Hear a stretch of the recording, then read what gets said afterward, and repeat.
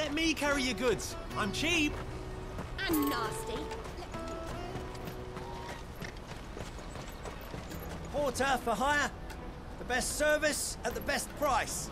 Others will carry off your fortune. I'll just carry your goods.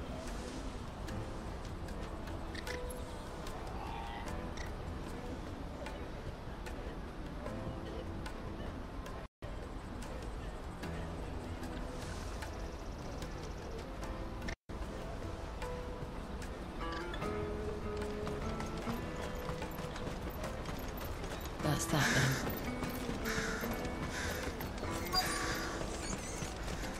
There are no crystals here. Keep going. What do you want? I've no coin on me. Just information. Has a sellsword passed through here? Grey hair. Now you mention it, there was a young man with salt in his mane sneaking around out there a while back. Which way did he go? How am I supposed to know? Buggered off down the road, I expect. Now why don't you do the same and leave me be?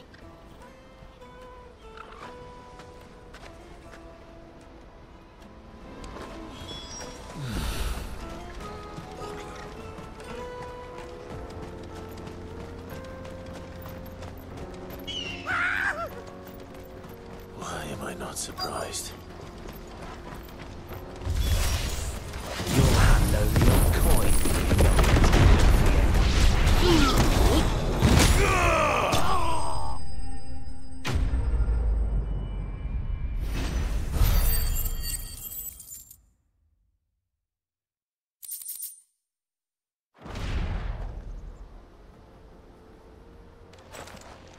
Are you hurt? Happily not, good sir. Thanks to your timely intervention. More importantly, we have arrived. Now, feast your eyes upon the marvel before us. Ruins, a relic of the fallen civilization.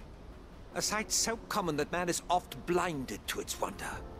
Colossal vessels, dashed from the very heavens. Airships, we call them, with very little thought to what wonders such a word might describe. Oblige me if you would.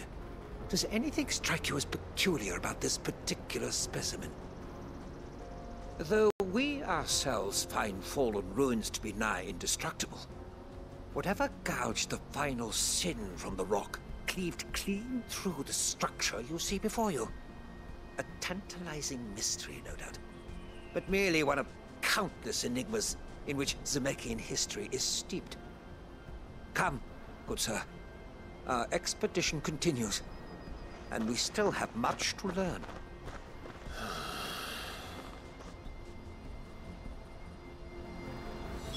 He's passionate. I'll give him that.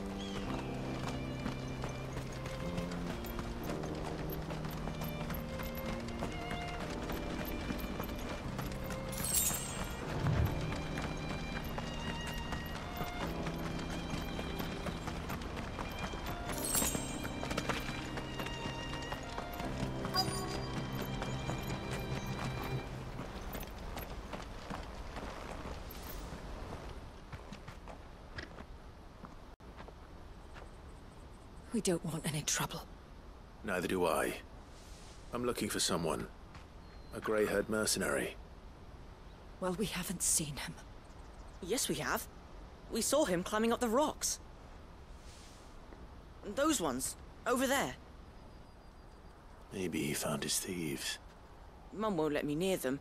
She said there's goblins up there, and that they eat little boys for dinner. Shush now. You've said quite enough already. I only told him what you said. I'd listen to your mother if I were you.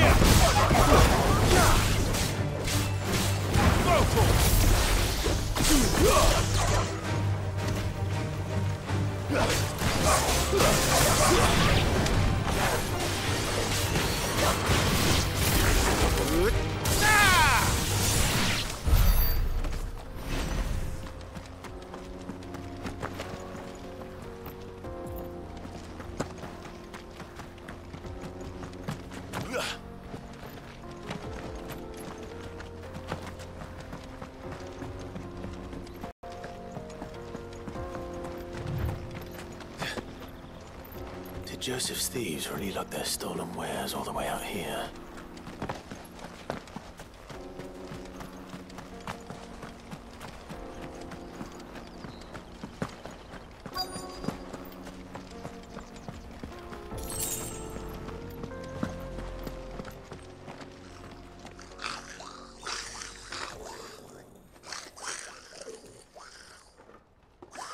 I think we found our thieves.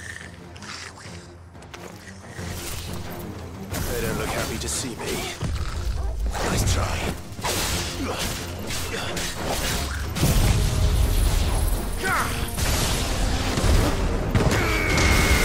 All yours, Torgal.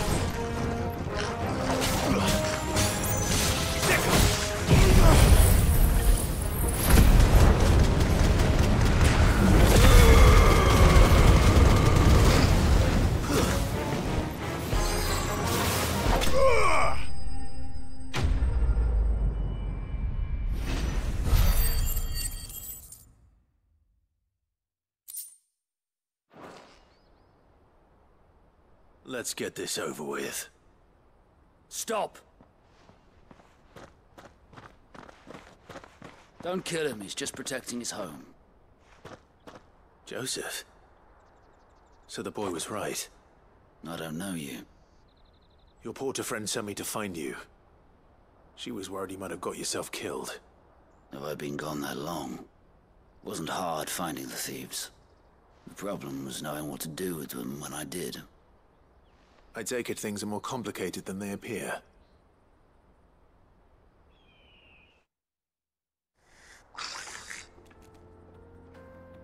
I'd all but ruled out bandits before I even left the market. You know why that is? Because our thieves had no interest in gold or gems, or anything they couldn't eat for that matter. Add to that the rumors of goblins in the area, and the mystery practically solved itself. I soon found their cozy little homestead and all the missing food. I launched myself at them, full of righteous fury, but their leader was the only one who moved to meet me. The others, they huddled around that food, ready to die protecting it. They stole because it was that or starvation. I've been there myself, back when times were hard. So you spared them? And earned their trust into the bargain by the look of it. These goblins aren't native to the area. They don't know how to survive such barren lands, so I've been teaching them. And once they've learned to hunt and forage, they won't be fool enough to risk their necks in Bocklad. I'm impressed. I didn't know goblins could be reasoned with. Do me a favor. Let the porter know I'm safe. I'll head back to the market once my work here is done. Oh, and don't mention the goblins. I don't want people coming here brandishing pitchforks. Not now this lot have sworn off thieving.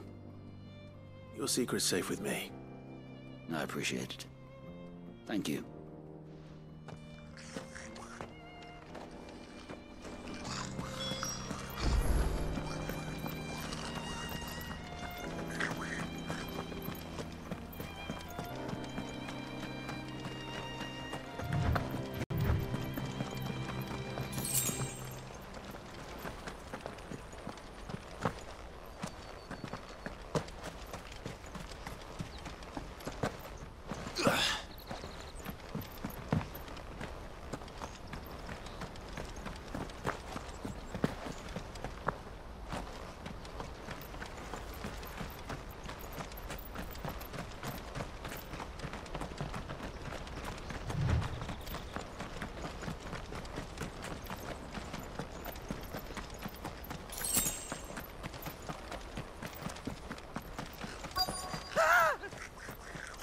Not again.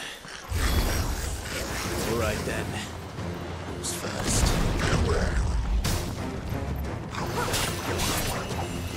Over here!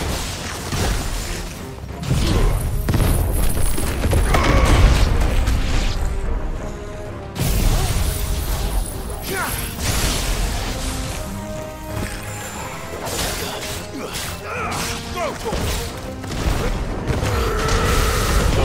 Kill!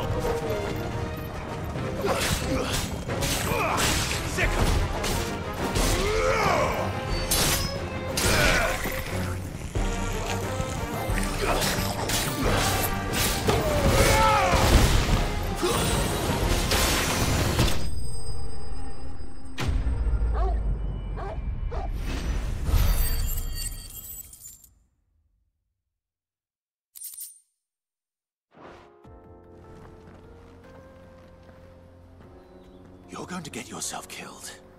Oh, that would not do. That would not do at all. Not when such majesty stretches out before us. Behold, the final sin in all its glory. As Moss tells us, a battle was fought here in ancient times. A battle of such ferocity that it tore a great crater in the very land upon which it was waged. In reaching for their holy sanctum, did man enrage the gods, and great was the vengeance that was rained down upon him. Alas, the full truth of the matter is lost to time, though I live in hope that I might see it discovered. But we must not dwell upon such things. There is more yet to see. Onward! History awaits!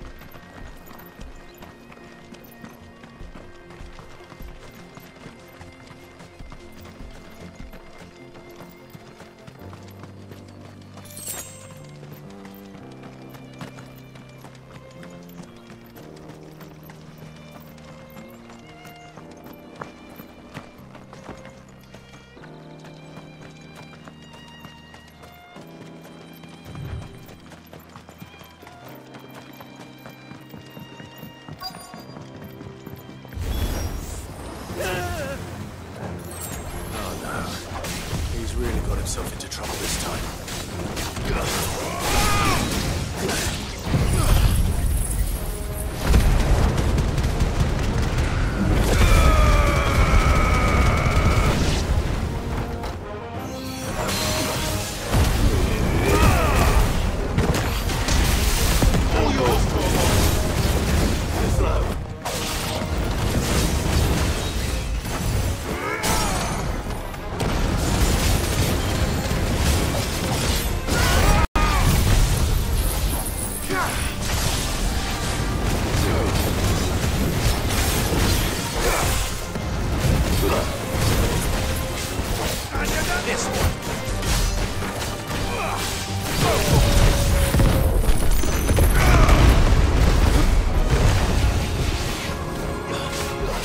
It's over!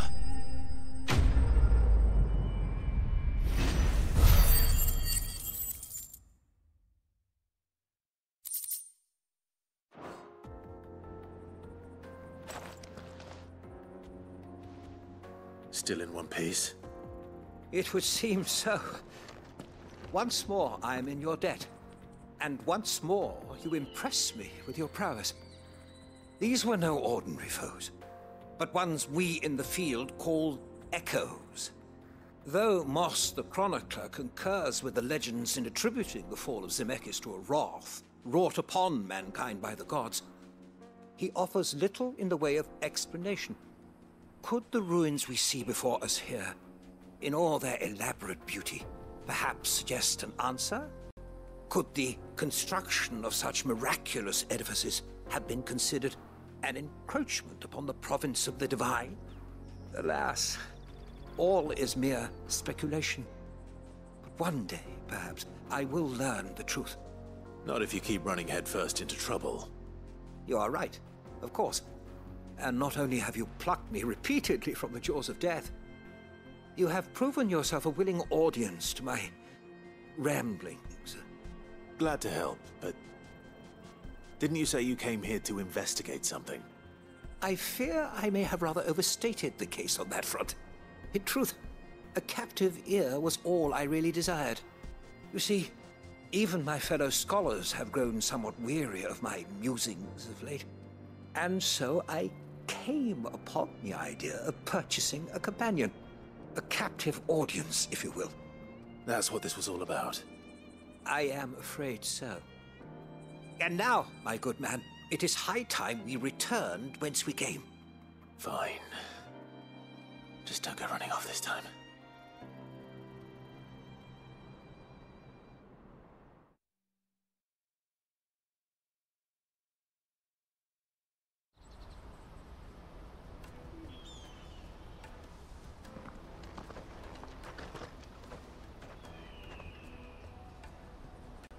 And so ends a delightful day.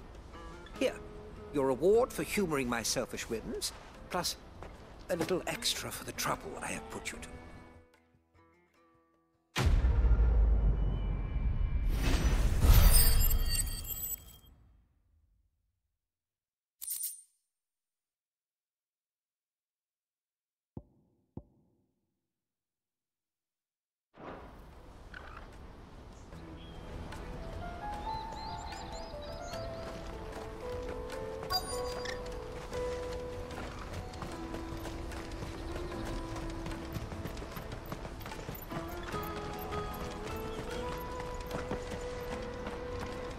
Hurry, man.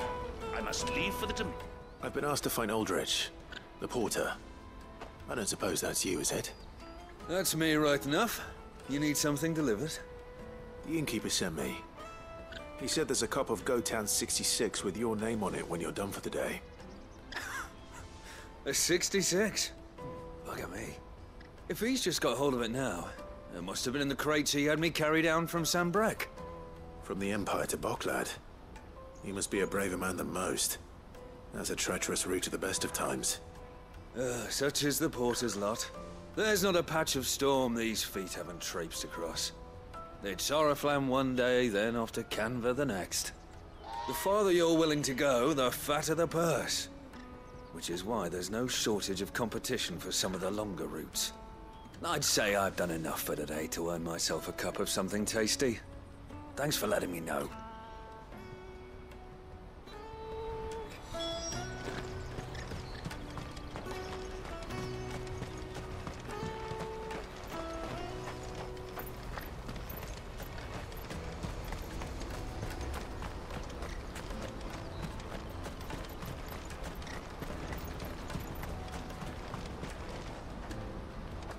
Joseph's fine. He'll be back once he's tied up a few loose ends. That's a weight off my shoulders. He certainly knows his business. He found your thieves all right. And I dare say they won't be coming back. A good man to have around, that Joseph. And if he says there'll be no more thieving, that's good enough for me. Thank you for putting my mind at ease. Here, for your troubles.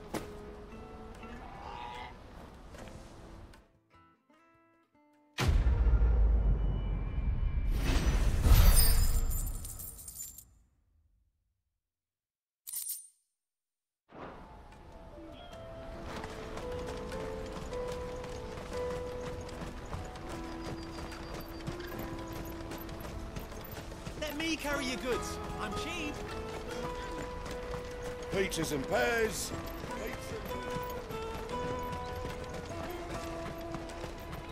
Come on, come on! The caravan stops next to the checkpoint. Are you Milan, the butcher? That's me. What can I do for you? The innkeeper's just had a special delivery. He thought you might like to join him for a cup of wine after you pack up for the day. He knows me only too well. And I've got a ham here that will go handsomely with a nice drop. Wine and ham to spare. Boklad clearly isn't suffering then. Comes with being the place everyone has to pass through to get to everywhere else. Those who travel the Crystal Road bring all manner of goods with them. We get meat from Sanbrek, herbs from Rosaria. Why, sometimes we even see curiosities from across the Narrow.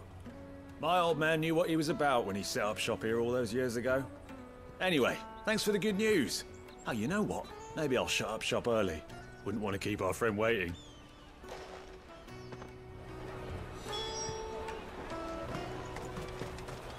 You won't find anything of this quality in Twinside.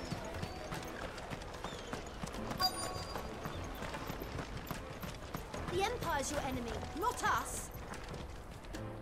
I'm looking for Bolek. I was told he'd be guarding the gate. Well, you found him. You're not here to enlist, I take it? The innkeeper sent me. He's just taken delivery of a rare vintage, a Gotan 66. He thought you might like a cup. I've never said no to a goat hand. I'm not about to start now. Thanks for letting me know. You must be a busy man. The market would be flooded with refugees if we weren't here to stem the flow. Oh, my heart goes out to them, all right, but we've got our orders. No papers, no passage. Plenty try to slip past us nonetheless. And every now and then, one of them's foolish enough to try and force their way through. And when they do, well, things can get nasty. You know what? That wine's sounding better by the moment. Well done. I wonder if the innkeeper might spare a cup of that wine.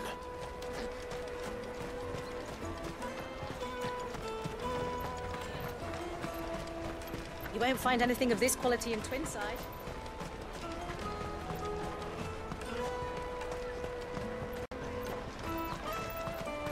Jug of snake spit for the road? Come on, come on!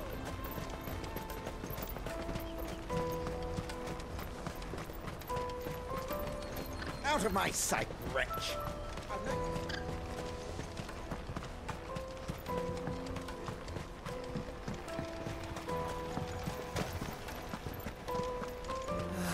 If our new arrivals had brought any... I spoke to your friends. They'll be along soon. That's fantastic news. Thank you kindly.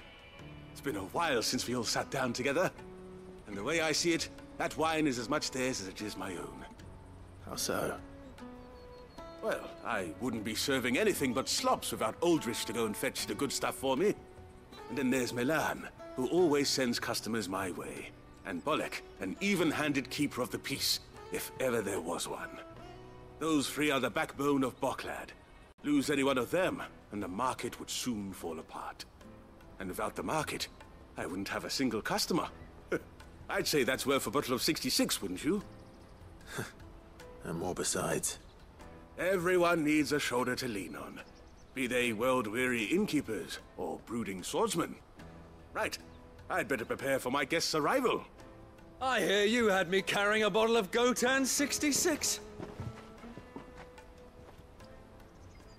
If I'd have known, I would have sold the thing and lived like a lord.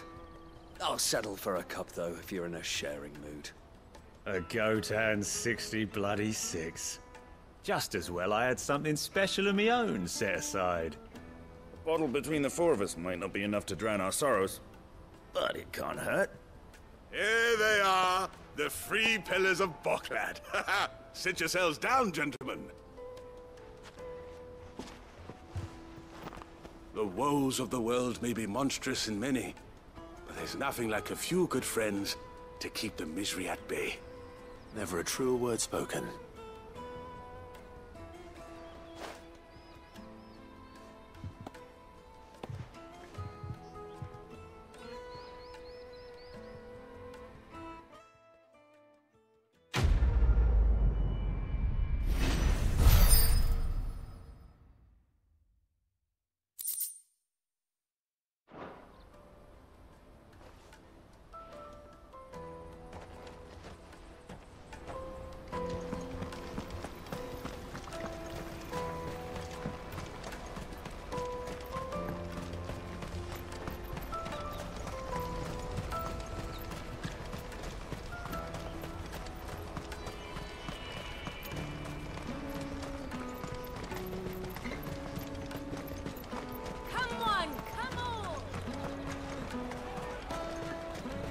Caravan stops. Juicy pears! Slate your What I really want to be is a blacksmith.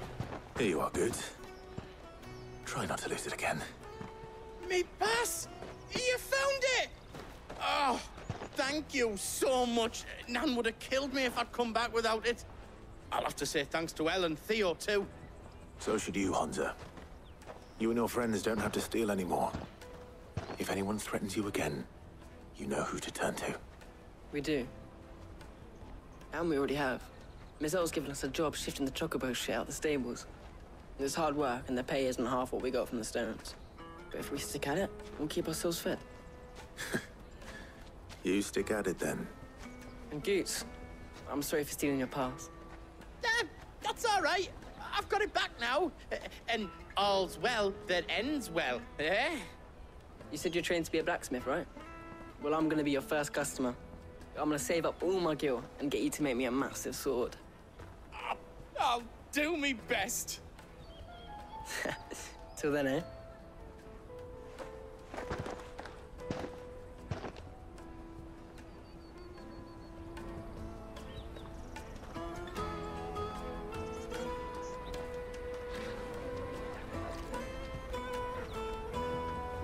right. We have a place on the wagon.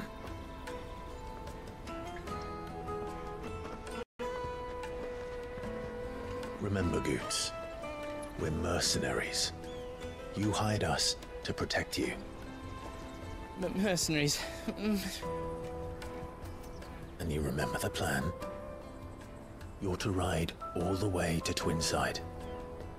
Jill and I will go with you as far as the outskirts, then find our own way in. I'll buy that stuff I need. Right. And we'll scout out the Imperial's defenses. There's a square with a big bell tower right in the middle of town. If you get lost, or out goes wrong, we can meet up there. Right.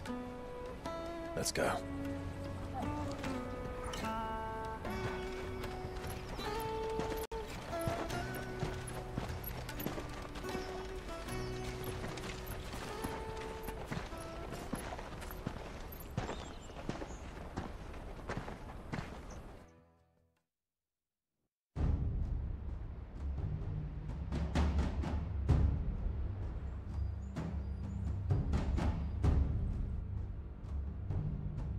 I see. And you're quite certain your father has no knowledge of Ultima? I am. I have no difficulty believing a sinister force has come to exert an influence on Sanbreque. But be that as it may, it is yet to claim my father.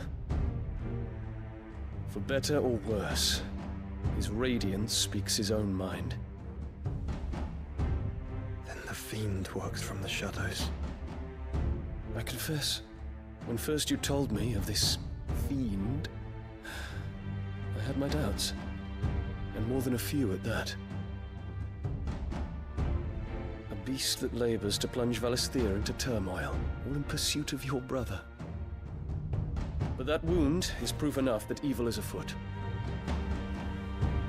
Then I have your answer, Your Highness. You will join me in my fight. I cannot. Not yet. Your Highness, please. As you are aware, the Dhalmekian army is at our gates. They have lost their mother crystal, and with it all hope of a negotiated withdrawal. It is but a matter of time before they invade. If Bahamut is not here to meet them, my people will be slaughtered. Though not by Hugo Kupka, thanks to Ultima's machinations. I know the fate of your people weighs heavy on your conscience, but if we do not put an end to Ultima's plans, they shall face a far darker fate. The chaos he would wreak would sweep all of Valisthea into the abyss. The lives of every man, woman, and child in the Twins are at stake. I believe what you say, Phoenix. But I have duties of my own, and I must discharge them. Come what may.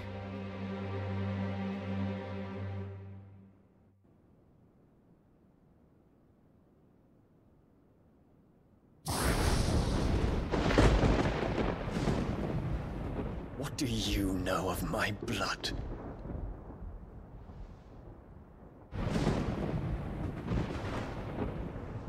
I know that it is wholly unworthy of the highest offices of state, which rightly belong to those of purer breeding. Alas. Your bloodline runs through the Oriflamme gutter, from a whore who weighed her child's worth in gil. Have you threatened my father? Of course not.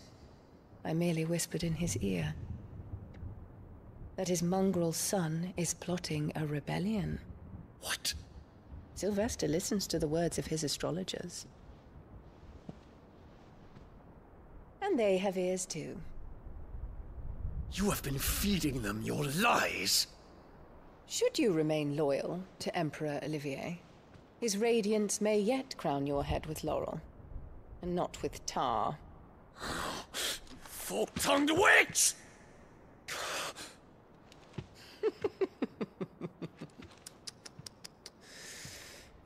In consideration of your long years of service to the Empire, I shall forgive this uncharacteristic rudeness.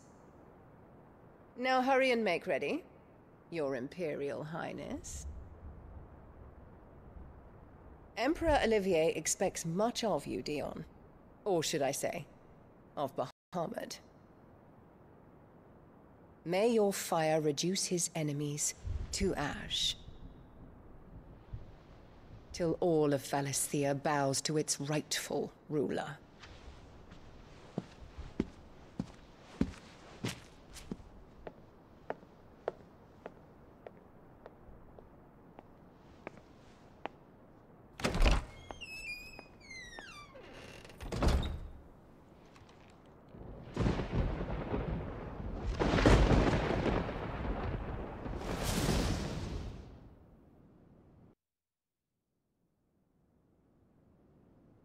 There is another darkness that has taken hold of Sanbreque. And until its grip is released, the flames of war shall spread ever wider, just as Ultima wishes. Forgive me. My family has caused you much grief. You are not her keeper, Phoenix. This is a matter for the Imperial household now, and as a member of that household, it falls to me to resolve it. At such time as that is done, what strength I have shall be yours.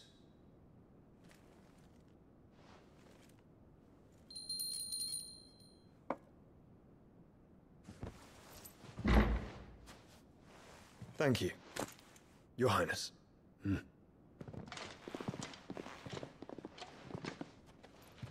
us take to the skies together, and bring a new dawn to Valisthea. I should like nothing more.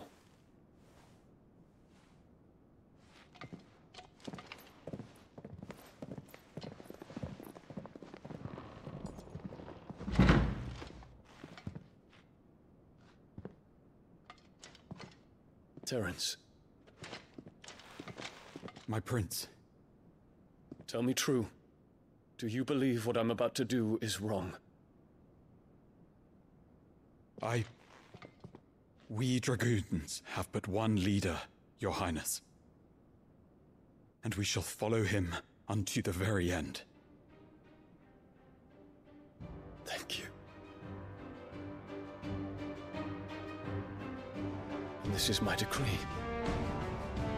For their crimes against the crown, the traitorous Annabella and her usurping son shall be put to death, and the Empire restored.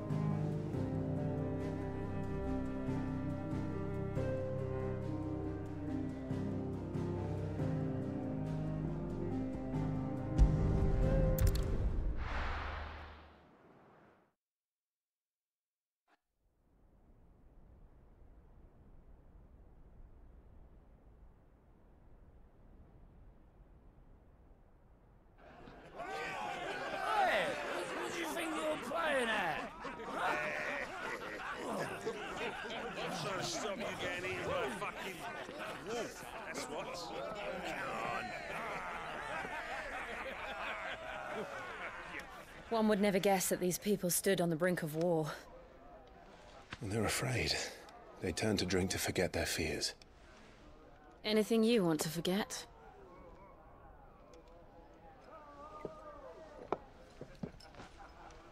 The harbor is empty, and half the market stalls too. The city may seem peaceful on the surface, but it's balanced on a knife edge.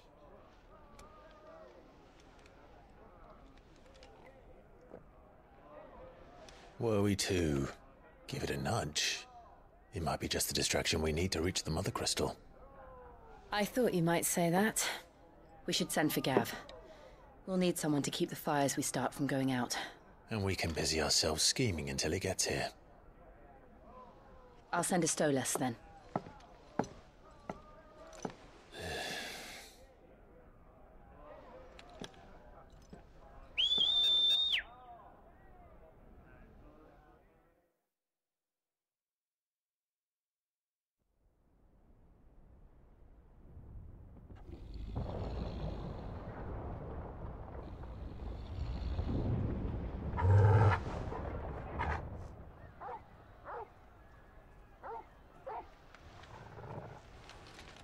What is it, boy?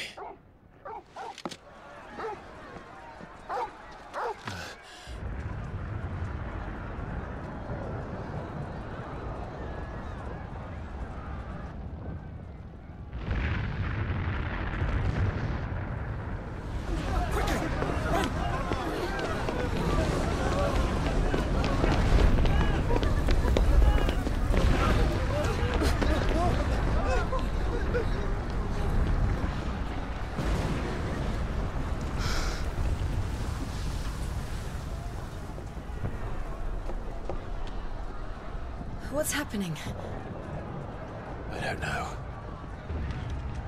Torgal!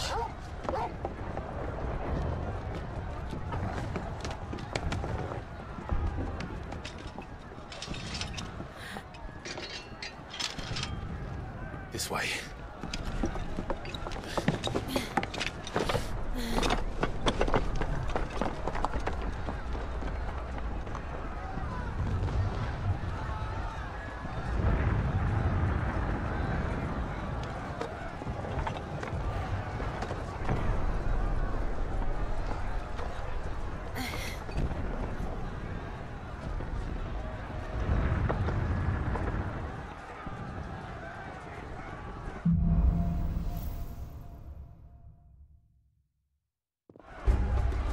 The city's on fire. I'm sure Goots is fine. He'll be making for the square. The one with the bell tower. In the middle of town, right?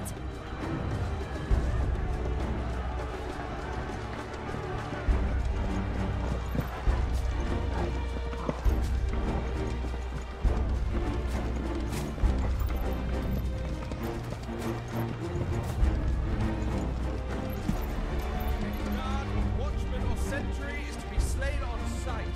Spare the citizen. Those were Imperial Dragoons.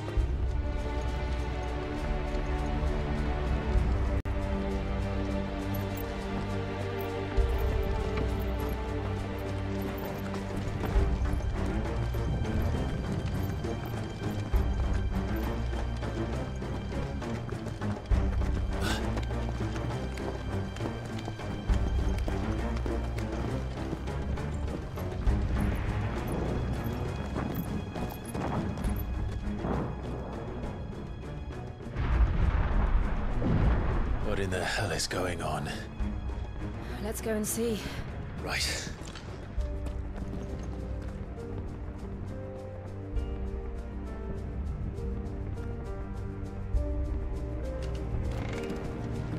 But first we find Goots.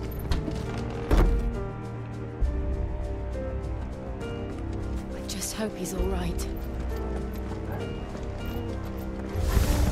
You there! Identify yourself! We have to.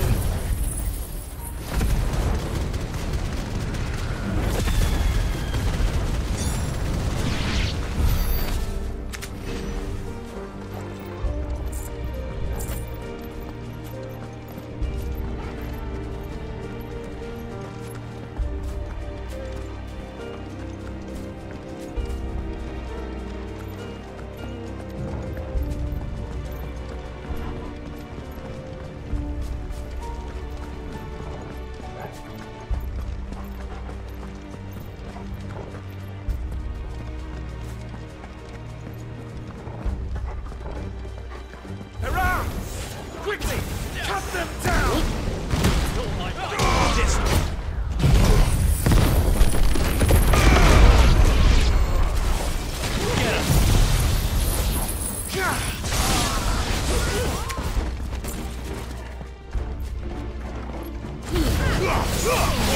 Kill!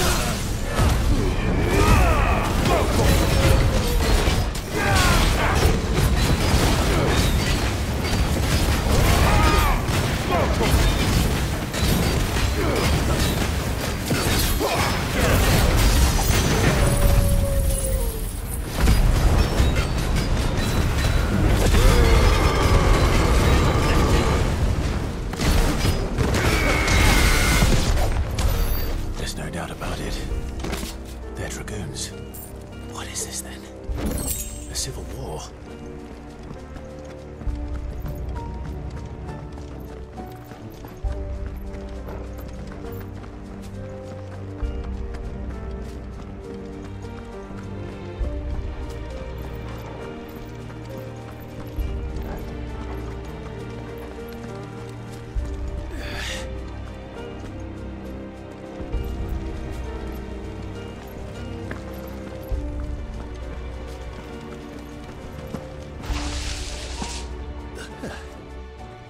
Never thought I'd be glad to fall into a sewer.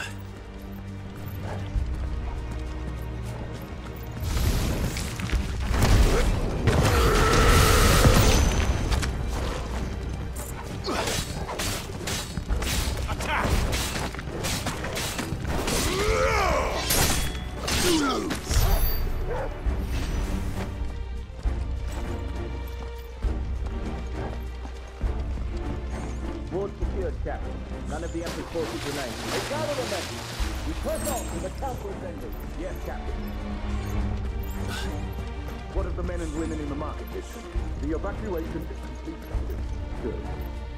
Then all that remains has dethroned the Pretender.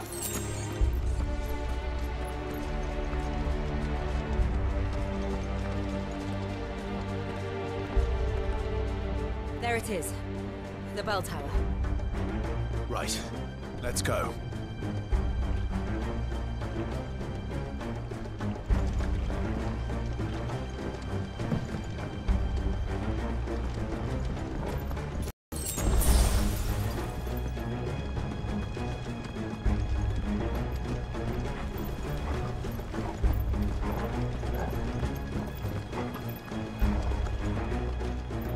Ah, a goods lift.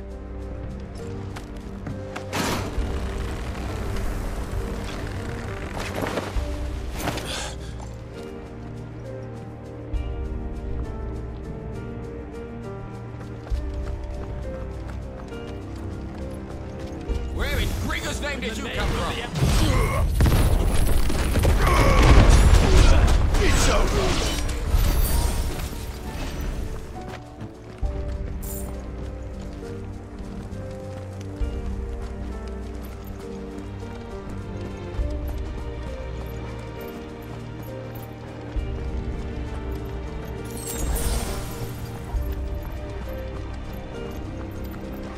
Intruders! Defend the gates!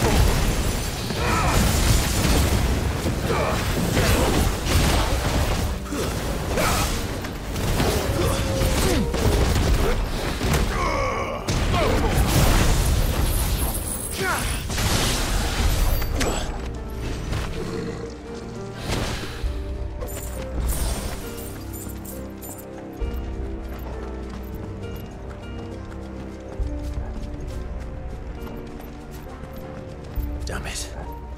We'll have to find a way around.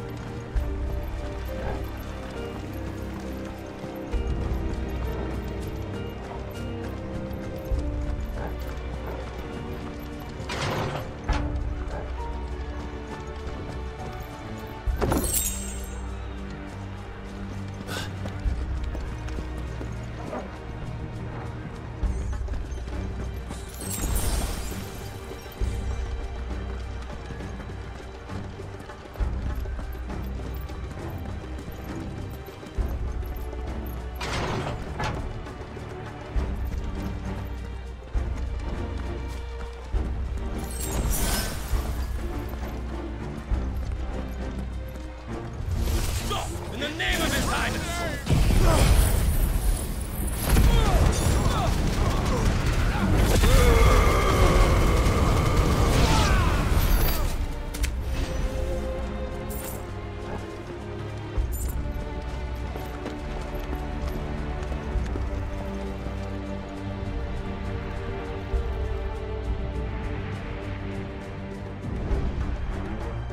All that good.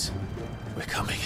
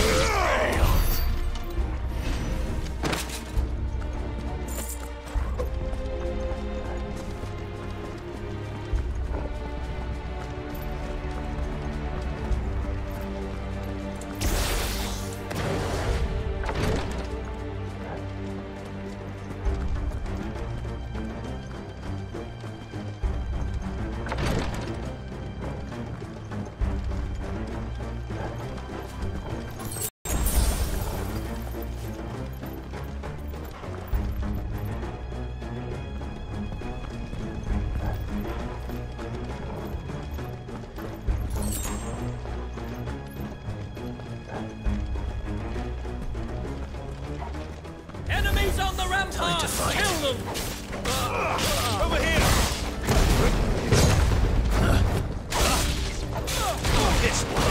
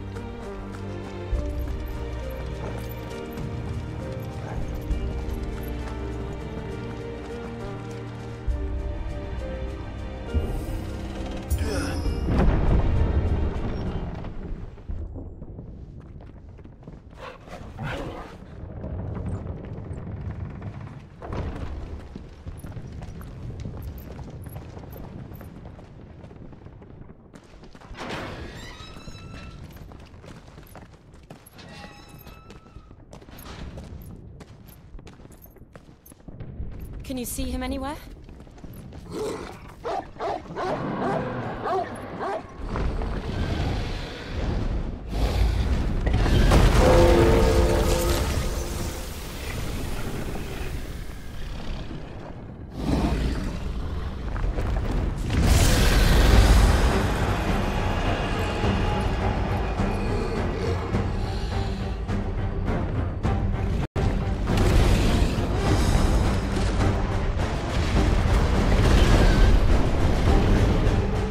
It must be one of the Dragoon's pets.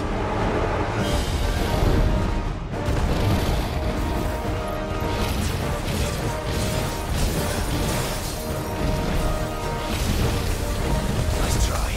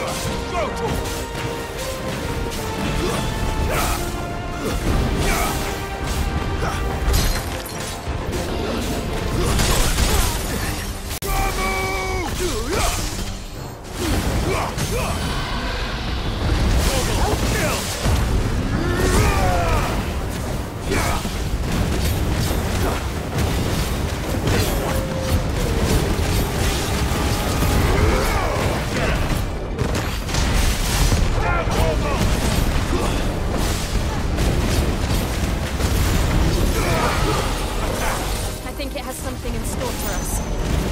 Get ready to move. Nice try.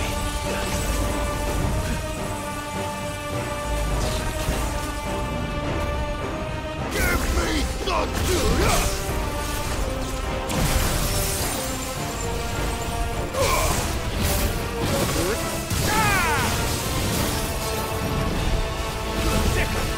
Nice try.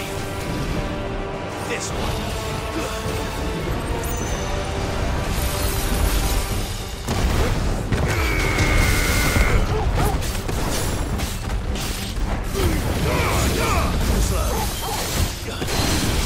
Over here!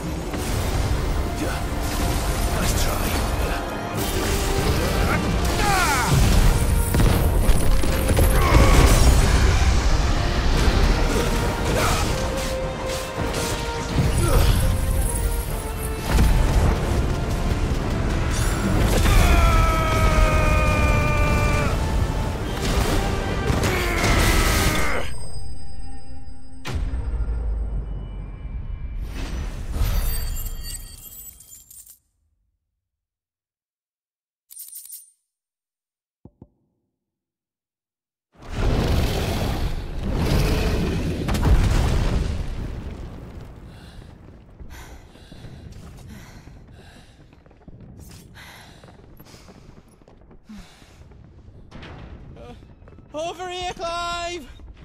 Are you alright?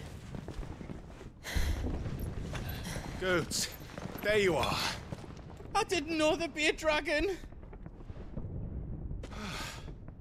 All right, let's get out of here. Oh! What now? Is that Mother Crystal's heart? What the hell is it doing up there?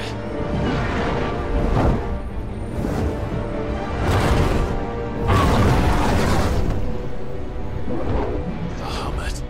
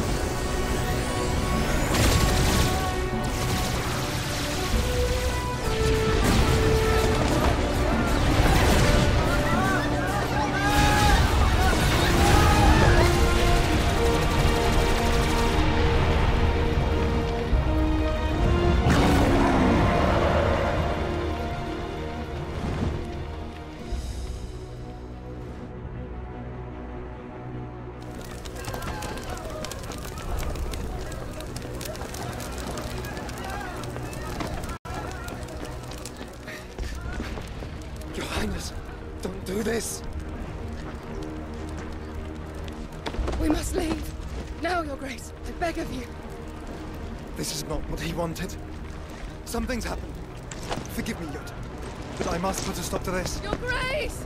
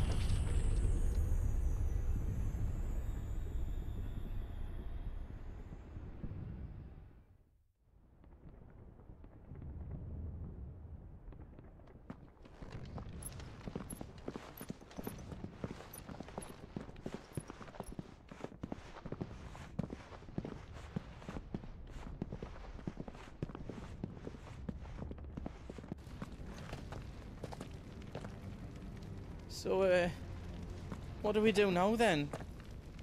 We destroy the heart. Well, you might come back! As soon as the flames die down, the Imperials and the Dalmex will move in. This may be our only chance. And Bahamut has gone for now. You should get as far away as you can, Goots.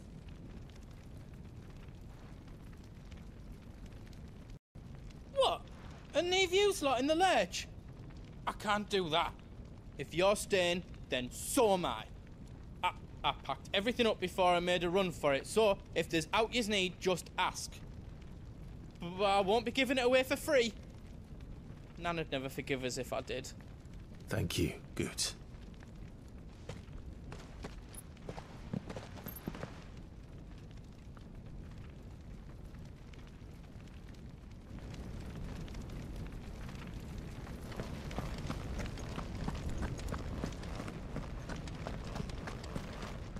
Just let me get me stuff out. I've got some good stuff for yous.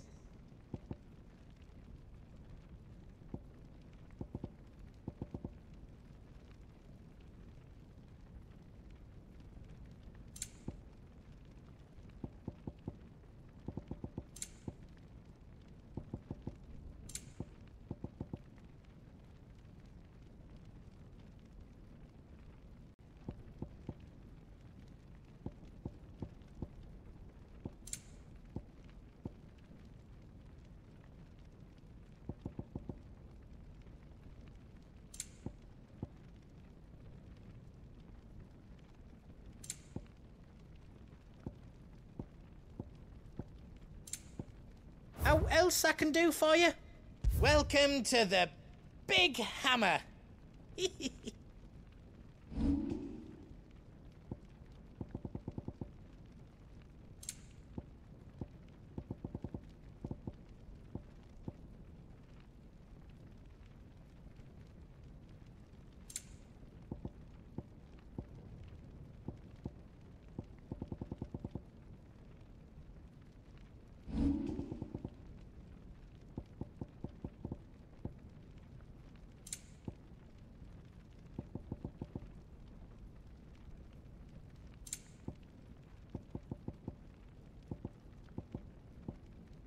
You don't want me to make yours out else?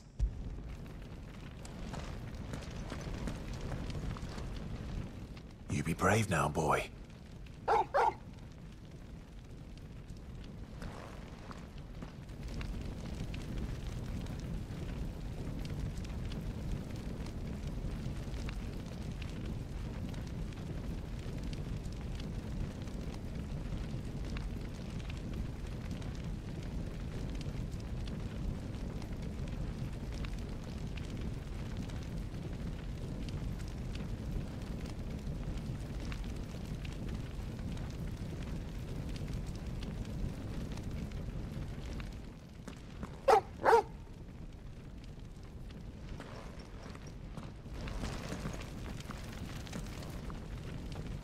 Drake's tail is right there, Clive. It's time to free Storm from the Crystal's curse.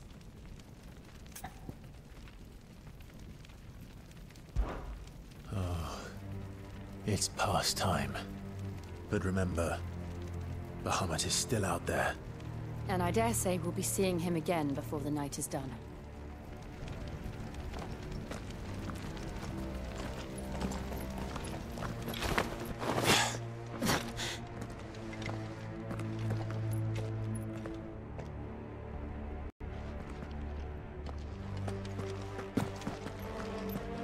No more roads. We'll have to find our own path.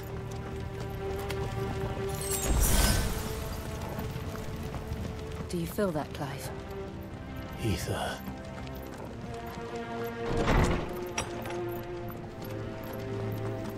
Just what we need. Another flood. It's already turned them. Then there's no reason to hold back. Get us! Over here!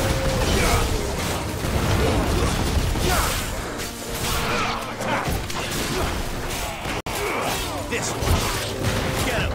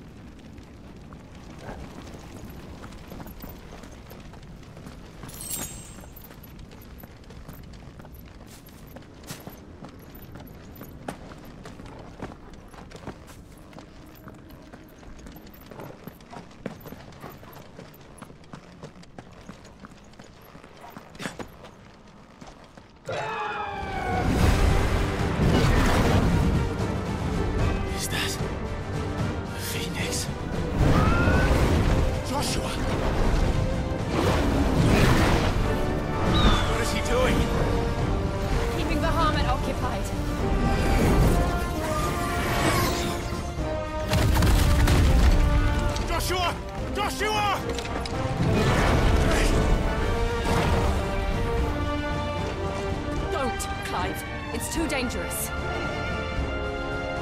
Fuck! Hold on, Joshua! I'm coming!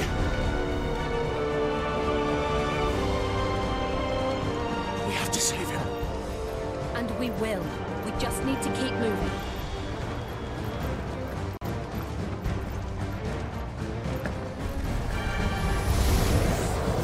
Come again! Not now! Whoa!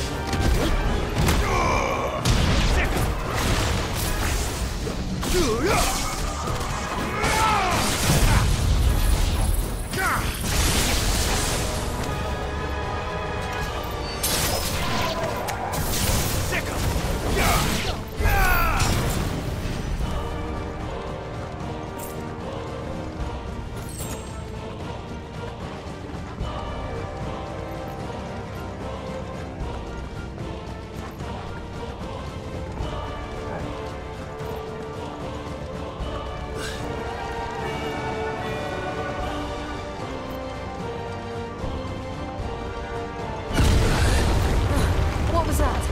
Bahamut. He'll kill us all.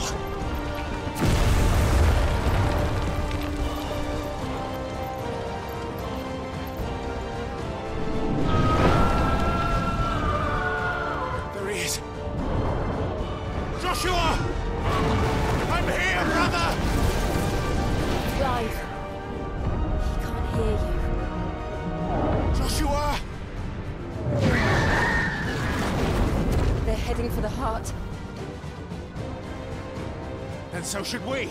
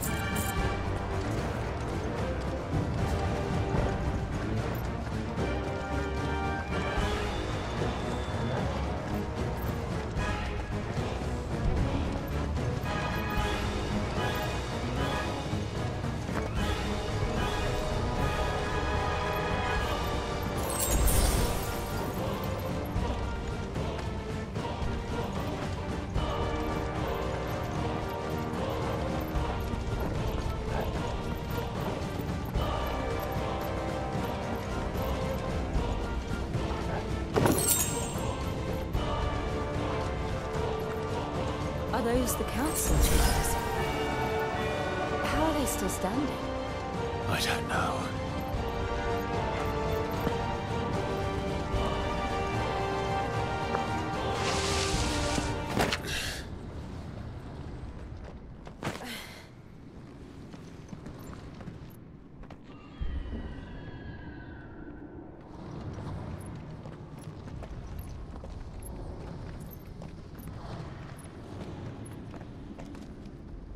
He'll be all right, Clive. He's a survivor. We're getting close.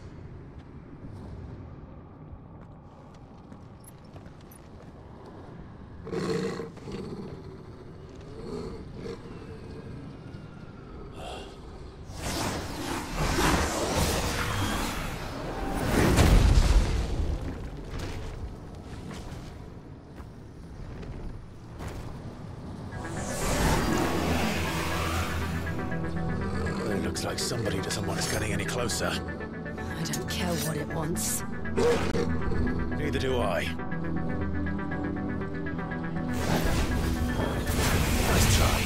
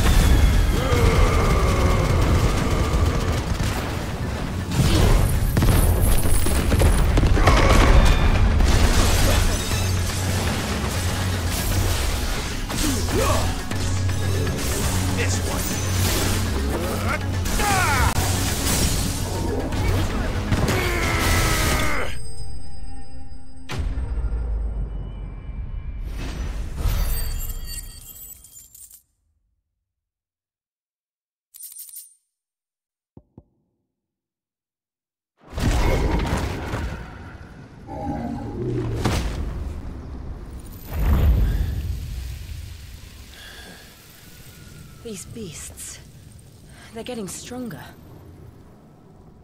We can think about them later. Right now, there's only one thing we need to focus on. The heart.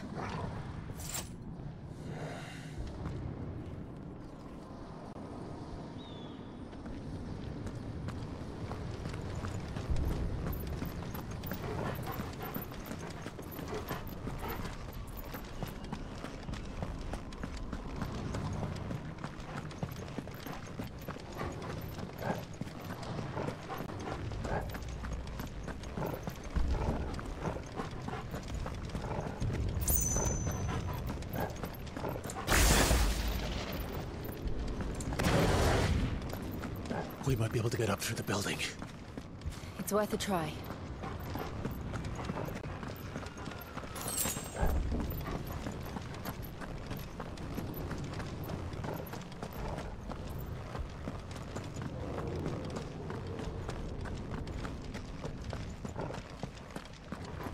Quiet. There's someone up there.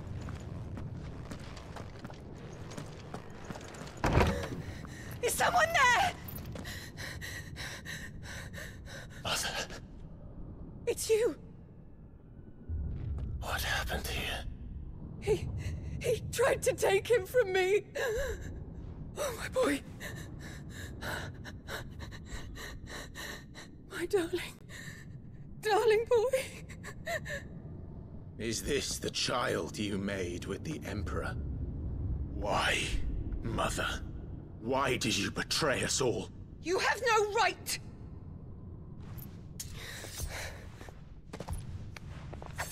Answer him. We took you in, savage. Show some respect for those who raised you.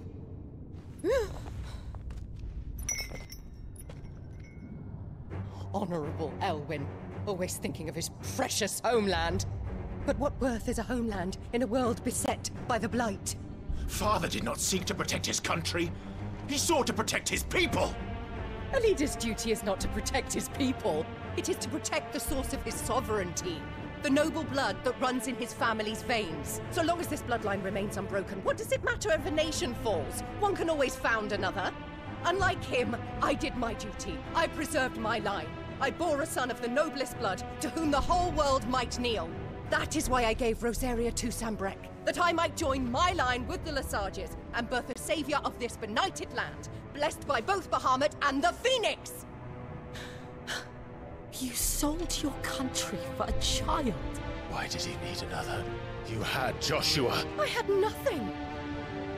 You were always your father's son, so very strong and bold and daring, and yet you failed to awaken.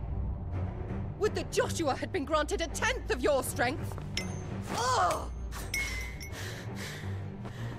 How the nobles laughed that Elwyn's firstborn was surely the son of a concubine, and my own, not long for this world. The shame of it! The shame of being slandered by one's inferiors! How could you ever know how that feels? It should have been you! Why didn't the Phoenix choose you? Joshua's every waking moment was spent trying to shoulder the burden that you and the Phoenix and the Duchy foisted on him. That's why I became his shield. To help bear the weight. But what did you do? You betrayed your own blood and surrendered your son to his fate! Joshua, my darling boy. I never meant to hurt him. The soldiers' orders were clear. He was to be spared. Why did you survive when the only one I truly cared for died? What? Have you not looked out of the window? Joshua is here! The Phoenix lives on! He's battling Bahamut as we speak!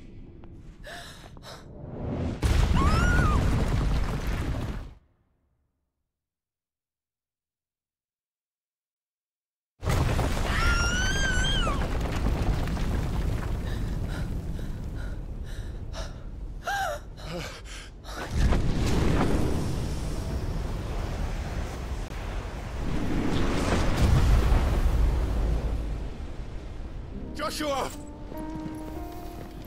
Wake up!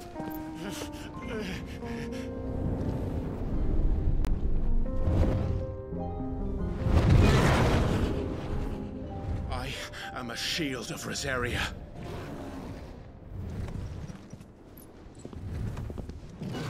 And I will do my duty.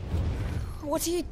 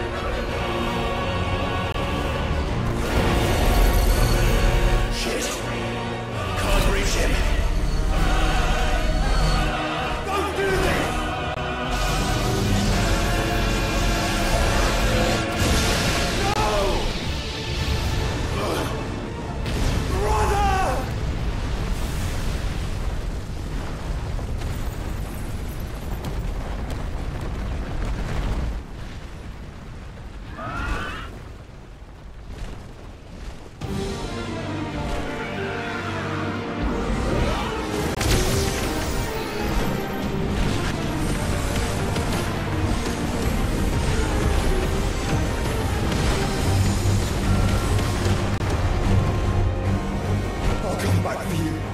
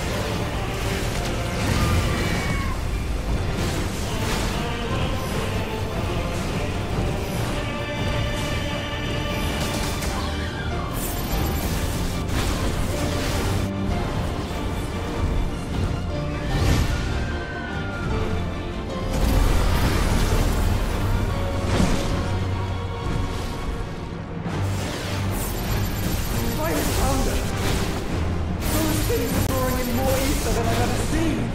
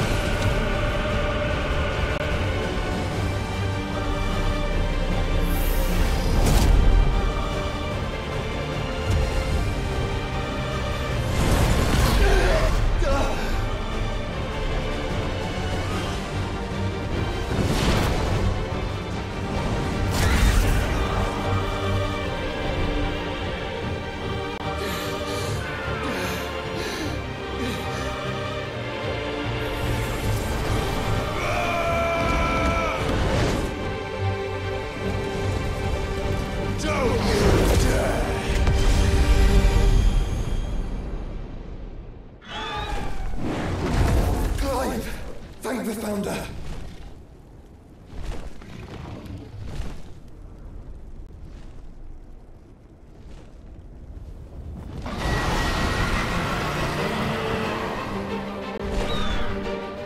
It's now or never, Joshua.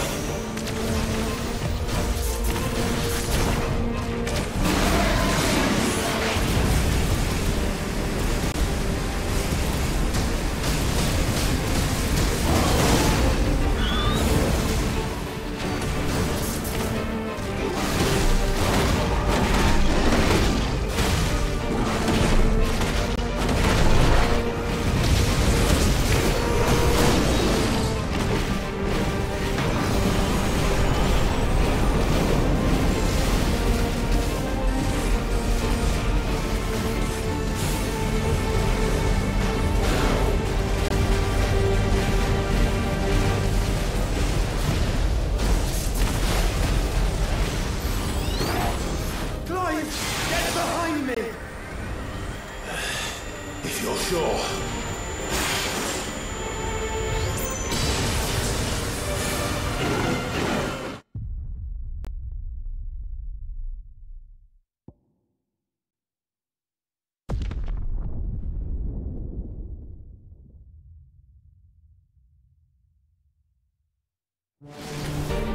It's now or never, Joshua.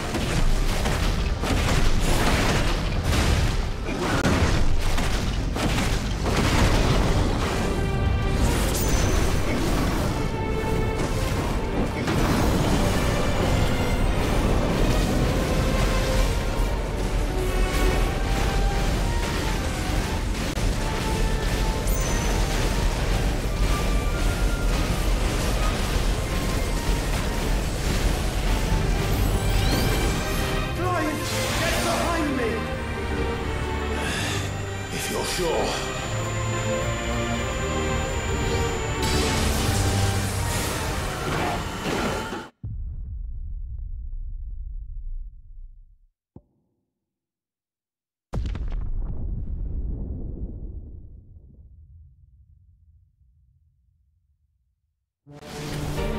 It's now or never, Joshua.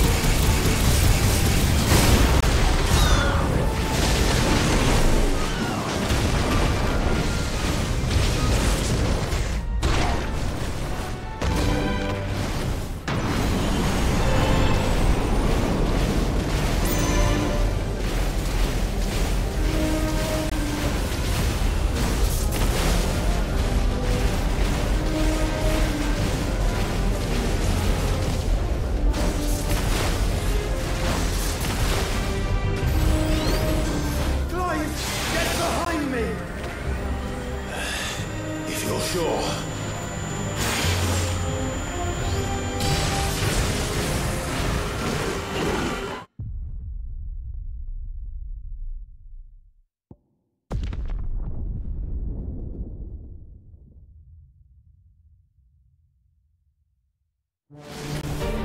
It's now or never, Joshua.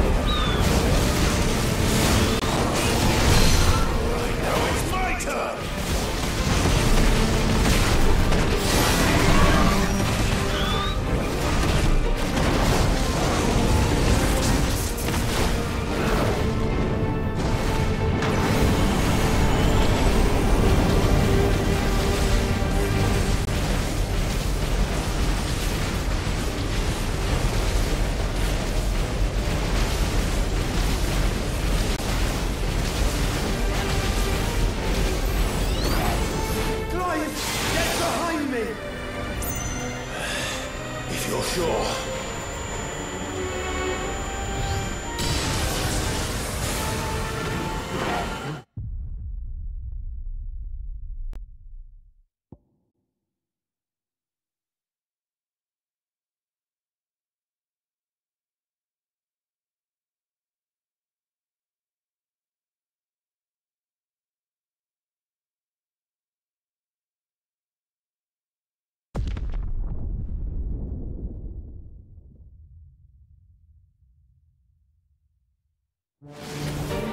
It's now or never, Joshua.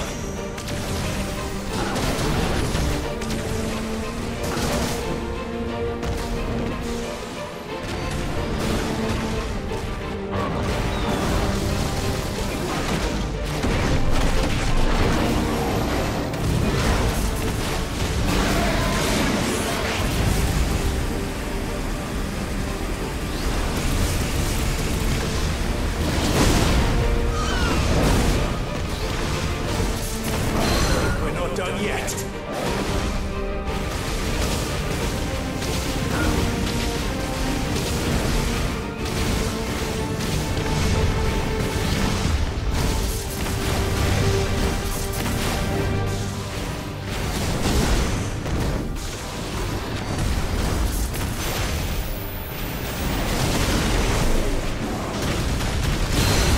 Thank you, brother.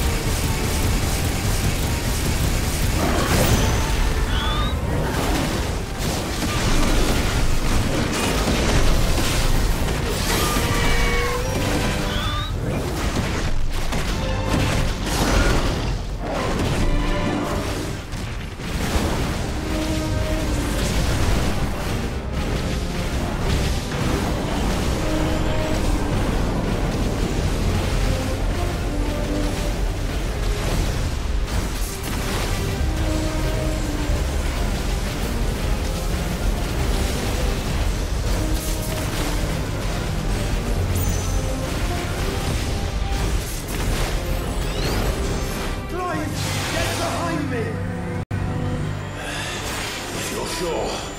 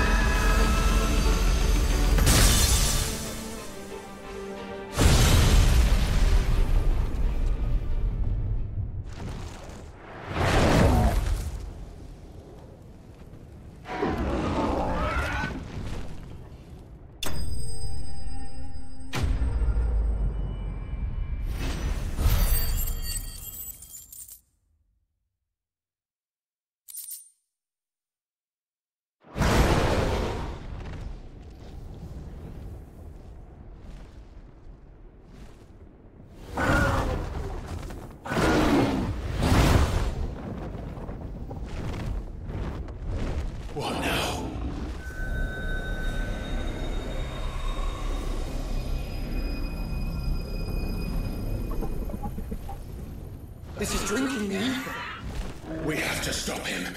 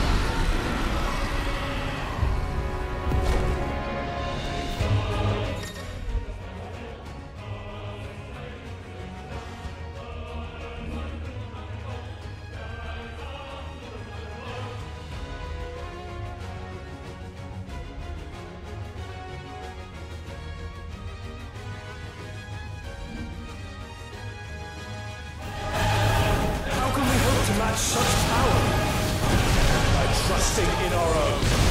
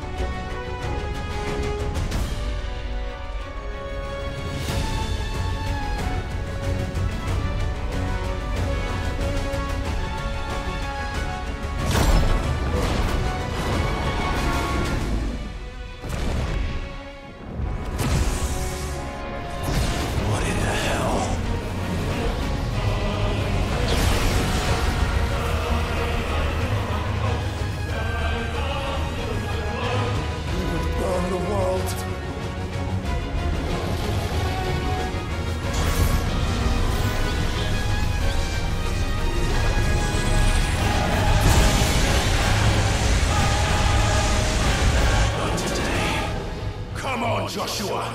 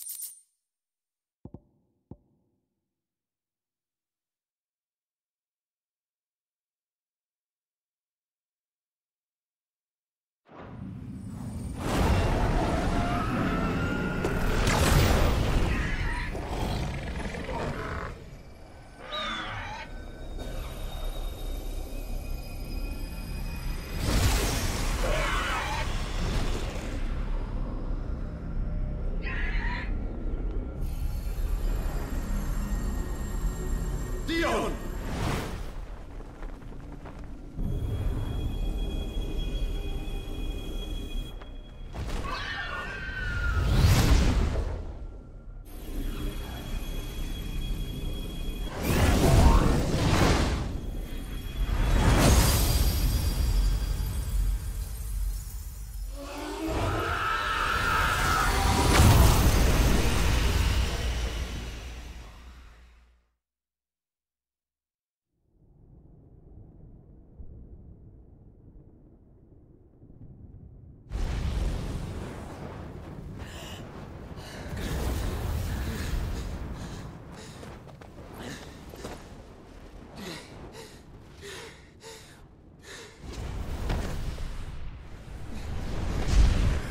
Joshua!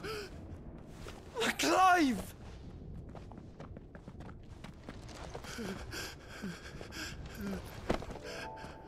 My brother. I'm sorry. I'm so sorry. You're alive. We both are. Nothing else matters.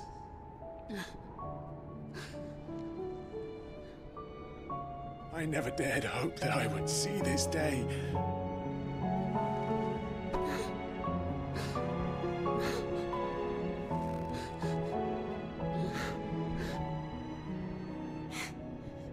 Reunited at last. Jill.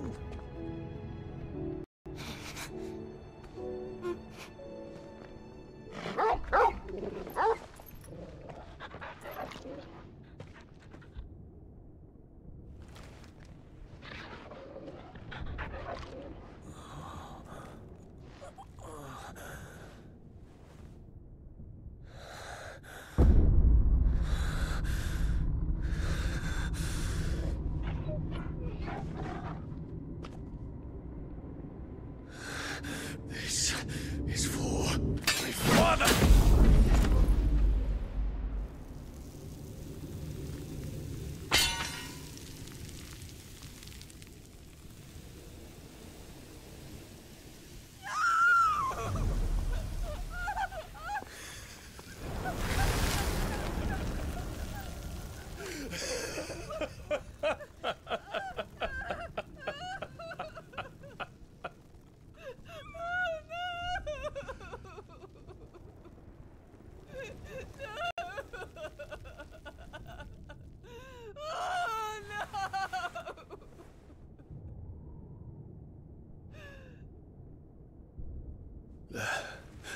It is done. The demon that would tear our house apart is no more. Father.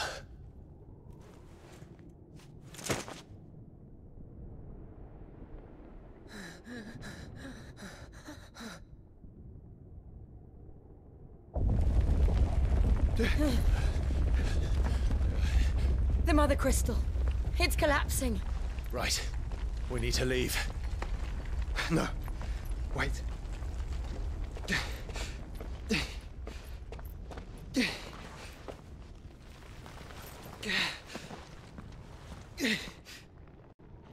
I owe him a debt. Fine.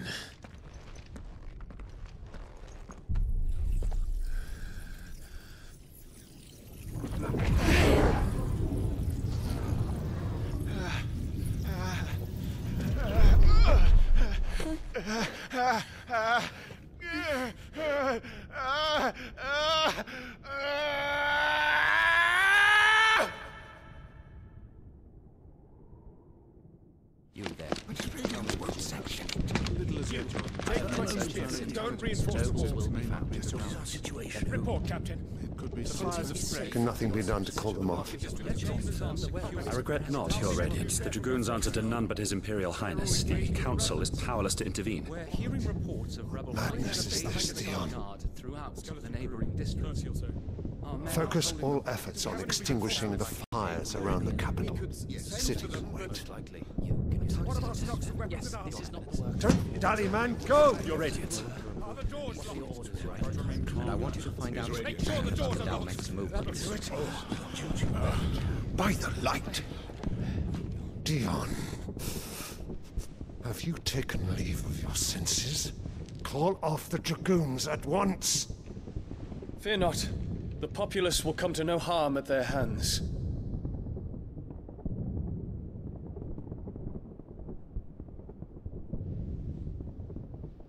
I am here to save you, Father. Save me? A creeping darkness hides in the heart of Sanbrek. It stems from your wife, the traitorous Annabella.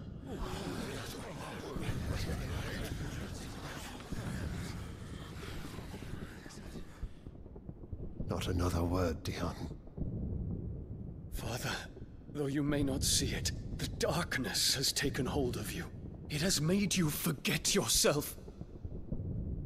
But I bid you remember, there was a time when you ruled not with cruelty, but with compassion. Why now do you turn your back on your people? Why now do you seek to stoke the fires of war? You too have borne witness to this change, Your Eminences. And you know, as well as I, who is responsible for it. A puppet now sits upon the throne, but cut his strings, and the master loses the power! What? Dion, you bear steel before your Emperor? Guards! Take him!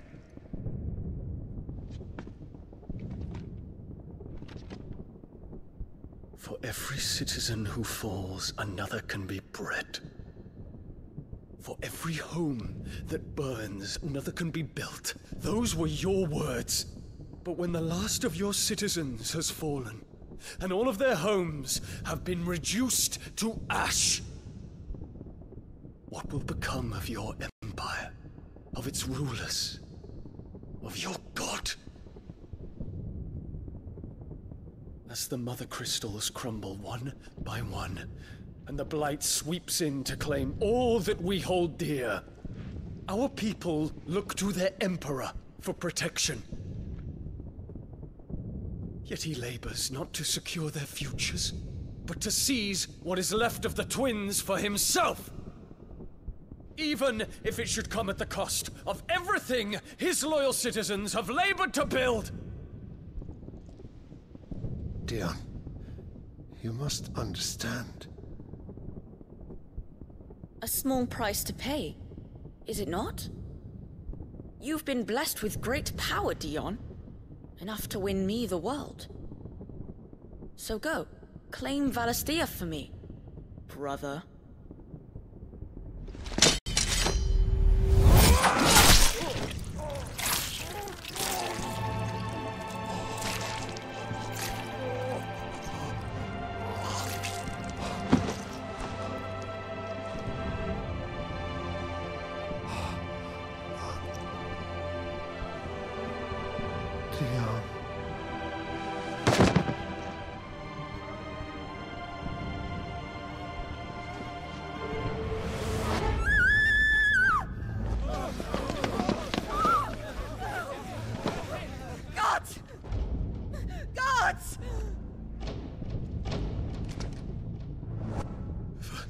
Mother. Poor father.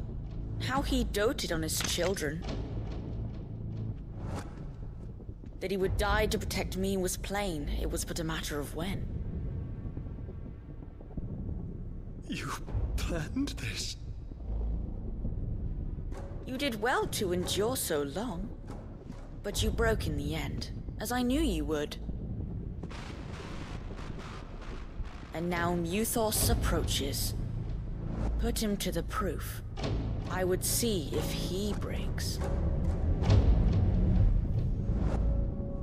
Go, Bahamut. Kinslayer.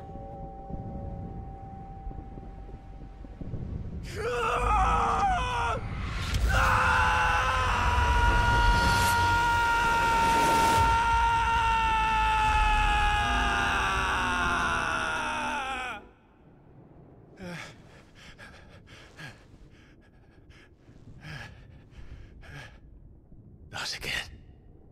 Brother? It's a long story.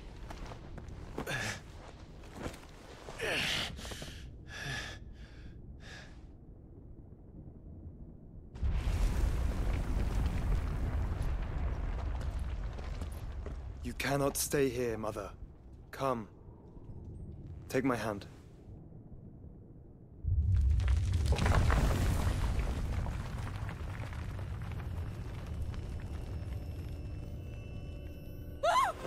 Get away from me! This is all just a dream, just a bad dream! You will not take me, Shadow! You will not take me!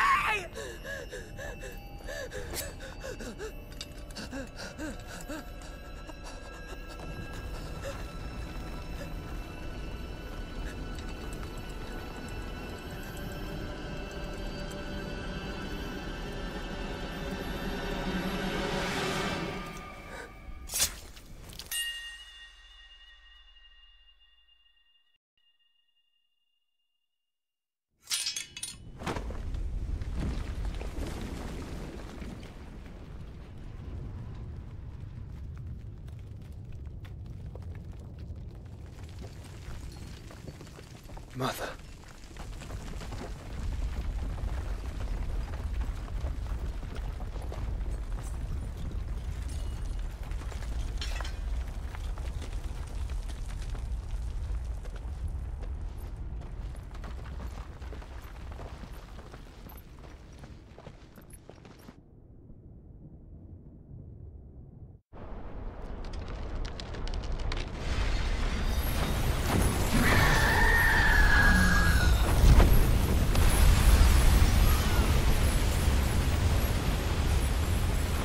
If it is consciousness that weaves your wills together,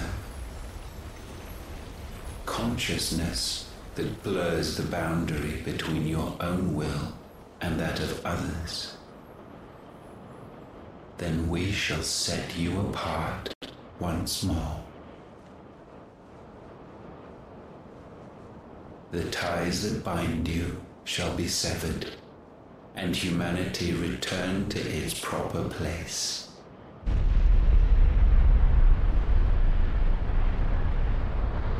By primogenesis shall a new age of reason begin.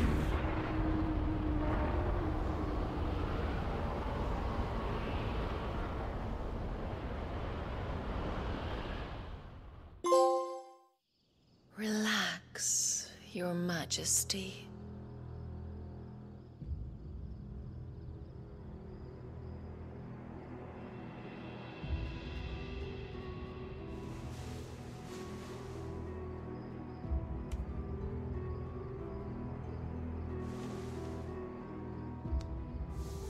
Don't you want to play? It's been a long time. If that is your wish. Men, you are as meek as all the others.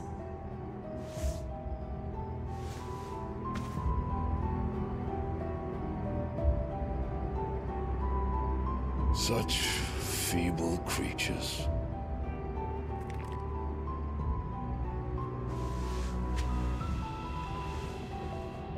Gifted the power of icons, yet slaves to fickle emotions which usher you to your doom. And so you bind your fragile wills with strands of consciousness. The wretched handiwork of a wretched people. The sons of fire were united at last, and for but a moment, their flame burned bright. Soon, Muthos shall become our perfect vessel. And then shall the world be remade. Not before the bonds are severed, of trust, of respect, of love. Only when every strand of consciousness is cut away, may Muthos return to our side. By primogenesis shall all be undone. Mankind shall be rid of his wretchedness, and Muthos of his will. But while he yet clings to it, he has the power to forge bonds anew. And so we bid you, find Muthos, and sever everyone. To destroy that which has no physical form, you ask the impossible. There is nothing your black blade cannot cut, Odin. We shall unite with Muthos, and bring forth a new world. So long as our vessel remains unclaimed by humanity. It shall be done, Master. My will is yours.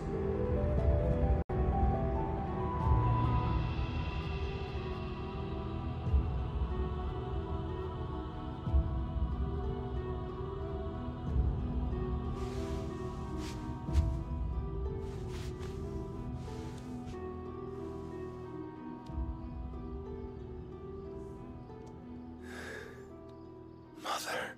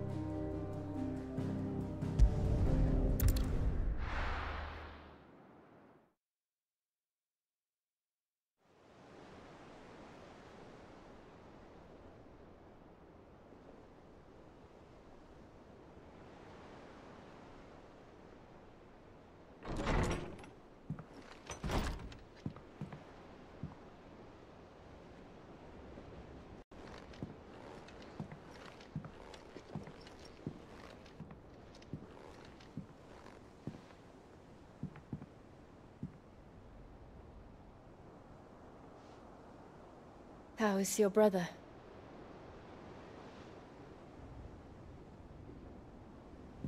Asleep, since I returned from the Dominion. Taya says he should be back on his feet soon enough. For a while, at least. She discovered something on his chest. A swelling, circled in stone. The curse.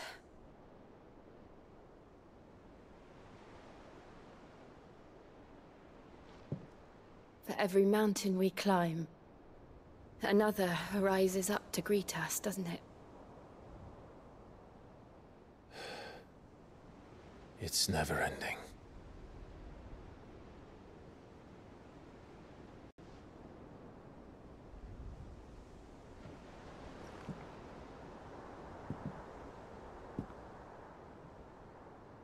Even the sky seems to have grown tired of it all.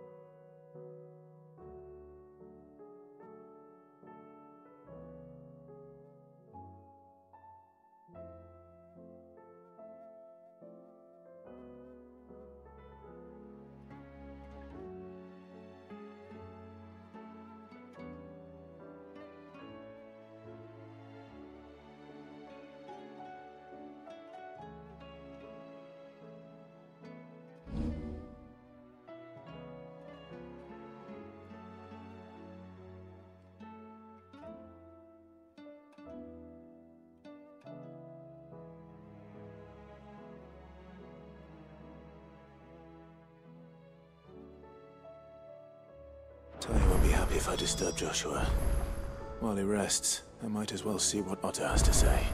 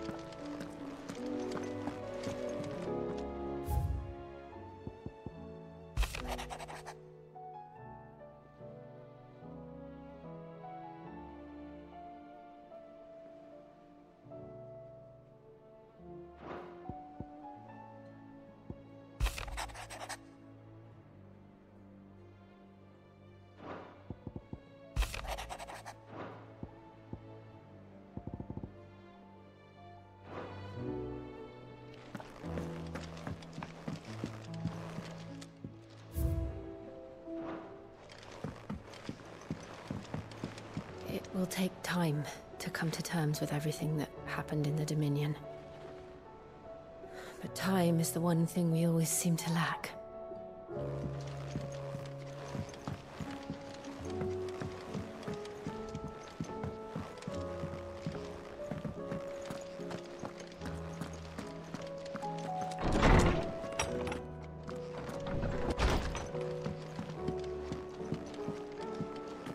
Did you see the pair that got hauled into tires?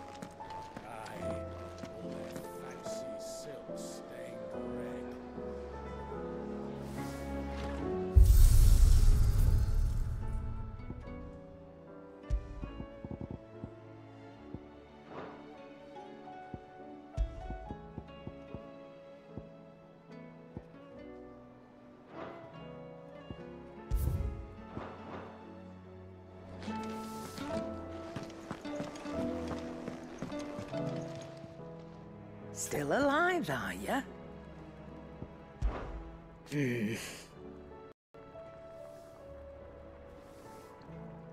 The whole realm's in chaos. But as the old saying goes,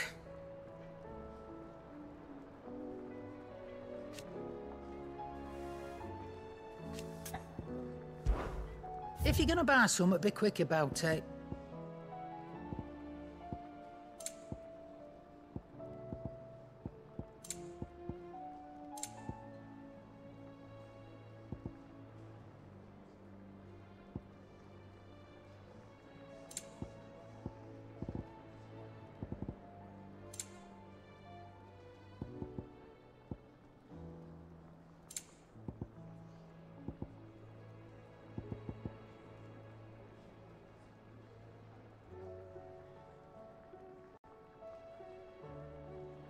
Come again.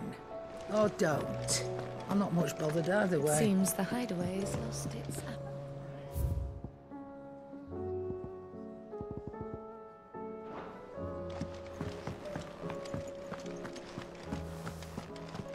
Thanks for not leaving me in the Dominion. If you hadn't come back, I might still be stuck there. I told Nan we flew back on the Phoenix, but she walloped me for telling fibs. Can you tell her it was the truth, Clive?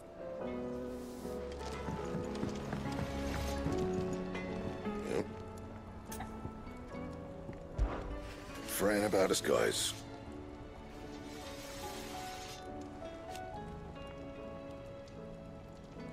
Unless that is... What do you want?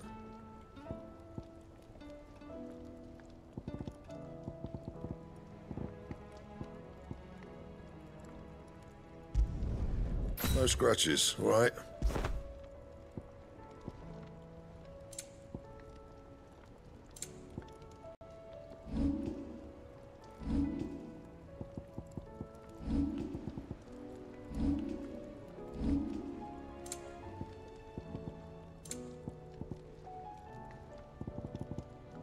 Anything else?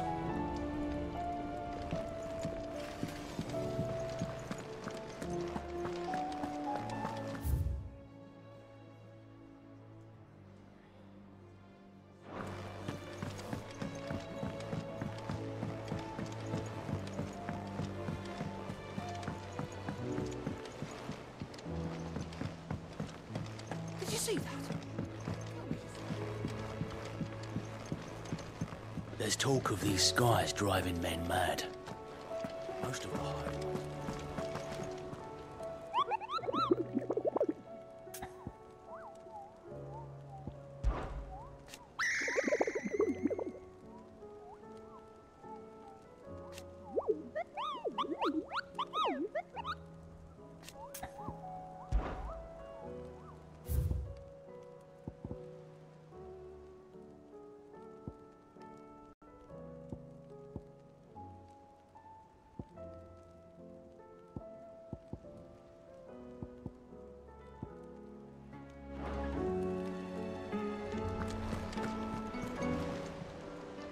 Welcome to the Patron's Whisper.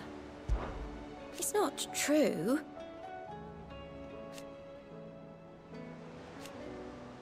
We've lost so much already.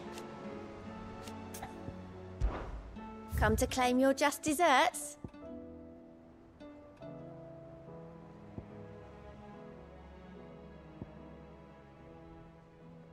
Sorry, but you're not quite there yet. Come again. I may have more for you. Clive! I don't mean to be gloomy.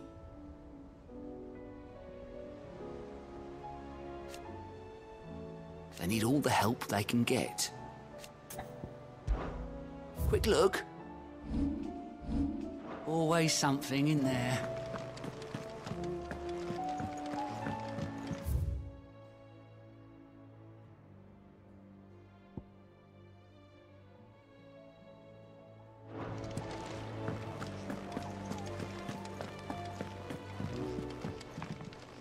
Clive. How may I help you today? Of course.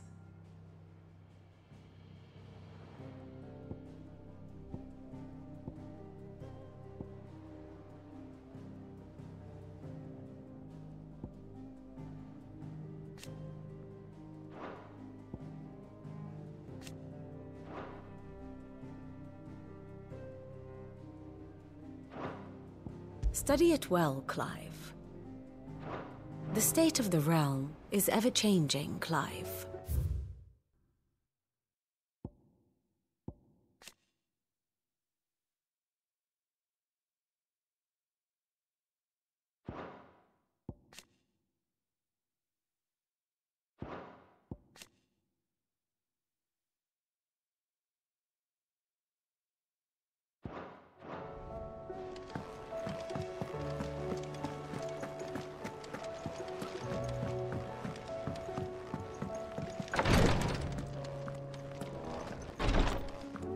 can hardly lift my arms. The curses. You just need some rest.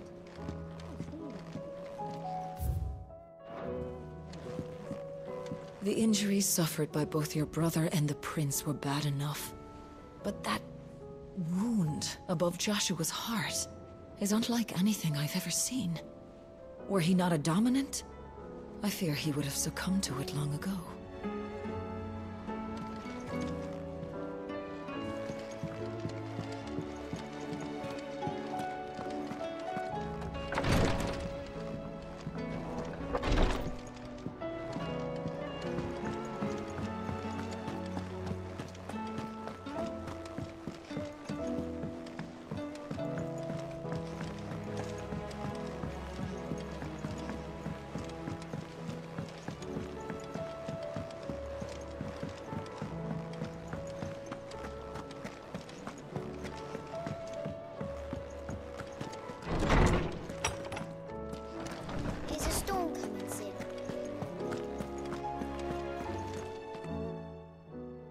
Knowledge hoarded is knowledge lost. With the darkening skies,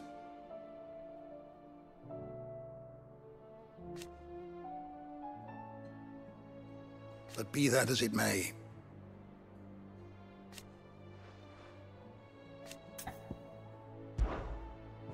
I have compiled some new entries, if you would like to see them. What subject shall we consider today?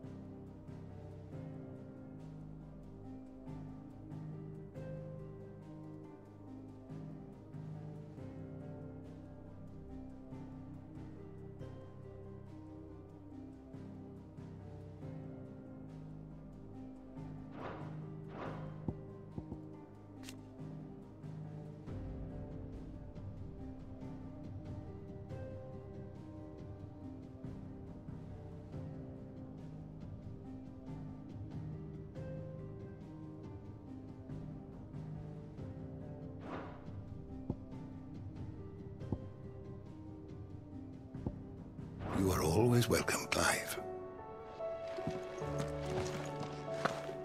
Sid, did you know that chocobos are far more resilient to the effects of ether than most other beasts? Some say that's one of the reasons they were tamed for use as mounts and sumpters, so that an ether flood wouldn't mean instant death for their riders or drivers.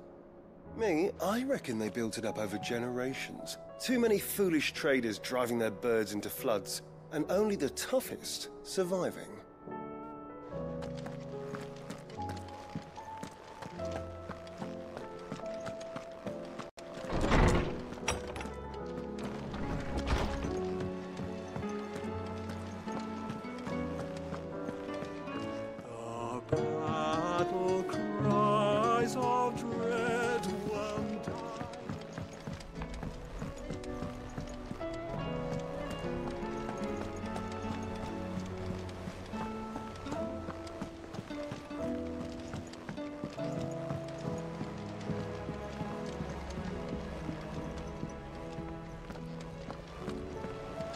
Them skies then.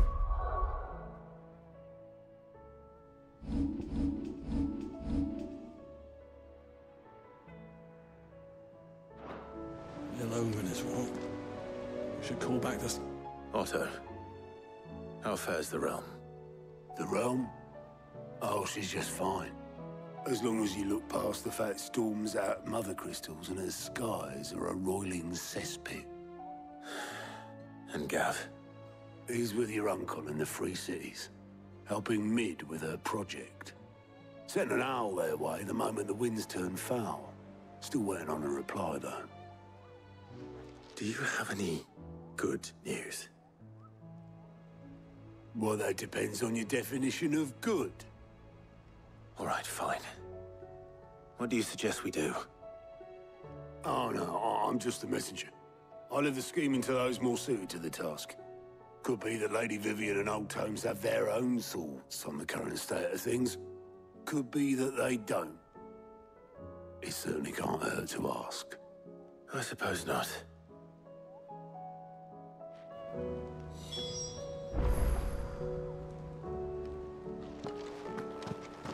There's talk of these skies driving men mad.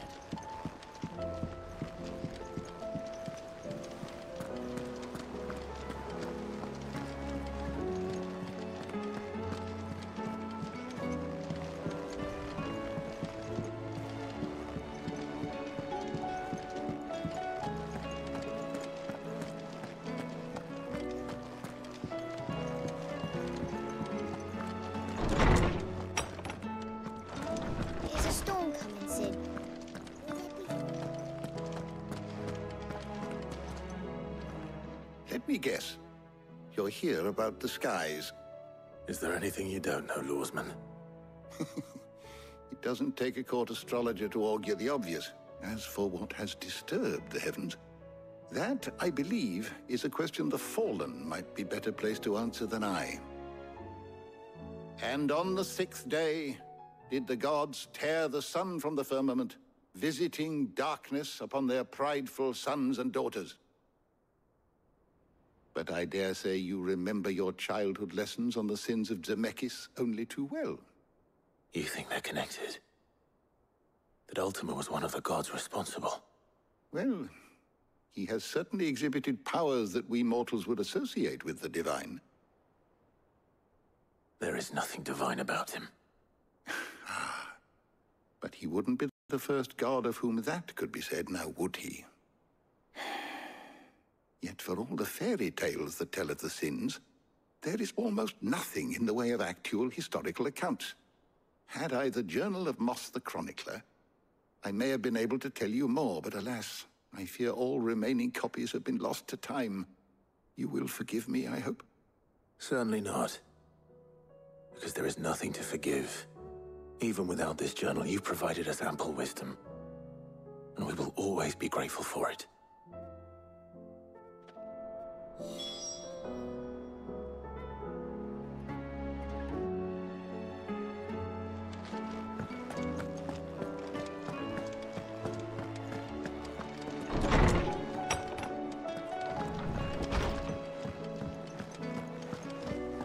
Seems the hideaway is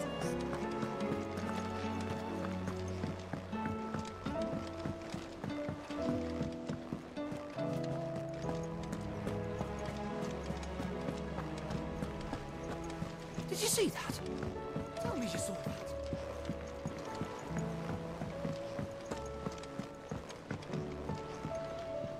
How is it that every one of your little excursions presages some inexplicable catastrophe? Not that you are to blame for the Dominion's fate. No one could have predicted the actions of the Crown Prince. I'm sorry I couldn't save your home. My countrymen are stronger than you think. A few toppled clock towers won't break their spirits. They'll be back on their feet in no time. I hope so. Look at us. Bluer than a pair of bog crabs. Tempting though it may be, sulking will not help us find a solution to this mess. You believe there's one to be found? I don't know. But I am certain we're more likely to find it if we first examine the facts.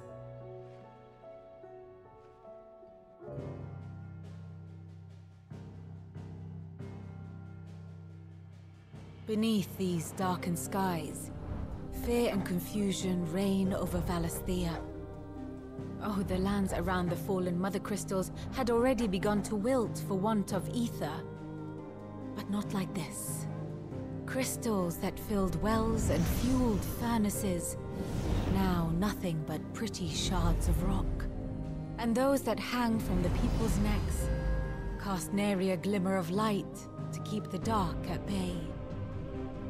It is only a matter of time before the common folk convince themselves that the end of days is upon us. Yet I fear a swift end is more than we can hope for. While most of the world thirsts for ether, the remainder drowns in it, spawning Akashic in droves.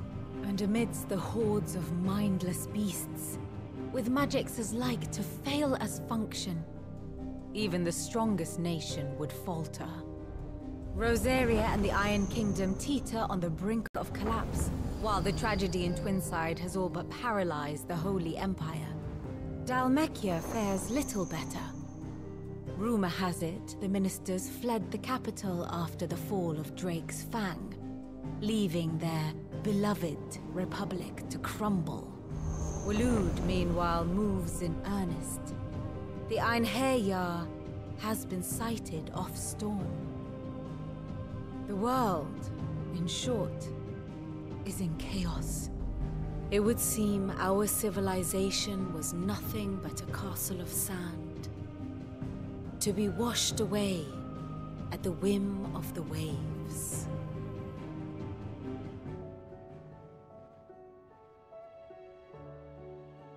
A castle of sand.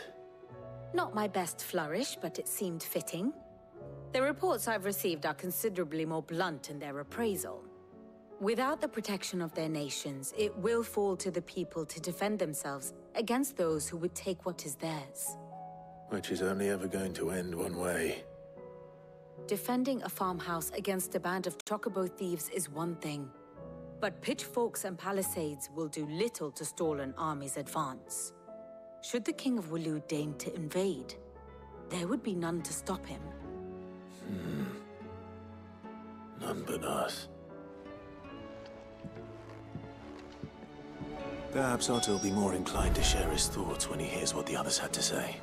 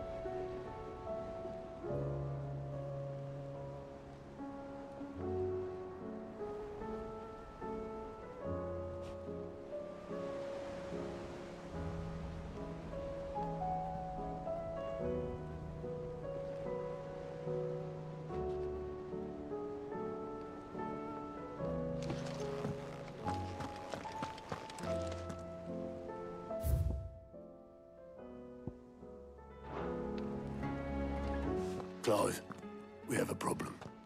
Only one? That would be a first. It would. Actually, there are three.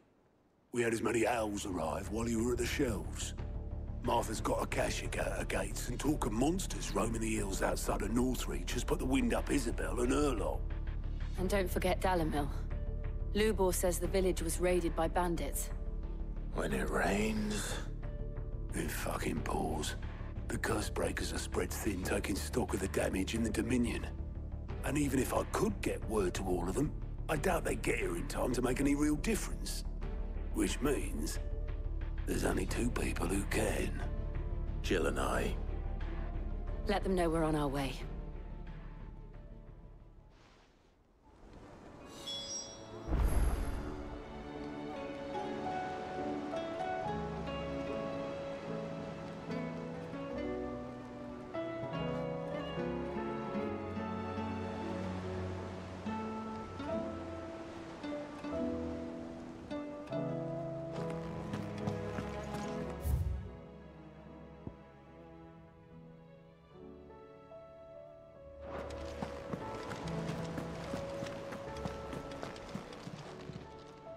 How are you doing? Anything catch your eye?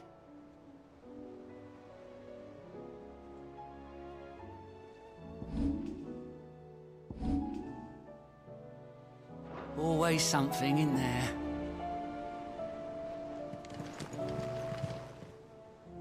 Clive! Here you go.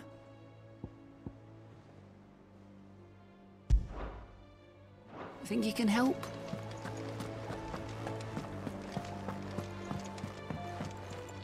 Back again?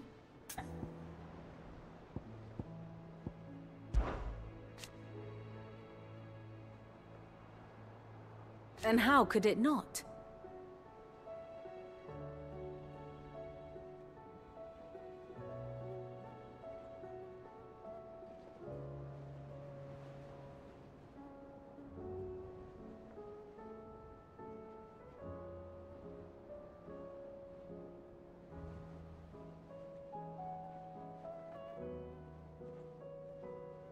But are we any better?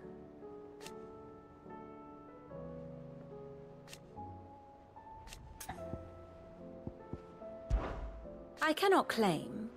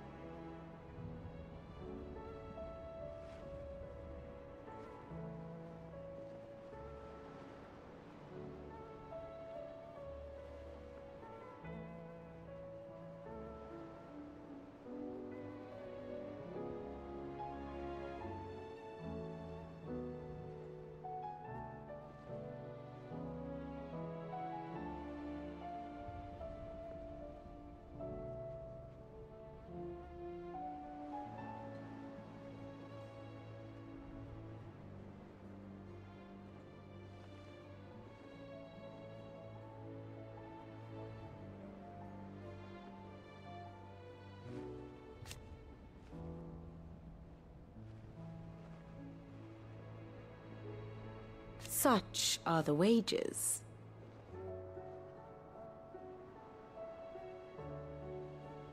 Ironic, then.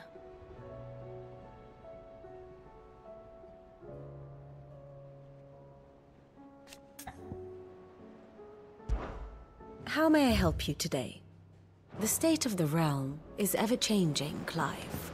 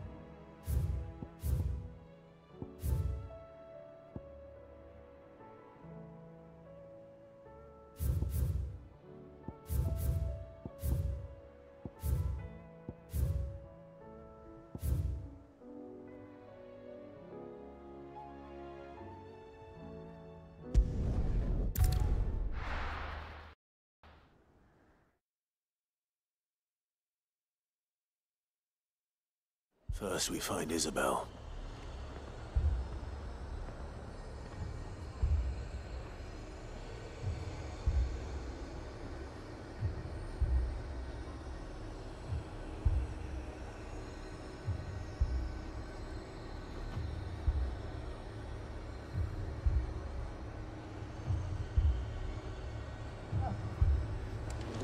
Heard a bloke saying he saw ghosts on the far side of the wall.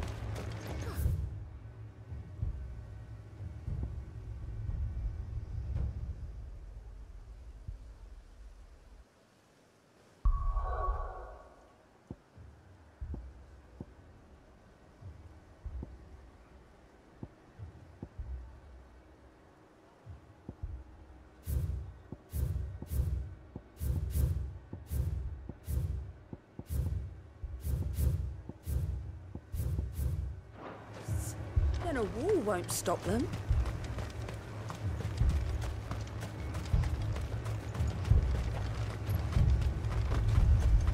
I saw it with my own eyes. The whole of all. If there are ghosts in the Royal Meadows, then why isn't a garrison dealing with them?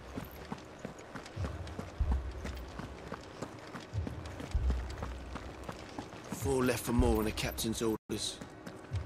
Only 2 came back. I can't do it.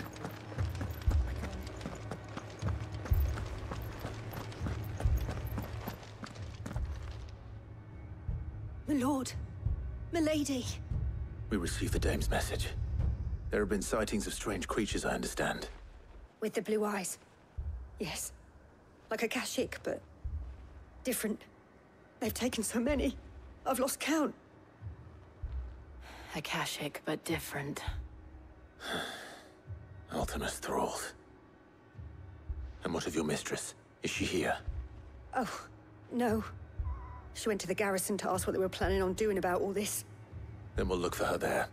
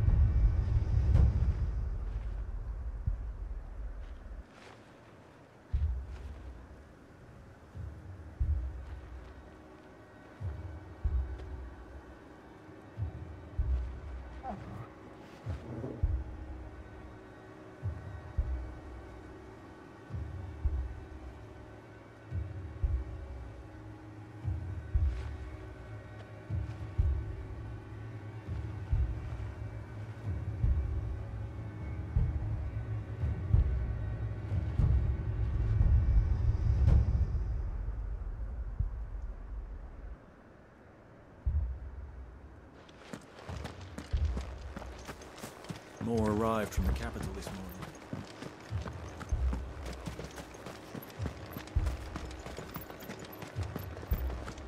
The two soldiers were carrying...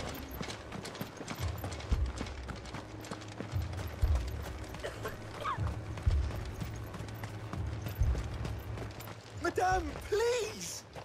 Half the garrison's been slaughtered by those things. We lost the captain this very morning. We've tried requesting reinforcements, but there's been no word from the capital or the Dominion in days! What more would you have us do? I would have you do your duty. Those at the Vale look to me for protection. And protect them I shall.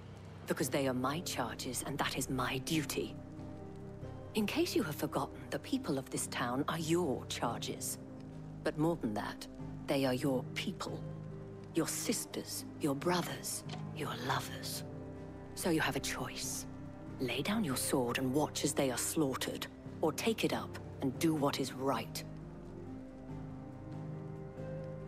She speaks the truth, you know. This here, it's all we have. It's all that's left. What we have left is our lives! Do you really want us to lose them as well? Not if we don't have to. Look, there's a cask under the captain's bunk. Let's talk about this over a drink, eh? I'm listening. I'll have a word with him.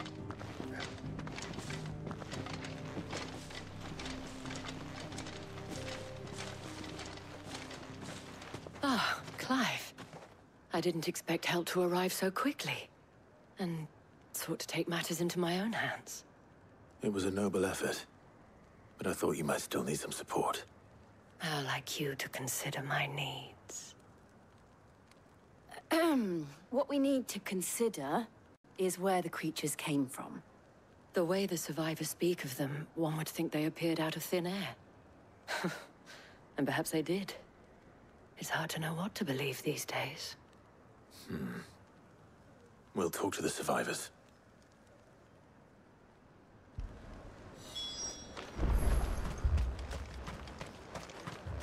That thing, it took off the captain's head. Before we could even draw his steel.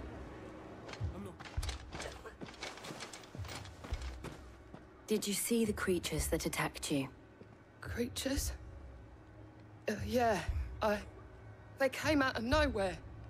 They went for Joseph first, then me, and then they were just gone. Do you remember where you were? On the road from Oriflamme. We just passed Moor when... Where's my Joseph? It's all right. Just rest now.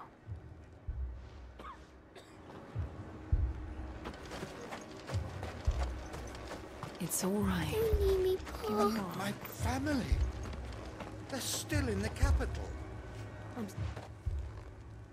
You're a pikeman, yes? What happened? I've got family in Moor. I heard the flood was spreading, so I went to see if they were all right. And a pack of them glowing things found me in the meadow. I ran for my life. I never did get to the village. Leave that to us. At least we have an idea of where the thralls might be now. We should head for Maeve.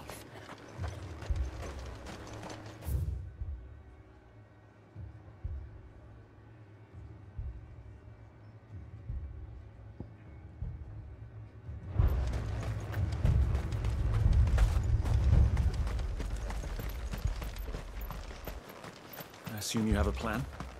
We need to find out what...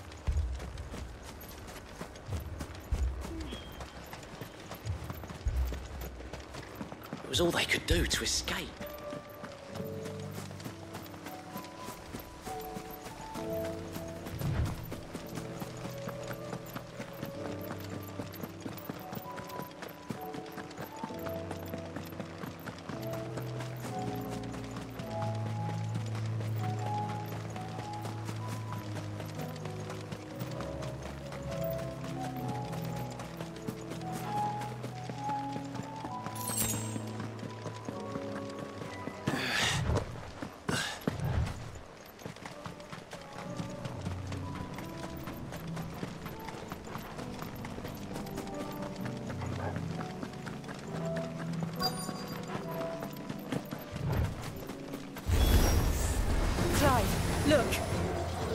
see them. With me!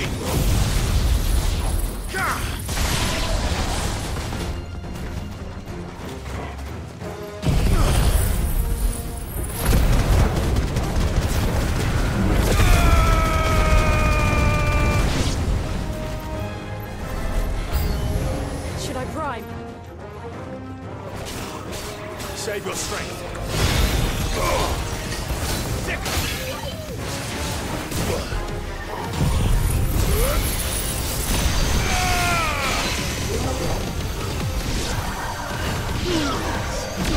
All yours, Torgal.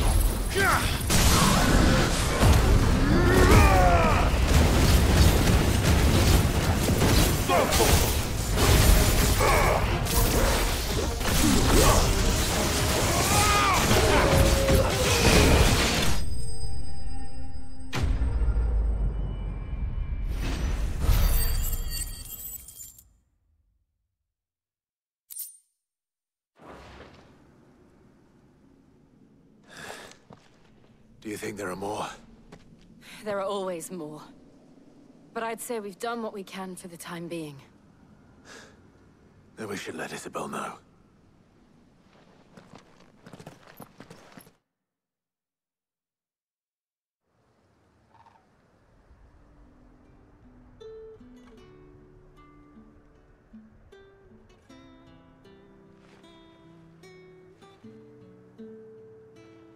You have the town's thanks. Don't thank us yet. There will be more. Many more. And you'll need to be ready for them. Oh, we shall. Isn't that right, Captain? Yes, milady. The garrison will be ready. Philippe here has convinced most of the men to remain at their posts. For now, at least. Hearing that the Dane would look kindly on any man who committed himself to the task certainly didn't hurt. It's not the most selfless of motives, I'll admit. But whatever it takes, eh? Now me, I never needed convincing. I became a soldier to protect the people I love. And the people I love include the ones standing before me. Handsome and chivalrous. Now, if you don't mind, I have sentries to post. Milady.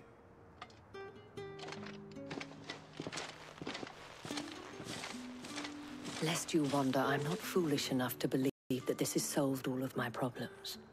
But it has solved one, and that's one fewer than I had this morning.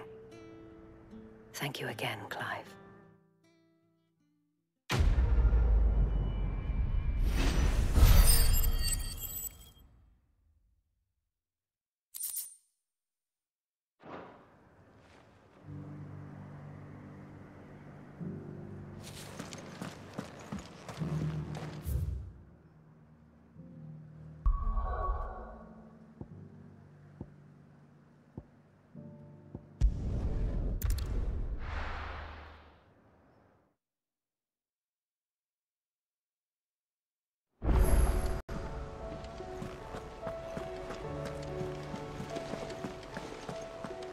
Did you see that? sword.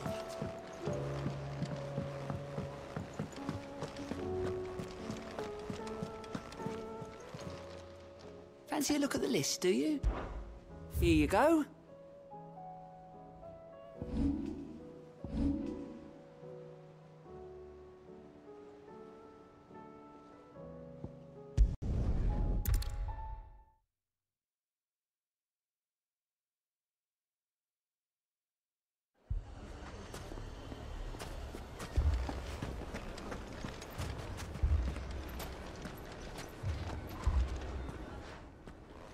Sid!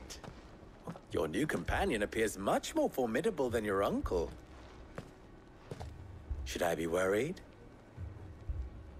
Ah. You haven't been introduced.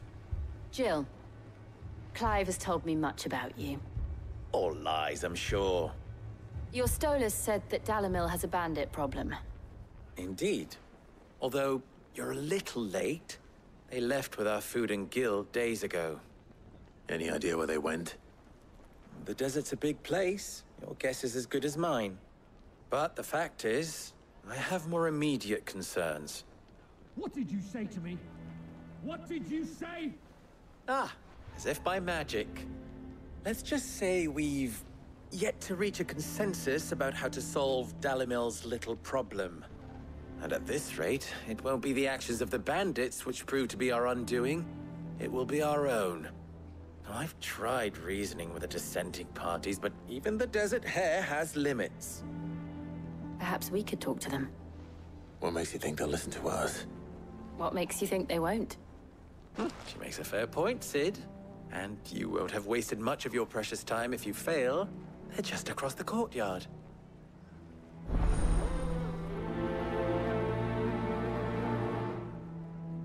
Suppose we just follow the shouting.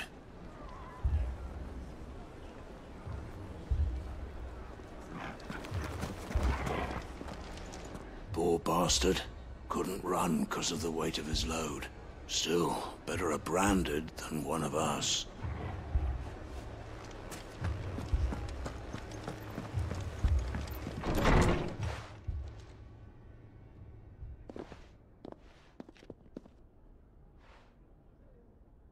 You wouldn't talk like that if it had been your men whose throats were slit.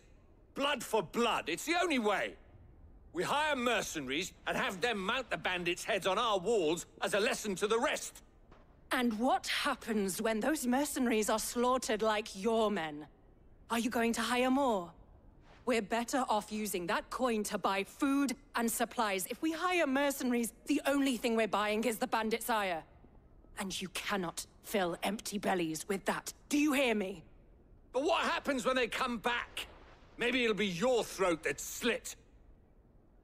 That's enough. Both of you. Any more of this and I'll throw you out myself. Come back when you're ready to talk like adults.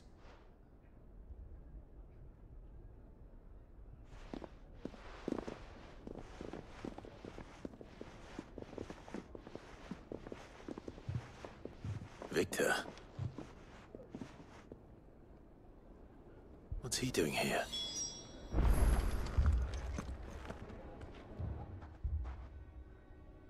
Sid. And Lady Jill. What brings you here? I was about to ask you the same thing. Costness is in chaos, and the markets have all but ceased to operate. The Briar's Kiss here in Dalamil is the only place I can reliably obtain supplies.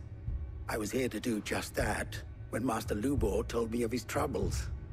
He thought I might be able to talk some sense into these fools. But if you're here, I suppose his patience must be waning. Who are those people? Those were the thorns in Lubor's side. And the reason this place might be headed the same way as Costness. It's these accursed skies. The darkness is enough to drive a man to madness. Or an entire city, for that matter. We're still working on the skies. But in the meantime, perhaps we can find a solution to Dalamil's problems. I hope so. For all our sakes.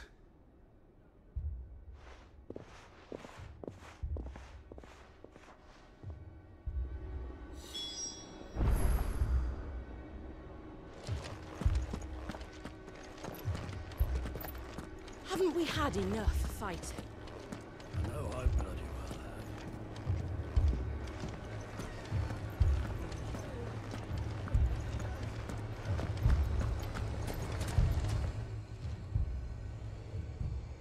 Well, this isn't at all foreboding.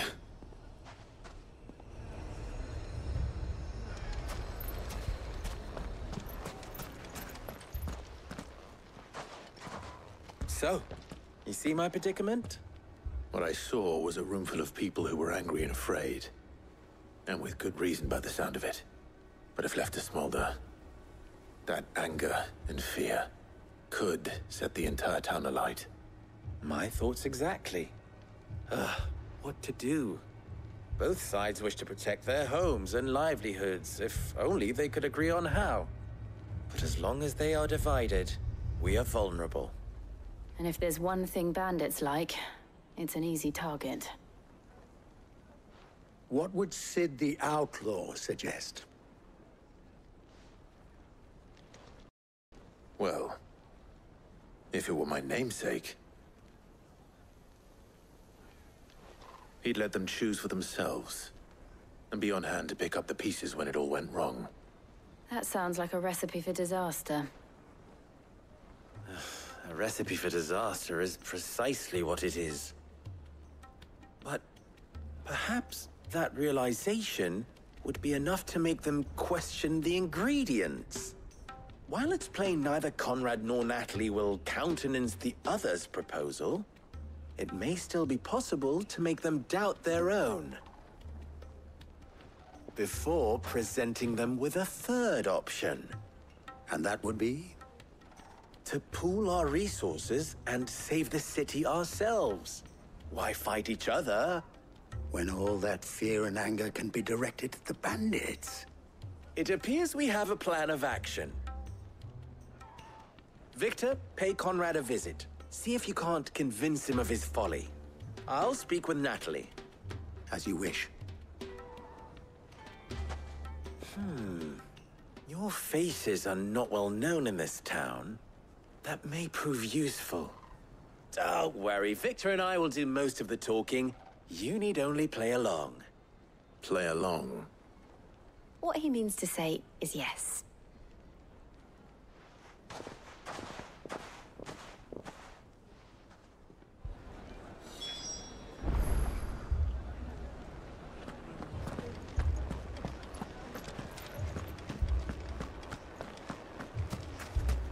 Picture it, Conrad. Your own city guard. With you as captain. Me? I don't know about that.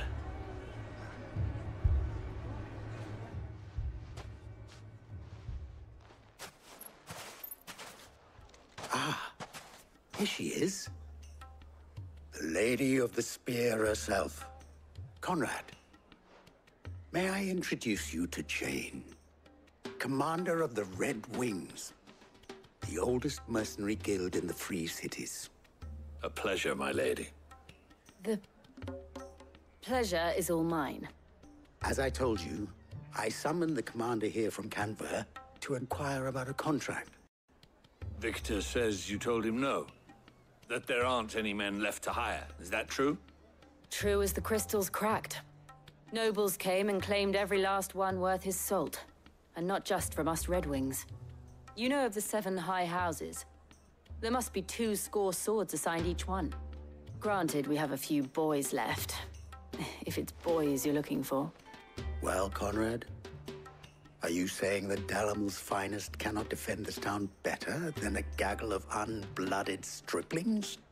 That a band of beardless youths could better avenge the deaths of your brave men than you yourselves?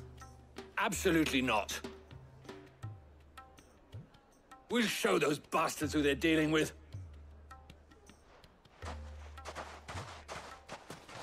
I can't believe that actually worked. Conrad's not what you call the brightest candle in the crypt. And there's a reason why I had you do the talking and not Sid. Well played, my lady.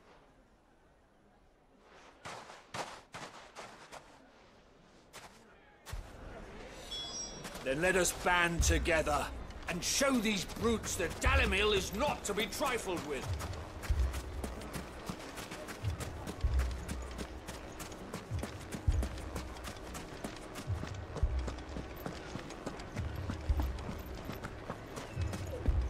My shop. If I had my pickaxe, I would... I mean, it may still be possible to buy something, and we may yet be allowed to keep it. Yes, but... Ah, here he is now. Natalie, allow me to introduce Lord Underhill of Randalar's prestigious League of Merchants. Lord Underhill. At your service. Underhill? I was just telling the good lady of our conversation, my lord, and how you were lamenting the state of the capital's stores. Lubor says that not only are the granaries almost empty, but that war and the Blight mean this season's harvest won't be enough to fill them for winter. Indeed, certainly that is the case. The nobles in the capital are buying up the city's stocks of barley and wine, driving the prices higher than most commoners can afford. It is only a matter of time before the peasants revolt. It is worse than I thought. If what Lord Underhill says is true, I fear we have little hope of supplementing our stores, meager though they regrettably are. And while I applaud your endeavors to dissuade our more bellicose citizens from seeking vengeance, I sense Conrad is not wrong in his assessment of the bandits' likely return. Which means that now, more than ever, we will need to secure what little we still have. Food, weapons, herbs, everything.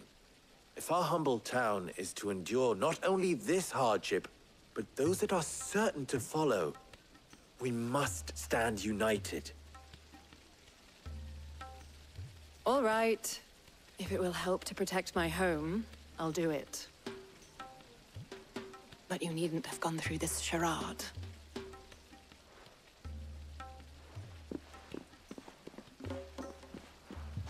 Thank you, Clive. Your performance was nothing if not workmanlike. She saw right through it. I didn't say it was good, merely that it produced the desired effect. Now, my scouts should be returning shortly. Meet me back at the Briar's Kiss, and we shall see what we face.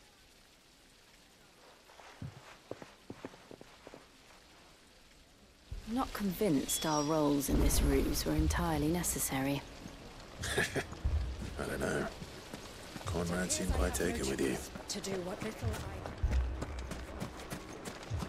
What's that Brandon doing all Here you are. I thought I told you to go.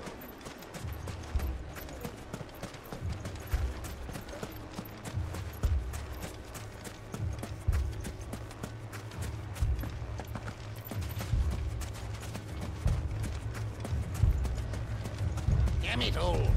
Why did you... Fuck! They're not done with us yet. I'll be back for you.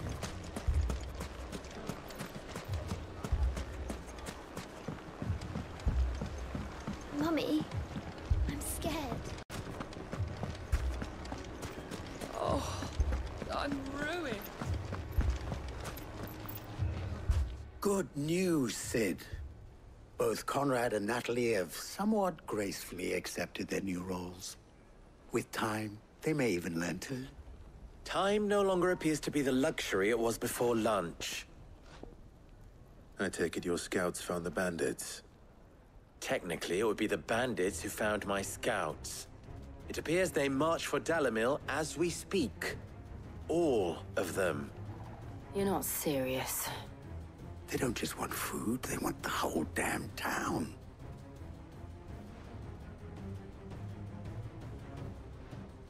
I have a favor to ask. I'm told the bandits march in two groups, one from the south and one from the desert, in a move doubtless intended to stretch our already gossamer-thin defenses. Very well. Jill and I will meet those from the desert. But what of the rest?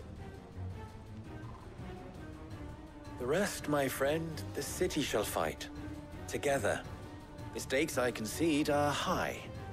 But if this does not unite Dalimil, nothing will. That is a lot of faith to put into those who had their hands around each other's throats but a moment ago. Then it will be for us to see that their hands are kept occupied. And I do mean us. I thought you might say that. We'll hold them off for as long as we can. And we will do the same.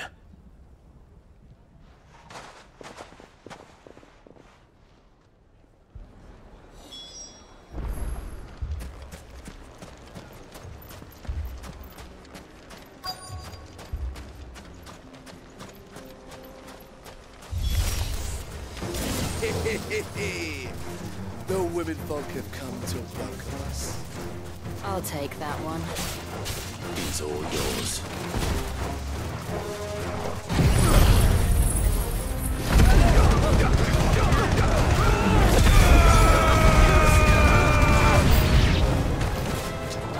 They mean to overwhelm us.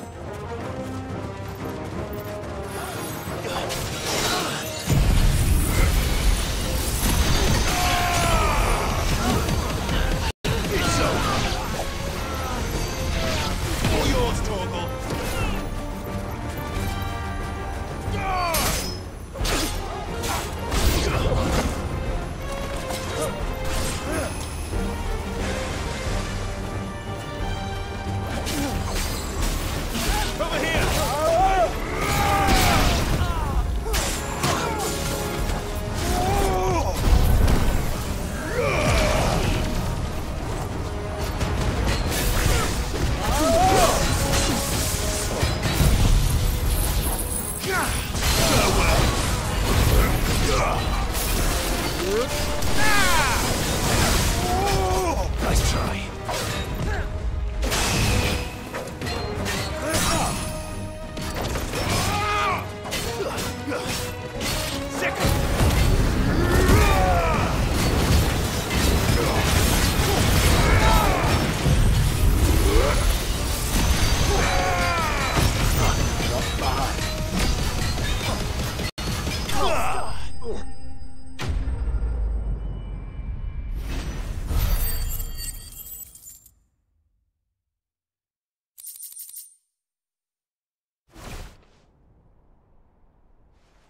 The townspeople. Could they have held out? I don't hear any fighting. What do you think? That we should hurry.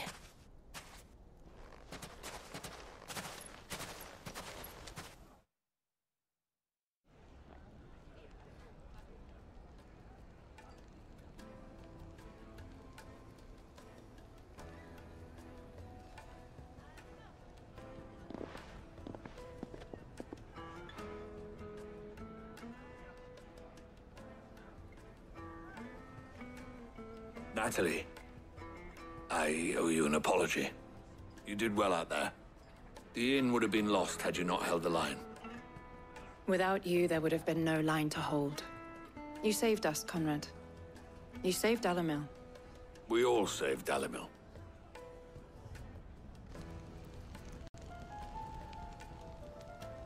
Conrad seems to have had a change of heart. I'd say they both have. I take it from your presence that our visitors from the desert won't be joining us either. Pity. The plan worked, Sid. Granted, it only took an army of bloodthirsty bandits at our gate. Calm now, Victor. Why quibble over the details? We are united, and that is all that matters. As for you, Sid, you fight considerably better than you act. I'll take that as a compliment.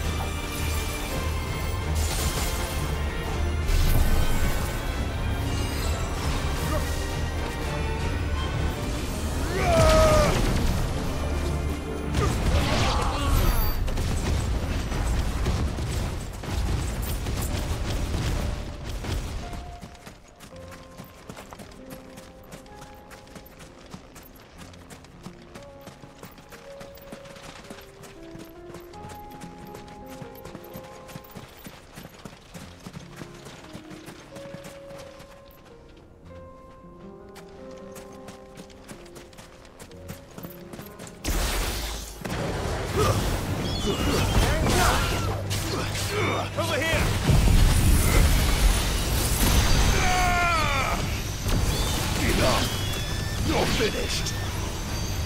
All yours, Torgal.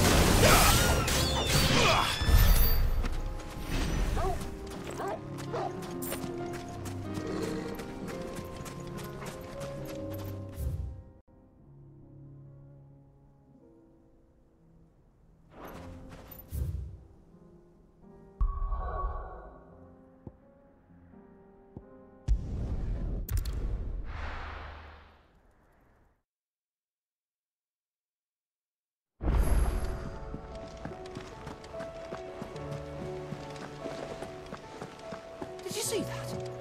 Tell me you saw that.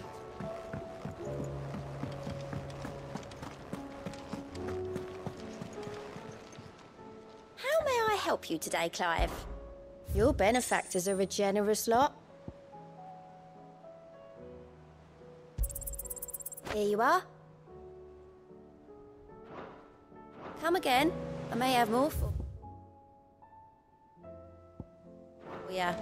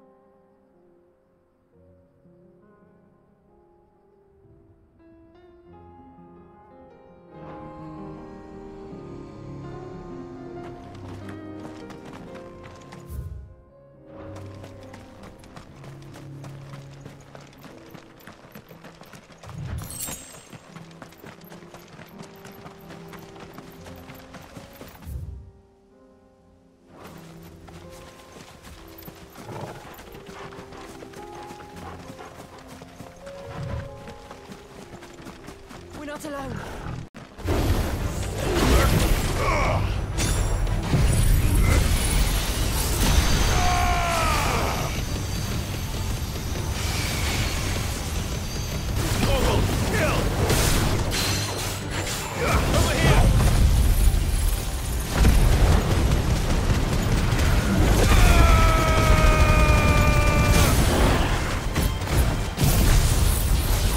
Yeah!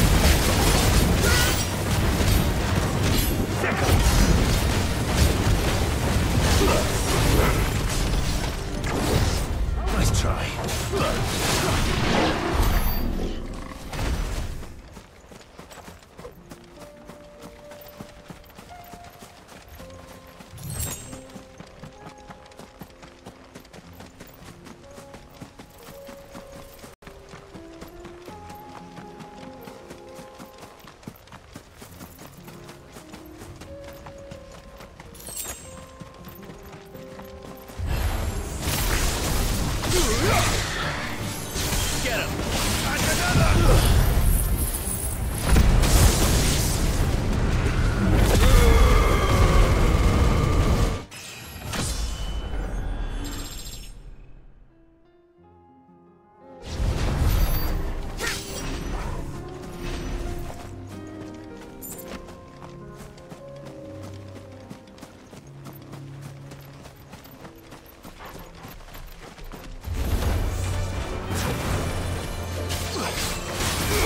This one.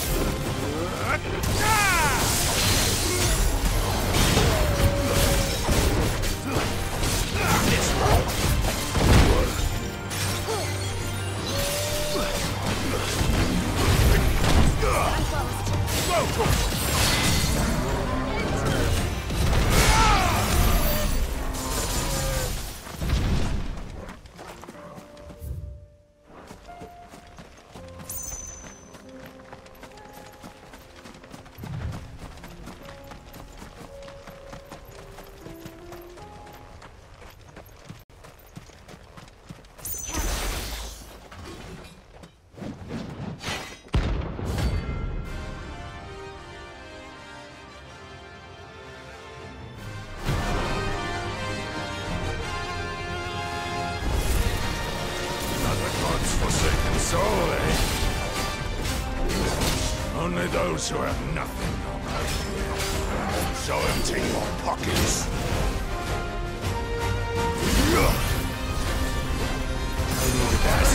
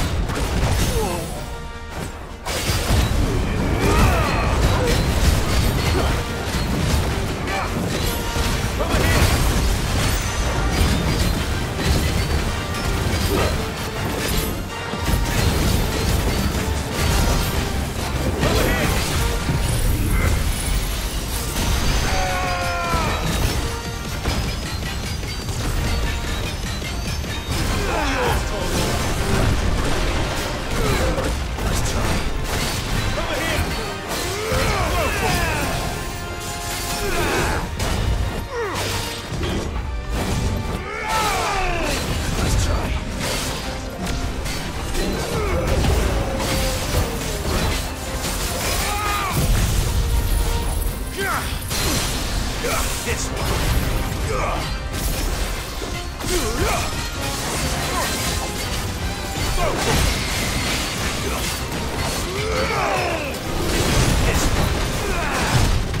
Slow.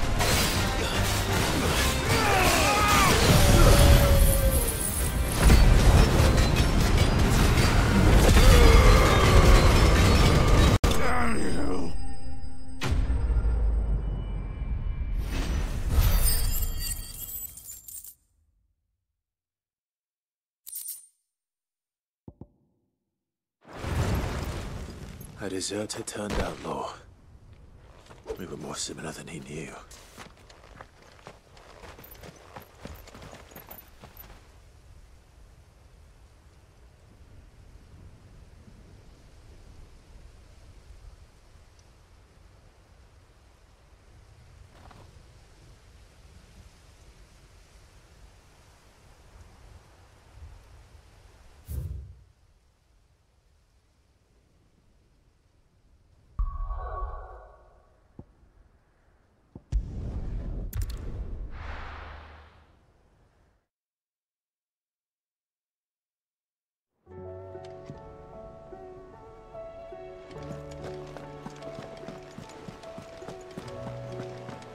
Did you see that? Tell me you saw that.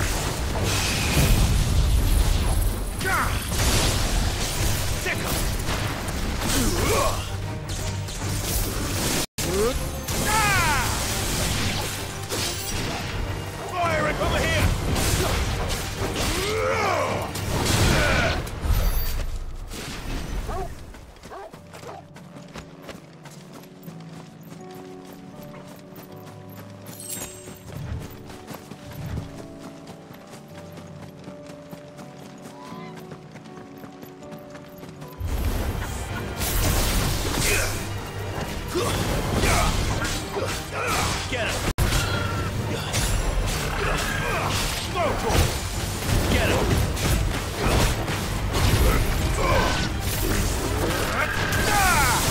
You're finished!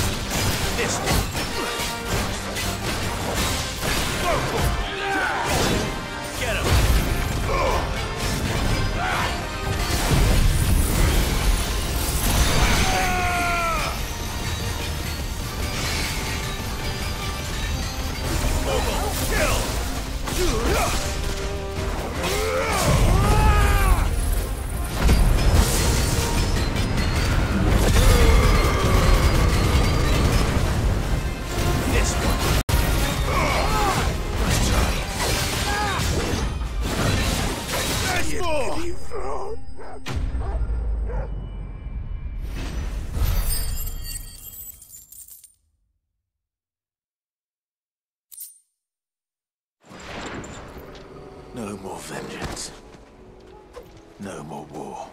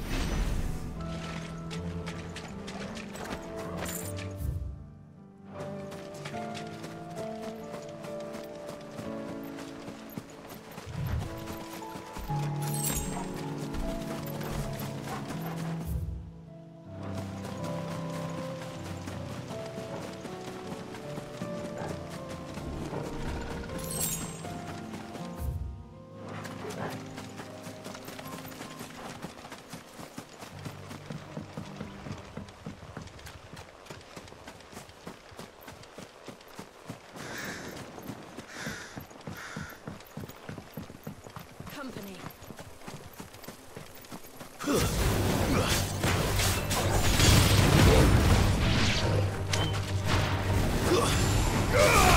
Over here!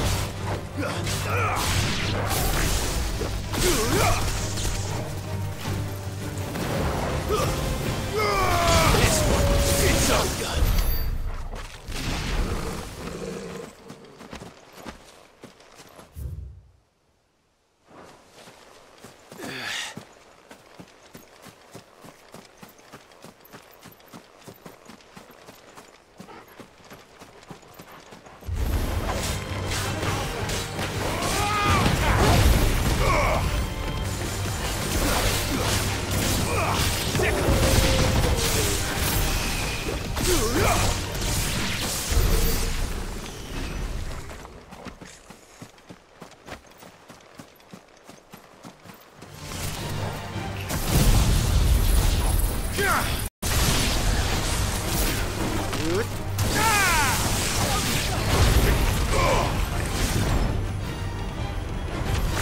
This one.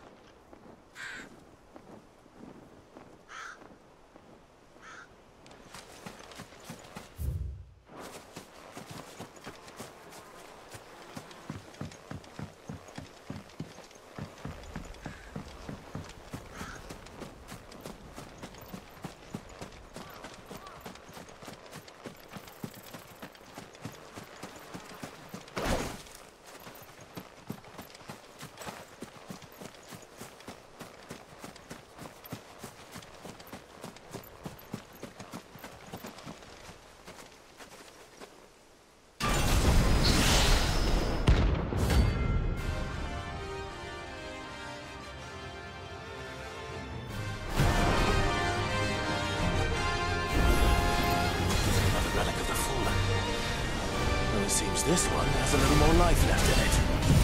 All right then.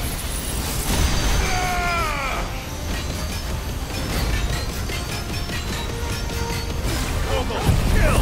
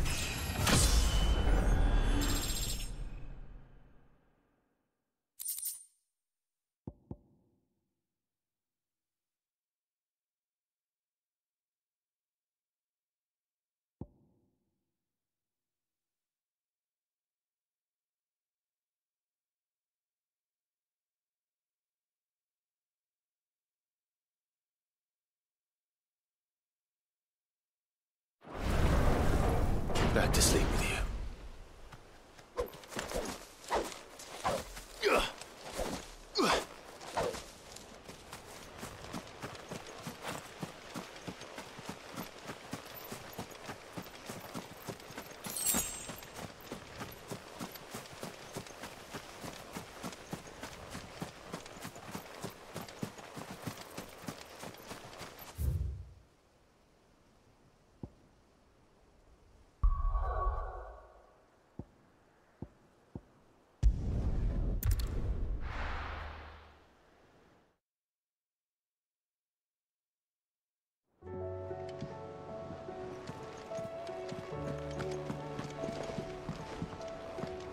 I don't want to see any more of our friends hurt.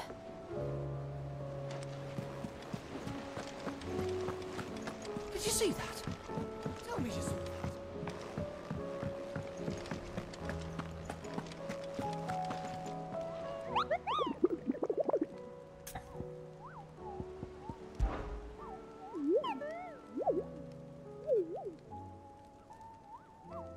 What did you find down there?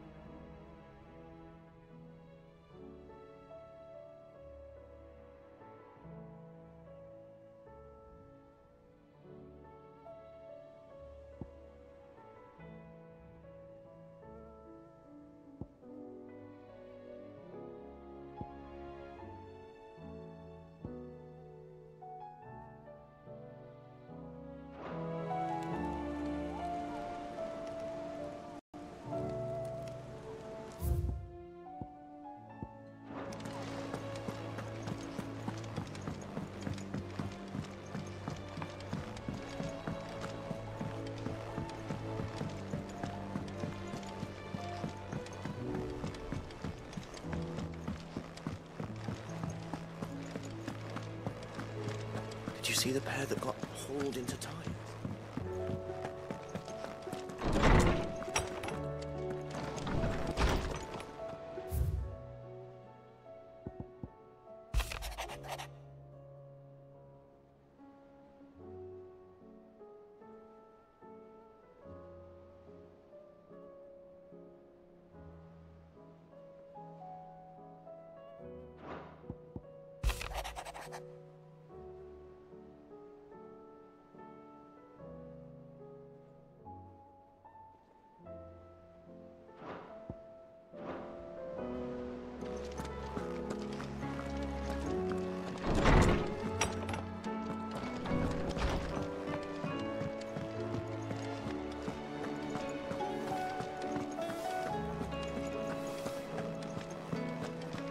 Seems the highway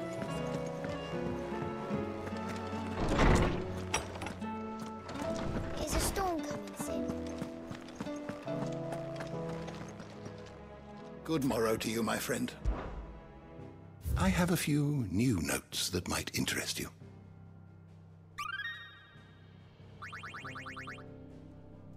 If you have a question for me, I should be happy to answer it.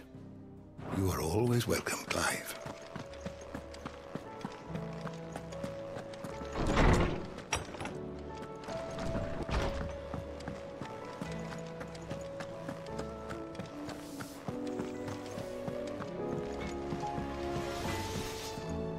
What do I owe the honor? So, will it be?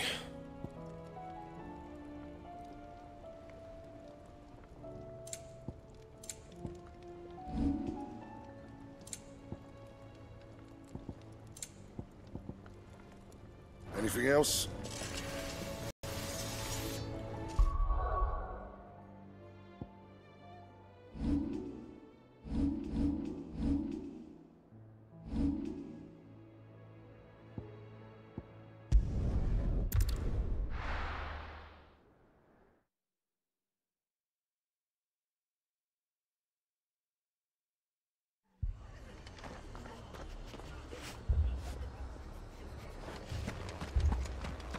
This man's gonna die if we don't get him to a healer. But all our beds are taken.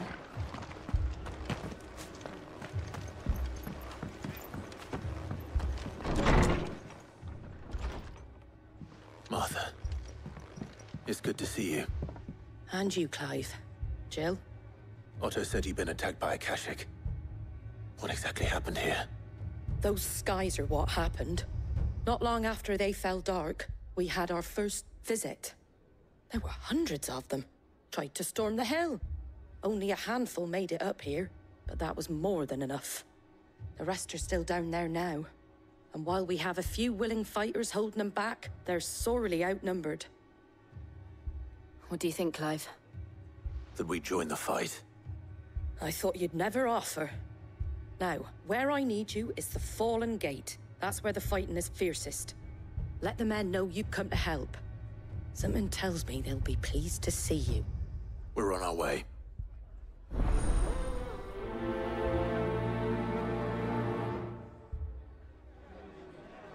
Do you think there were as many as Martha says? More.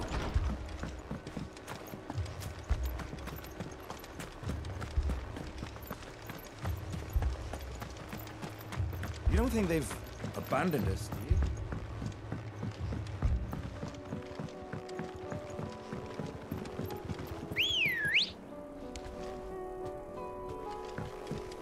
Good girl.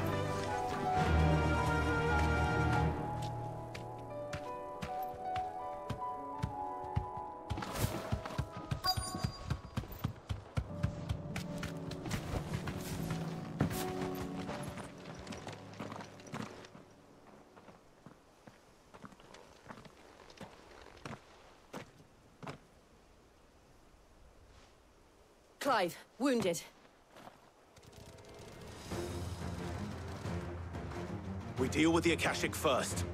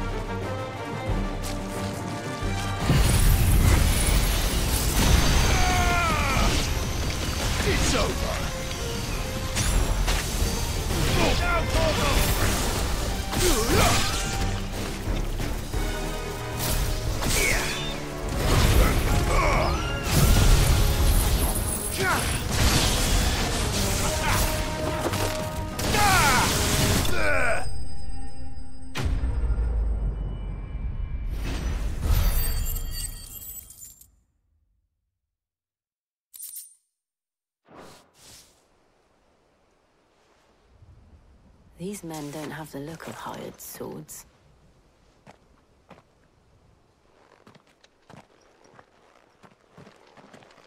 If you've come to rob this place... You are mistaken, my Lord Rosfield. We're here by Madame Martha's leave. How do you know my name? Forgive me, my lord. There wasn't time for introductions. We're with the Guardians of the Flame. Wade's men? But how did you come to be here? Where is your commander? Sir Wade left earlier with a scouting party to find out where the Akashic were coming from. Did he? Take your wounded back to the inn. Martha will see you're looked after. We'll join you anon.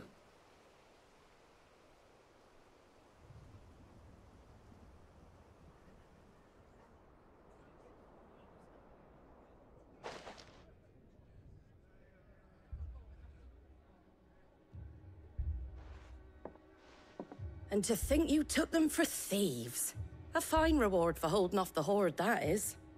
When did Wade and his men arrive? Not long after Rosalith fell. The Guardians asked me to shelter some of them that had lost their homes. They were making ready to leave just as the skies turned, and we agreed it was best we stuck together. Martha! Trouble! The scouting party's almost at the lift, but they got a pack of Akashic snapping at their heels! And they got wounded with them! They're not gonna make it! Damn it all.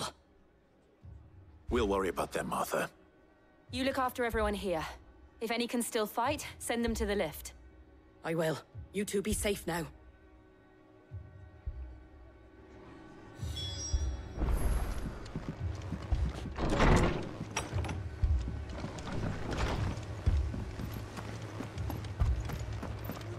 My brothers.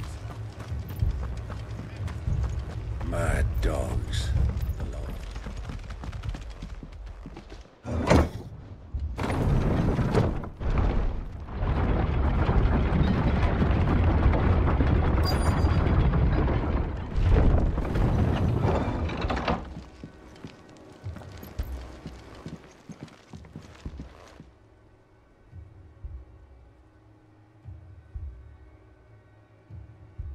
Squire, I need you to get those who can still walk up the lift to Martha's. But what about... I didn't ask, Oscar. Sir. Sir Wade. Lord Rosfield. If you aren't a sight for sore eyes. Martha seemed to think you might need some help. And by the looks of it... We thought we could sneak by them. But we didn't know there would be so many. How could we have? Behind you!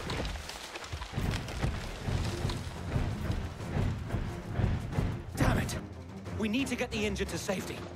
Do you think we can hold them off? We can certainly try. Are you with us, Sir Wade? Always. Then let's do our duty.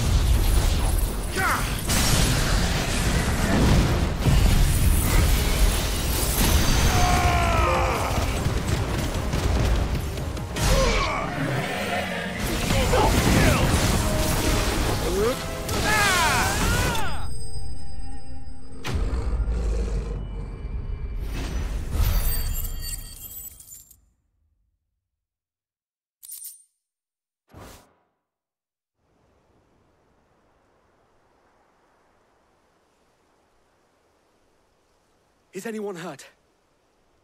I don't think so. And yet again, you've pulled me from the flames. It's just a pity I keep walking into them. You've never been one to shy away from danger, Sir Wade. Like any shield worthy of the name. I see you're all in one piece. Martha! Is something wrong? The lookout saw smoke coming from down Eastpool way. Too thick to be a hearth. A second horde. Feel like finishing the job? Always. Jill and I will make for Eastpool. You'll need to move the injured without us. Don't you worry about them. The moment my men are safe, I'll follow. Good luck.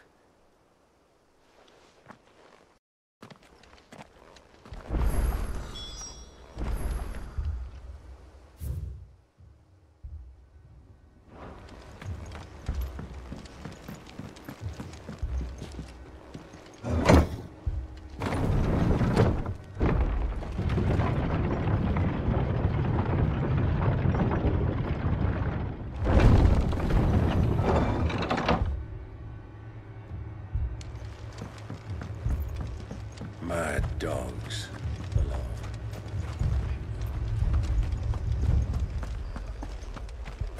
Morty.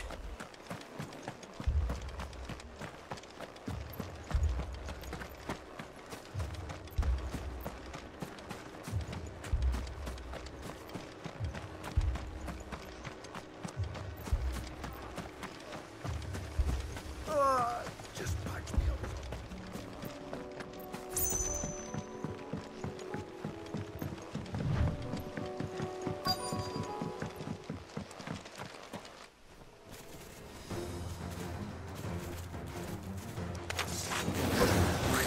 They're headed for the rest. We have to slow them down. Arthur and the others won't be ready. All yours, Torvald.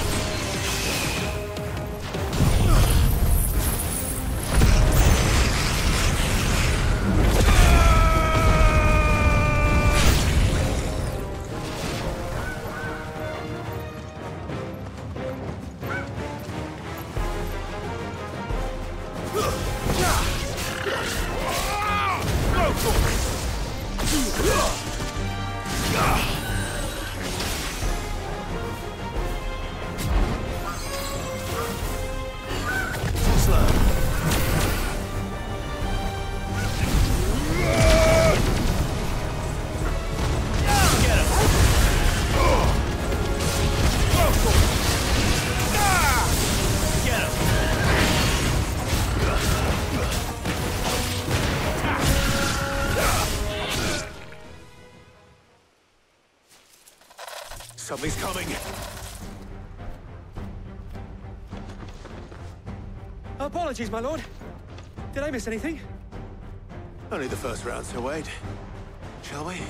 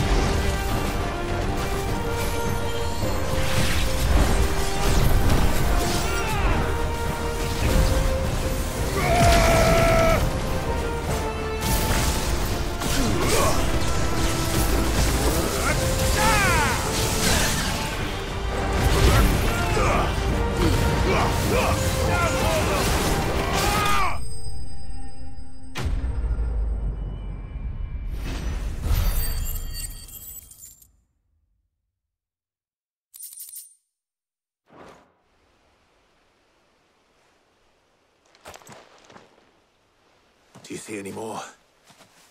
No. I think that was the last of them. But it won't be long before the next lot arrive. Then we make for Martha's while we can.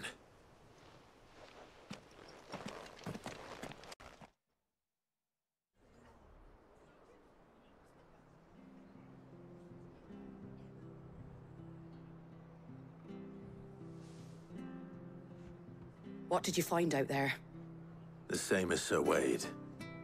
Scores of Akashic. Well, wherever they came from, they're gone now. Our lookouts say the lowlands are clear. Hopefully we'll have enough time to lick our wounds. How many of your men were injured? A damn sight less than if you hadn't turned up. Thank you. It was a hard-fought victory. But as long as the skies remain dark, I fear the Akashic's numbers are only going to rise. It's not a matter of if the Horde will be back, but when. And whether that's sooner or later, we'll need to be ready. The inn here affords a good view of the land, and is easily defendable. I'd like to make this one of our outposts. What do you say, Martha? You'd have more men to guard the rest. Well, when you put it like that, of course they can stay.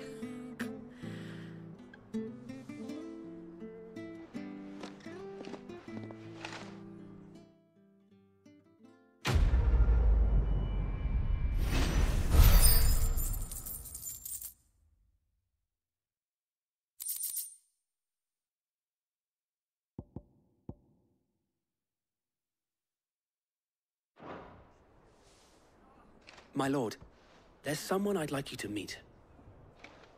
Oscar, over here.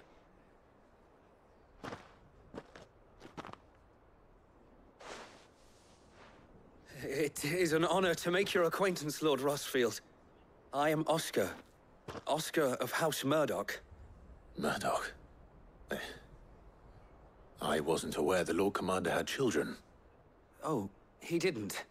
But his brother, my father, did. I am Sir Rodney's nephew. Well, go on, then. It's not for me to ask him. Yes, Sir Wade.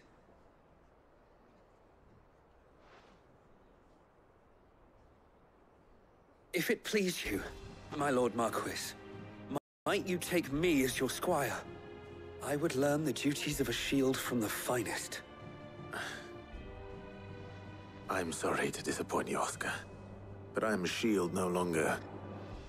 Nor was I ever the finest. And spending time in the company of an outlaw hardly seems a fitting education for one aspiring to take his oaths. My Aunt Hannah once told me that a man is not defined by his title, but what he does in its name. You have accomplished much since taking on the mantle of Cid, winning no little honor in so doing. And I would sooner serve under an honorable outlaw than an unworthy shield. Not that Sir Wade and the other Guardians are... I mean to say that, they're... It's all right. We know what you mean. There is only so much the boy can learn from me, my lord. But a squire... Would that really be so bad? You were a squire once. And I'm certain Sir Rodney would approve.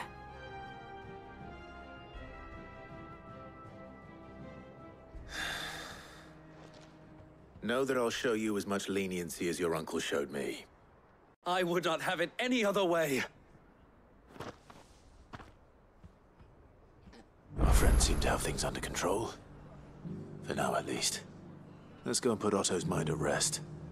I will not let you down, Lord Rosfield. You... or my uncle.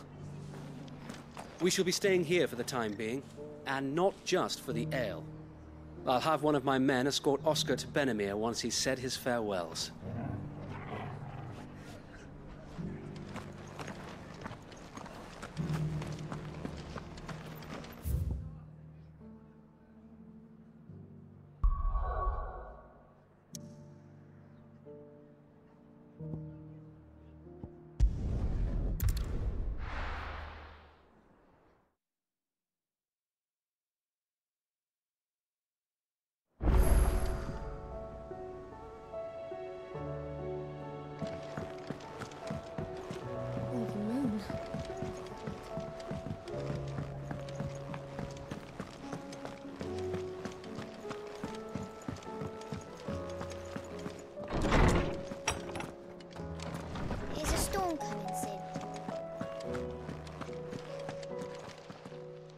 I was wondering when next you'd visit.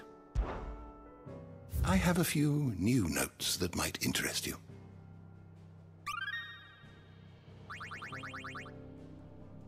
If you have a question for me, I should be happy to answer it.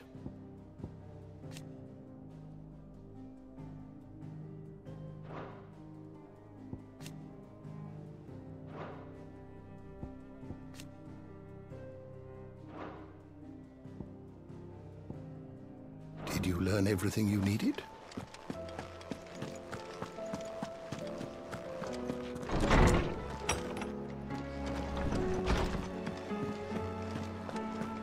Seems the hideaway.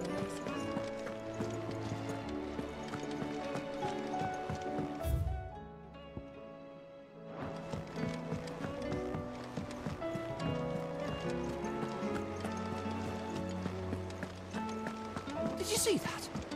Tell me you saw that.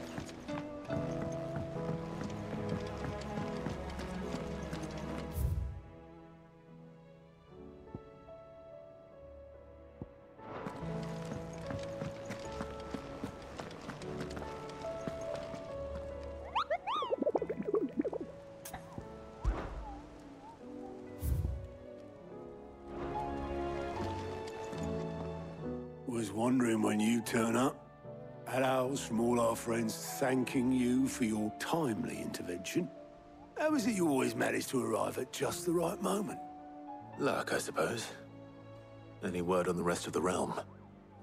Let's see. Storm's still crying out for mother crystals. The nations are still in chaos. And the skies are still the color of a kick in the kidneys 2 days on. So... Right. Clive, we knew this was going to happen. Well, not the bleeding skies part, but you take my point. Now's not the time to second-guess yourself. Now's the time to visit the infirmary. Talia says your brother's awake. Thank you, Otto.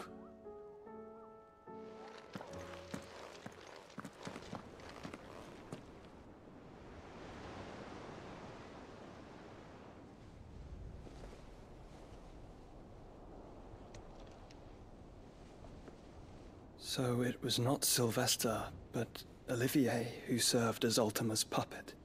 And when Dion learned of this, he sought to slay the fiend.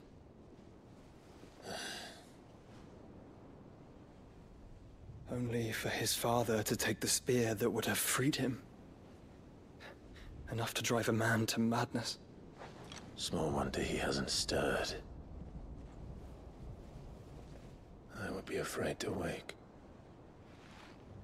Had I but reached out to him sooner, warned him of the threat Ultima posed. But now, both an empire and her prince lie broken. Joshua, what do you know of Ultima?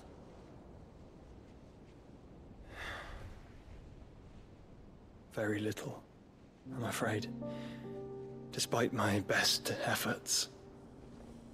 18 years ago, as I lay buried beneath the rubble of Phoenix Gate, it was not death who came for me, but another. And it was while in my rescuer's care, I first heard of Ultima. I've been chasing his shadow ever since. Ultima is driven by some deep, dark purpose, and for whatever reason, it would seem you are crucial to his designs. He will stop at nothing to have you. Even if that means toppling an empire. But why me? What possible use could I be to such a creature? That is one of many answers that have eluded me. Yet, I am certain of this. It is not mere chance. You were chosen for a reason. All dominants carry within them the might of an icon. Nigh limitless power that is at once acutely limited. I wield fire, and only fire. And I only ice. 8 wardens for 8 elements. But you, Clive. You are different. You're special. Your abilities begin with the flames of Ifrit. But they do not end there. The fact Ifrit can even exist goes against everything we thought we knew of dominance. Perhaps Ultima has been waiting for one such as you, whose potential is truly limitless. I've encountered that thing several times now. If it or he, as you say, needs me, why hasn't he claimed me as he did the boy? Were I to hazard a guess, I'd say the two of you are somehow incompatible. His mind not properly attuned to your body. His mind? Mind, awareness, spirit, call it what you wish. But I believe Ultima to be an embodiment of the concept. Is why I struggle and fail to contain him here inside me. I'm sorry. Inside you? With every setting sun, I feel my strength wane. And though the Phoenix's flames mend the prison I have made for Ultima, they do so at a cost. We must find a means to bring an end to him before I meet my own. What were you thinking? It was that or let him take Clive. And I've always had a soft spot for my brother. But that doesn't mean you should sacrifice yourself to save me.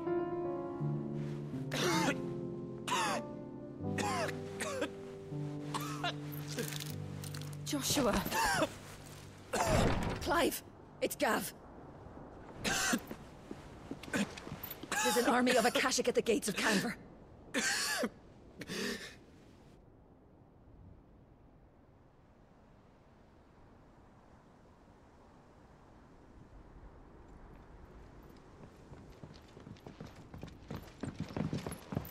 Well, what's the short of it?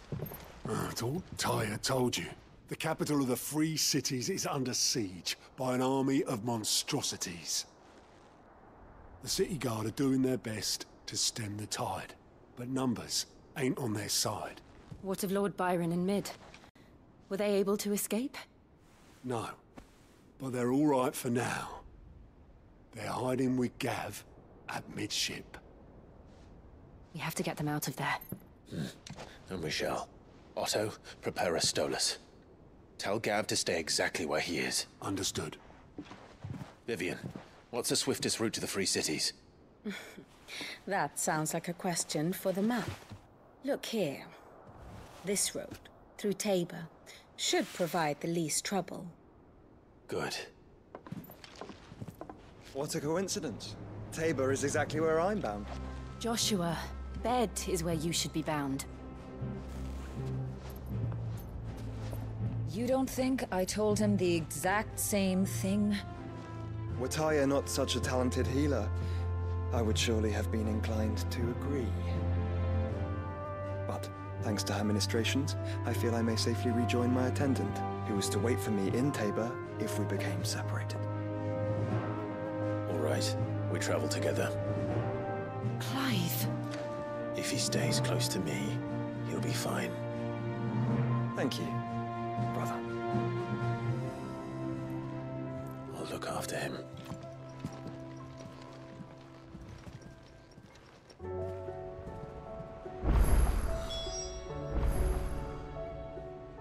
My attendant was with me in the Dominion before I primed.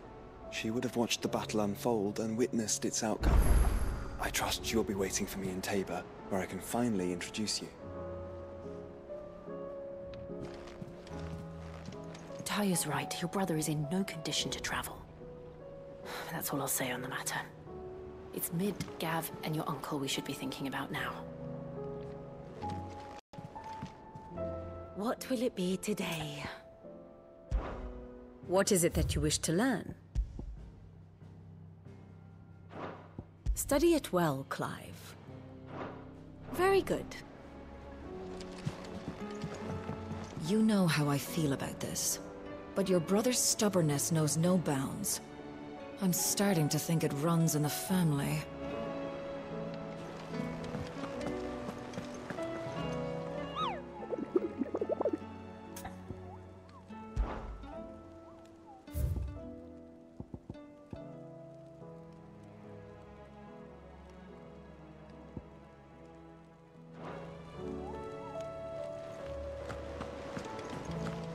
We've sent Cursebreakers to Martha's Rest, Dalamil, and Northreach. Hopefully they can help maintain the peace. Or at least a semblance of it. Cole told us everything that happened. It's a bit of a worry that both the Republican and Imperial armies are in disarray. But it was good to hear that the people stood their ground.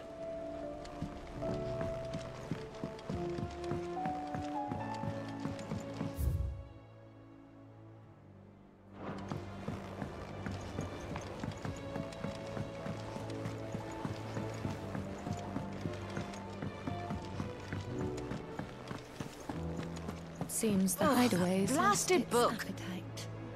Can you Here, you put me in this situation, Clive. You can bloody well get me out of it. I need a hand with a recipe. Are you sure it's me you're looking for? I'm not much of a cook. I'm all the cook will be needing, thank you very much. What I want from you is a little of your time, right? Oh, and perhaps your sword. You remember Ivan's stew, right? Well, despite the look of the thing, and that awful stench, people wolf it down. So I thought I'd try making one of these supposed masterpieces myself. Had a peek at the book and gave it a go, but, well... It wasn't as straightforward as you'd hoped. Ivan had the same problem. Yeah, but this is my blimmin' kitchen, and I will not be outdone. So if you don't want to be seen as playing favourites, I suggest you lend me a hand.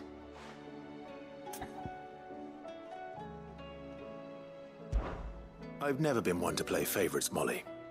And I would be only too happy to lend you a hand. So, what's on the menu this time? A fried mortress of skyworm. That's one heck of a name, innit? Recipe seemed easy enough to an old hand like myself. Thought I'd followed it to a T. Only, turns out skyworm livers and drake's mint are not what I thought they were. At least I hope they're not, given the rancid mess they made. Ivan said the recipes in the culinary pilgrimage date back centuries. Who's to say the ingredients even exist anymore? Wow. That's a question for a scholar, wouldn't you say? Perhaps you know of one? Kindly old fella who haunts the shelves, maybe? Fine. I'll go and speak to Harpocrates. Perhaps he'll know something. And if he does, I'll see if I can find your ingredients for you. You do that. Lest we forget, you've got a reputation to uphold.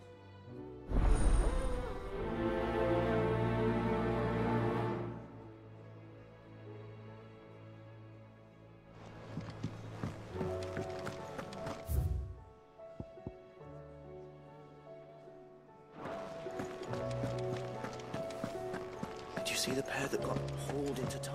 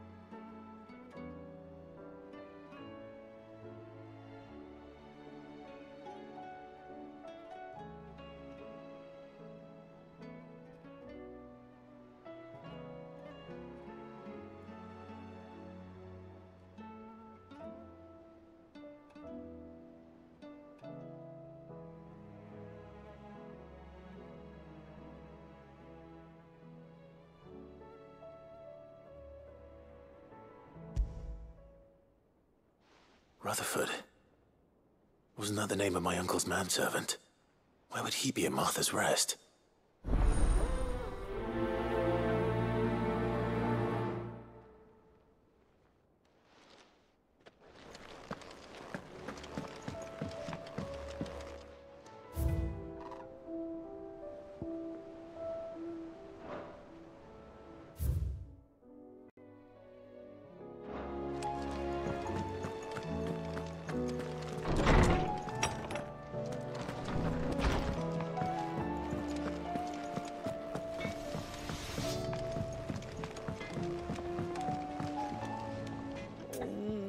What am I gonna do?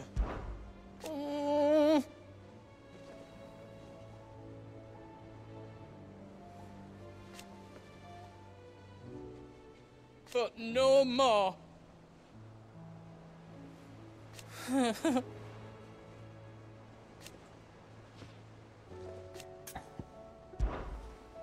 Is everything all right, Goots? You seem more discomposed than usual. Oh, I don't know what that means, but I'm in a bit of a muddle. Oh, I think Nan might be in trouble, and she's... It's all right. You can tell me.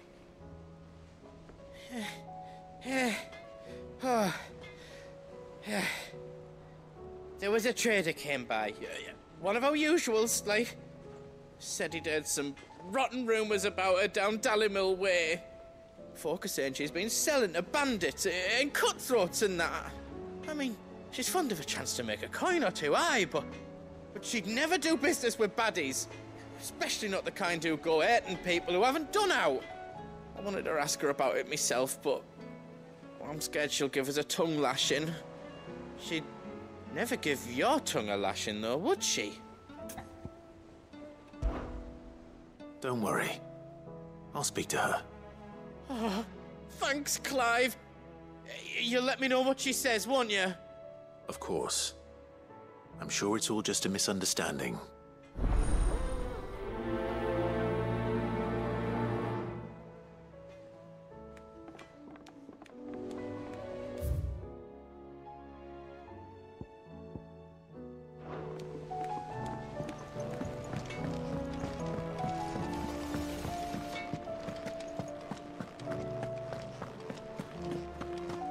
Seems the hideaway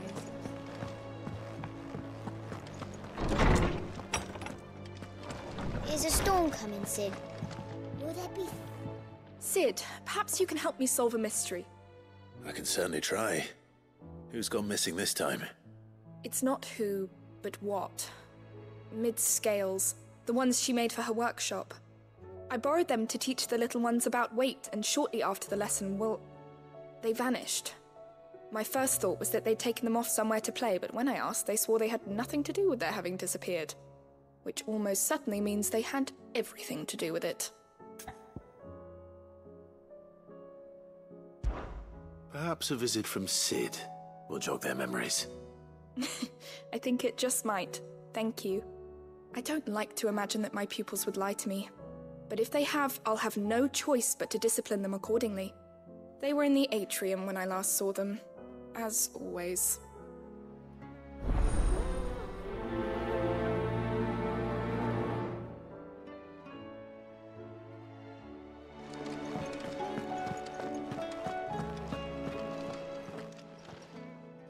Lawsman Harpocrates.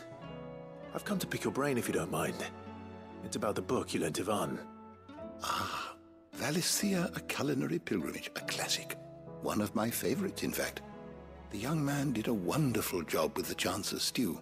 I do hope we shall be able to sample more such marvels in due course. That's actually why I'm here. I don't suppose you know where I might find skyworm livers and drake's mint. Ah, so the fabled Sandbrequois delicacy is next on the menu. Delightful. The descriptions of fried mortress never fail to make my mouth water. Now, skyworm is a somewhat antiquated name for the wyvern, their ground livers being the paste from which the mortress is made. Dragon livers. How very Sandbrequois. One would have thought the disciples of Bahamut would have a touch more reverence for their icon's brethren, but apparently not. I believe the specific dragon the recipe demands is the blueback wyvern, said to be the very color of the sea beside which it resides. So we know where to look for our liver. But what about the drake's mint? Saint's bonnet in contemporary parlance, a herb which grows along the North Reach coast.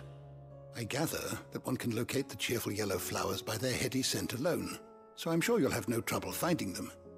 I may add that people once believed game was best served with the flora that sustained it in life, in which regard fried mortress of skyworm is undoubtedly a typical dish of the time. Meaning that if I find one, I find the other. To Northreach, then. Best of luck, Clive. And do save me a bite once the dish is complete.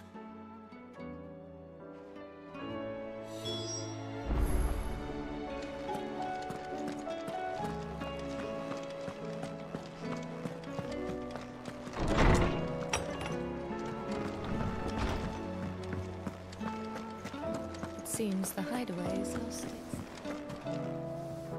Lady Karen. How's business? Not nearly as foul as the weather. You're doing good trade, then? Both in and out of the hideaway? Can't complain. Wait. What exactly are you getting at? Not once in 5 long years do you pay my affairs half a care. But here you are today, raking me over the coals like a bloody popoto.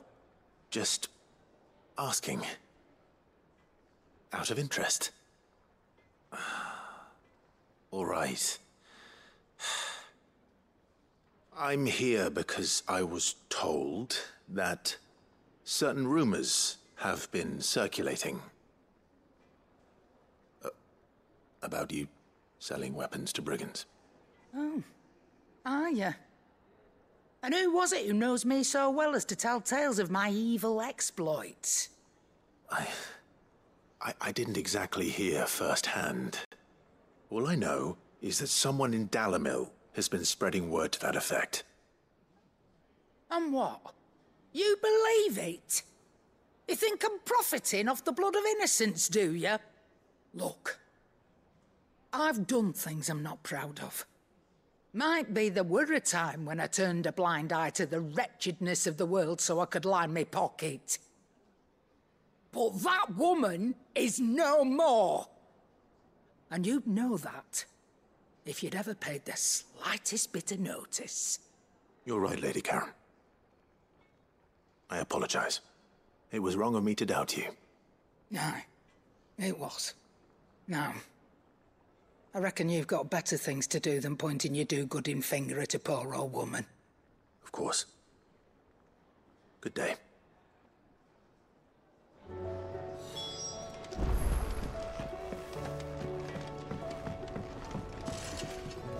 Trouble with your gear, or... What do you want? And?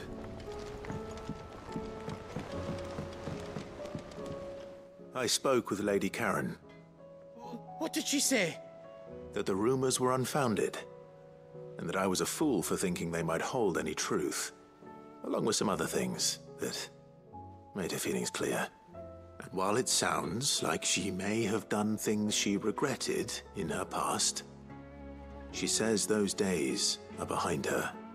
Oh, well, that's good. I knew Nan wasn't caught up in out bad.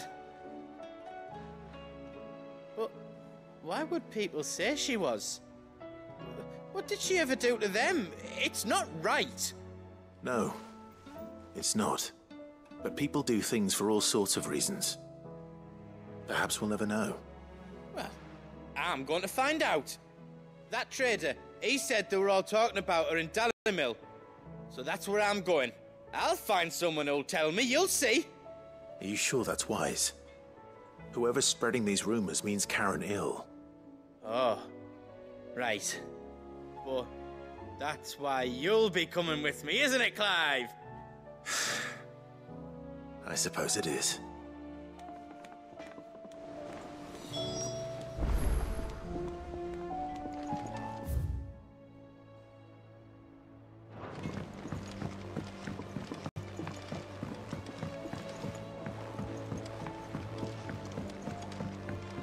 I heard the Emperor was impaled.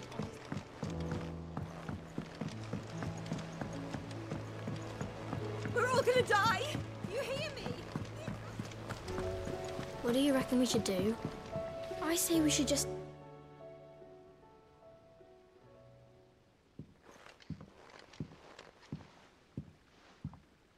Sid! Hard at your studies, I see. And what is that? It's not a set of scales, is it? No. Of course it isn't. Well, not anymore, it's not. Oh! And just how long hasn't it been one? We're sorry. But we didn't break them. We dismembered them. Just like Miss Mididol showed us. Miss Mididol? And why would she have you dismembering her creations? Because that's the only way to become a ninja-neer. Miss Middledore said. The best way I see how something worked is to take it apart and put it back together again. Well then, your work is already half done. Carry on. About that. The taking apart was easy enough, but it's the putting back we can't work out. Speak for yourself. The heavy thing goes at the bottom. Then...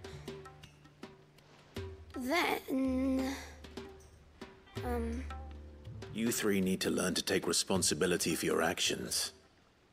So let's have a look at these parts with fresh eyes, shall we?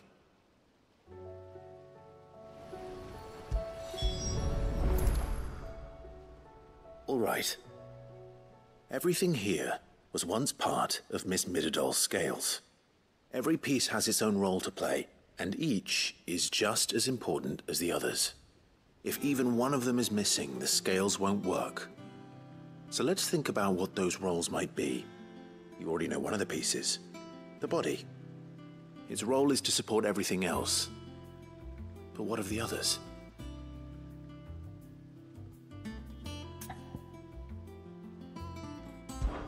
This is called the arm. Why do you suppose that is? It doesn't look much like an arm. You're right. It looks more like a wing. Like a chocobo wing! You've ridden a chocobo before, haven't you, Sid? Will you teach me to ride one day? I'll think about it. Now, what do arms do? Hold things. So wait, maybe this arm holds things too? Good thinking. You're on the right track.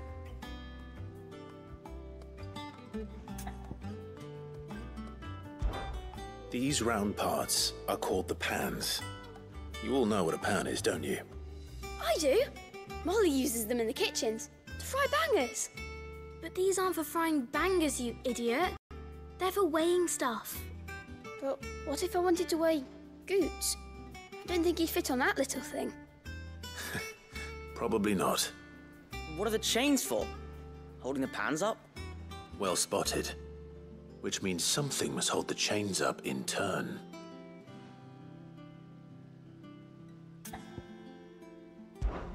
This tiny piece is what's called a cogwheel, or gear.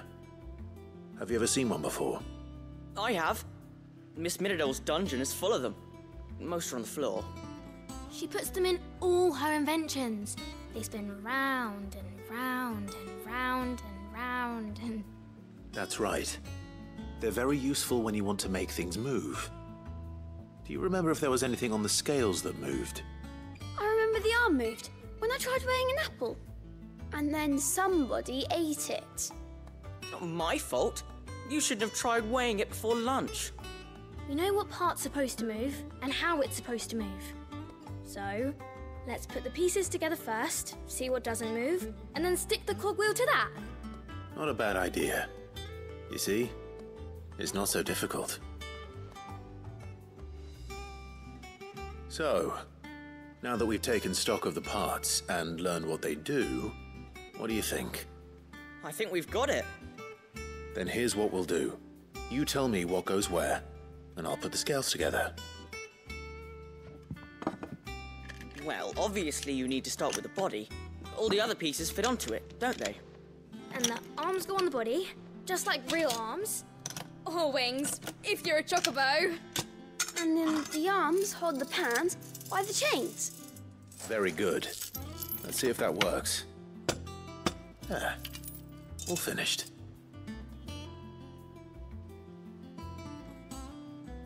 Yes! We did it! Well, with Sid's help. Oh, I just put the pieces together. It was you three engineers who showed me how. That's right. We're Miss Middledore's hares. Her hairs? Yeah, hares for the future. She's showing us her secrets now, so we can help out the hideaway when we're older. What do you think, Sid? Are we almost ready? With a little more help from Miss Middledore and Miss Shirley, I'd say it won't be long at all. You hear that? It won't be long. Until then, though, do try to be honest with Miss Shirley.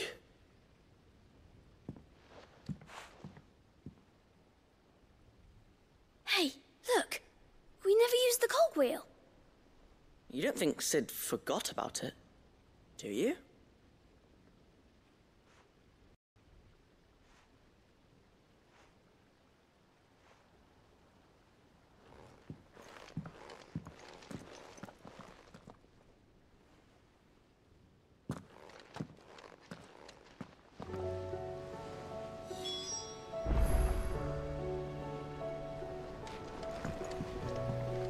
Didn't happen to forget anything, did you, Sid?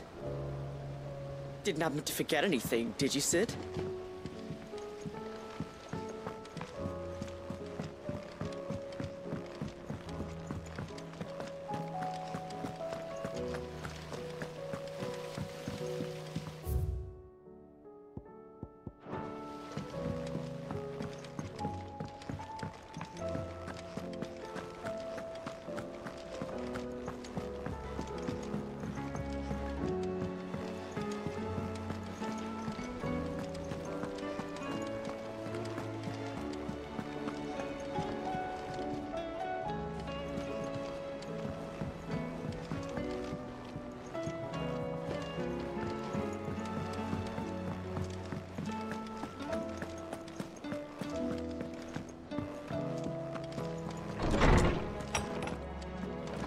Is a storm coming, Sid?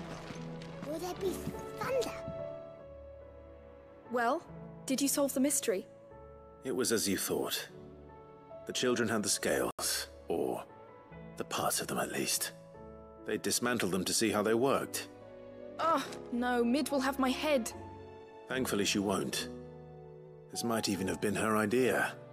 Although I was the one who ended up teaching the lesson. I'm so sorry, Sid. I know how busy you are. I shall see that the children are properly punished.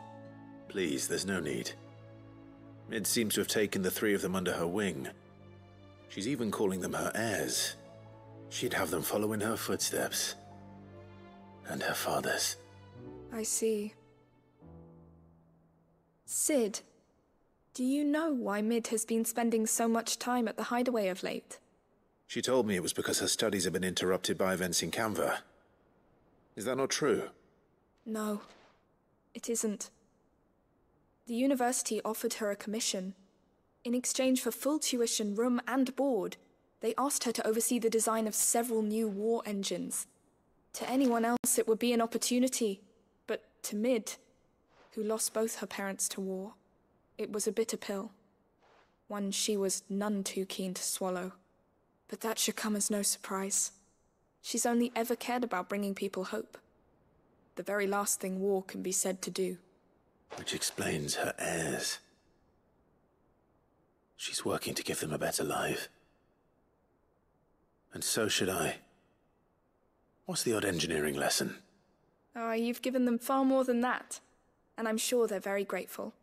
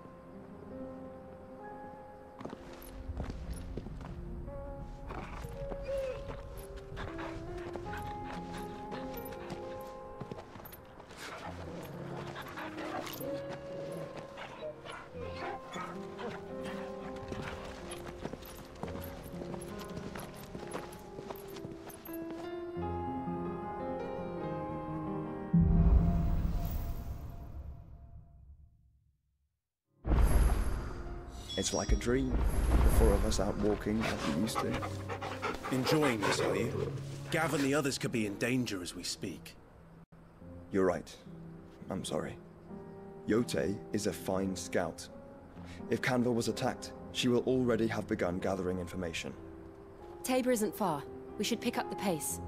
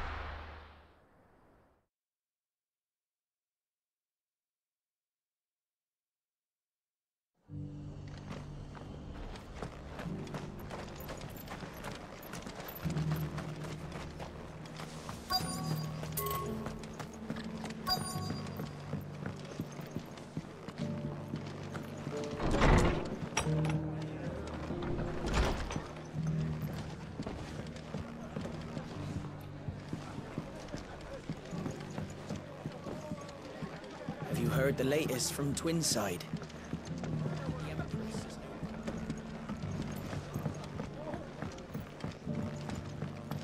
My lord Marquis, is that you?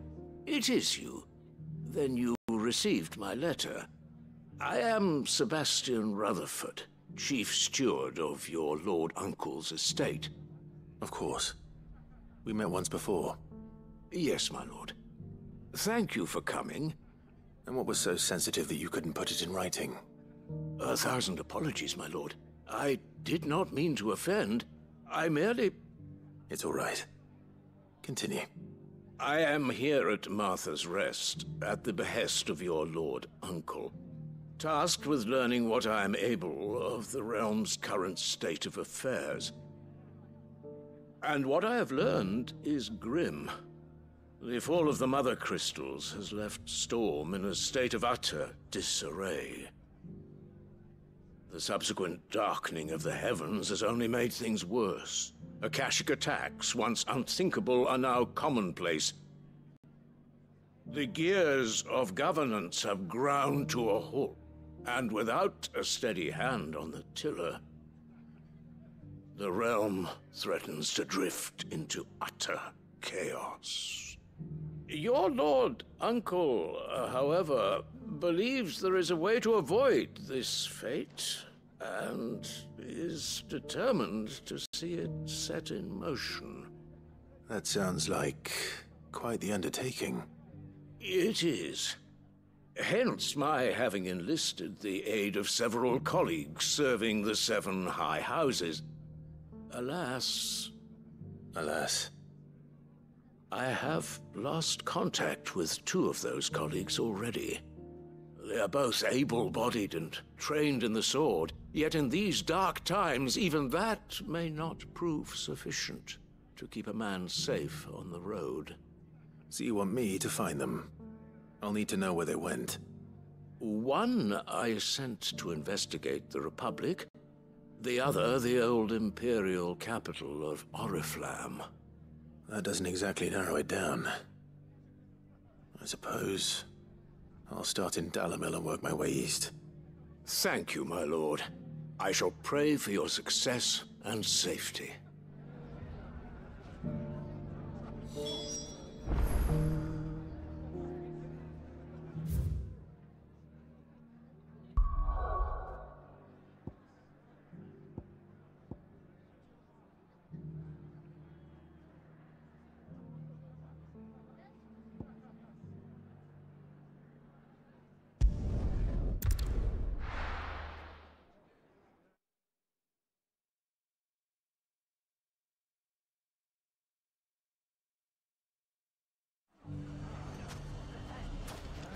It's not going to be easy finding one man in an entire republic. Let's hope someone here's seen something. The bandits may be known, but look what they've left us.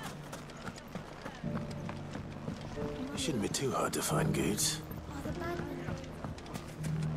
The gentleman of the town guard is back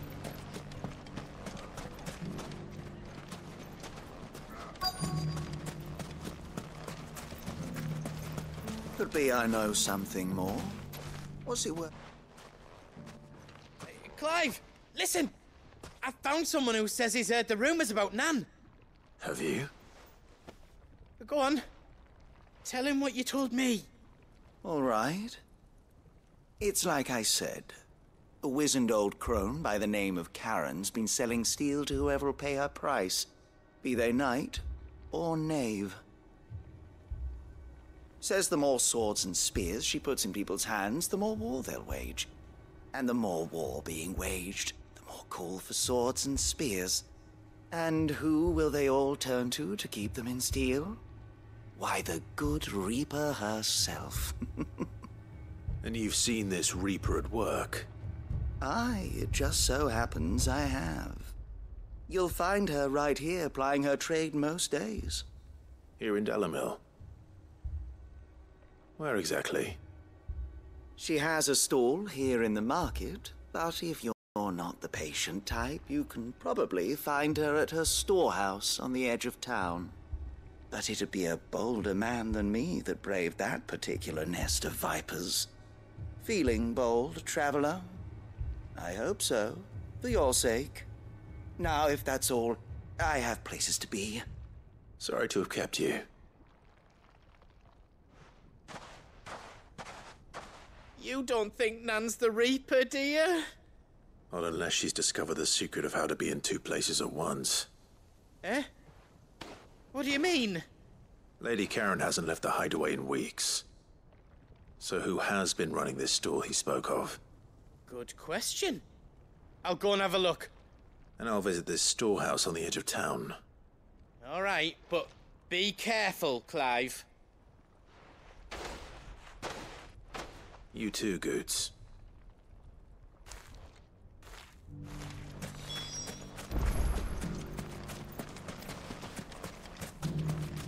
The finest sell swords in Storm could hold a candle.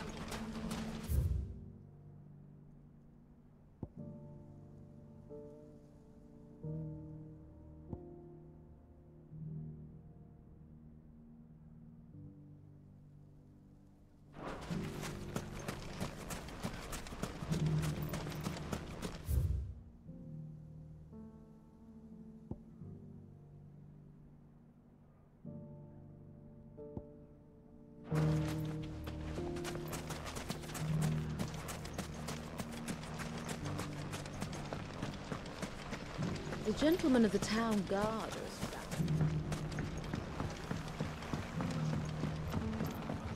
What a mess.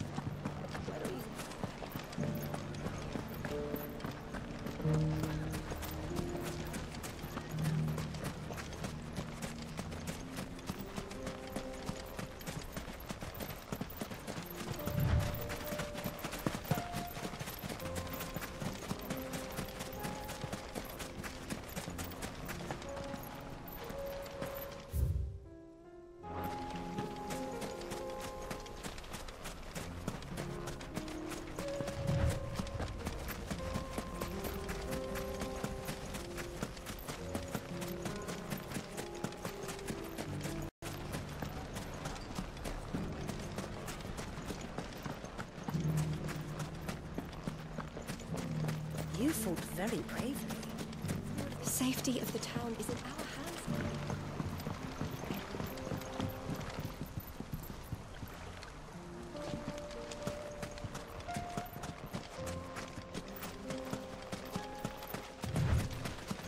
Time to brave the Viper's Nest.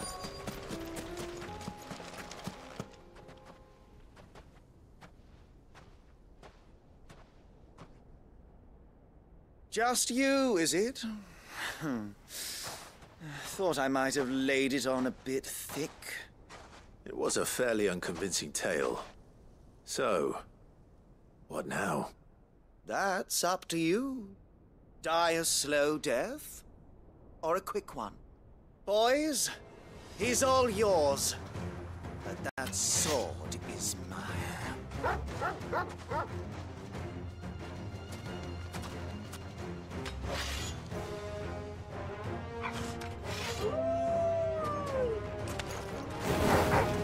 Let's leave now, and we could pretend this didn't happen.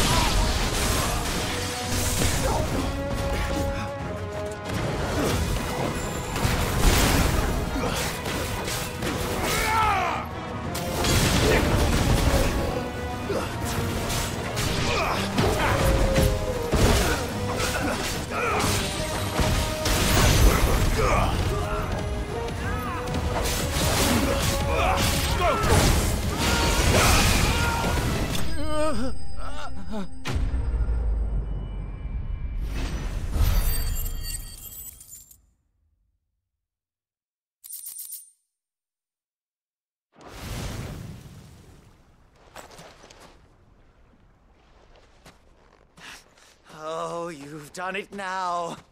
Go on. Tell me what I've done. When the Borgwyn finds out you've killed his men, he'll have your head. He only wanted that bull of a manservant, the dim one always clinging to Karen's skirts.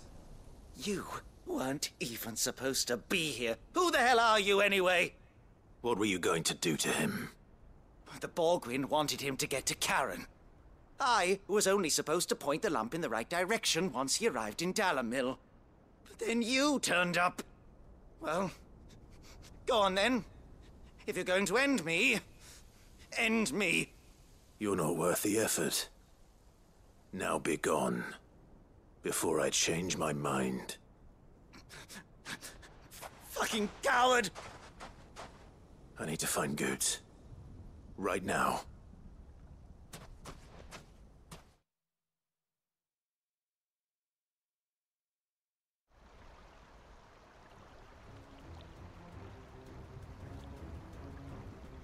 Get your filthy paws off me, you naughty painted lout! Stop calling me names! And stop spreading them horrible lies about Nan! Well, that will be easy enough. For they are not lies. Every last word is true. And she must pay for her crimes in blood. Blood? Goose, are you all right? He's gonna kill Nan! He said she had to pay in blood! After what she did, it is only right. She ruined my life and the lives of countless others. That loathsome harpy's very existence is a crime, and I will not allow it to continue. Goots, was it? I have no quarrel with you. Only with your employer. Run along now. You need not pay for her sins. No. No? I don't care what she did. I won't let you hurt Nan. Promise me you won't hurt her, or I'll kill you myself! Goots, no. Enough, all of you!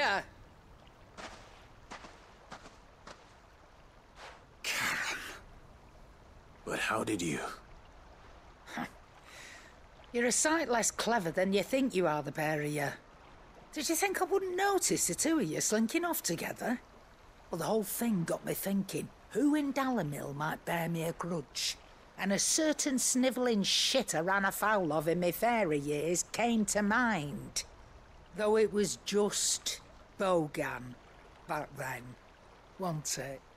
I thought the years might have taught you some sense, but I see you're the same pants-pissing craven you've always been. What was it we called you? Wet legs? You bitch! Everything that happened, it was all your fault! And now you'll finally pay for what you did to me!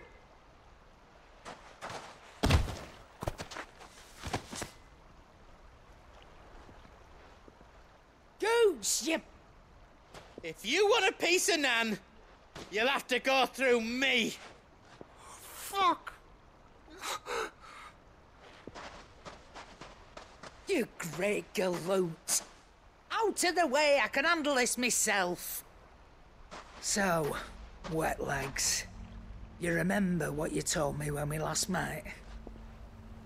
An eye for an eye. Wise words, Sam. Wise words. And now, it's time to collect.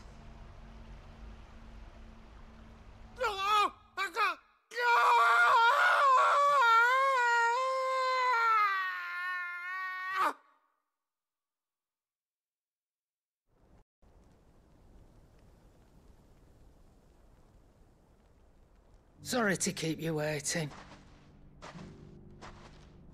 Is he... Dead? No.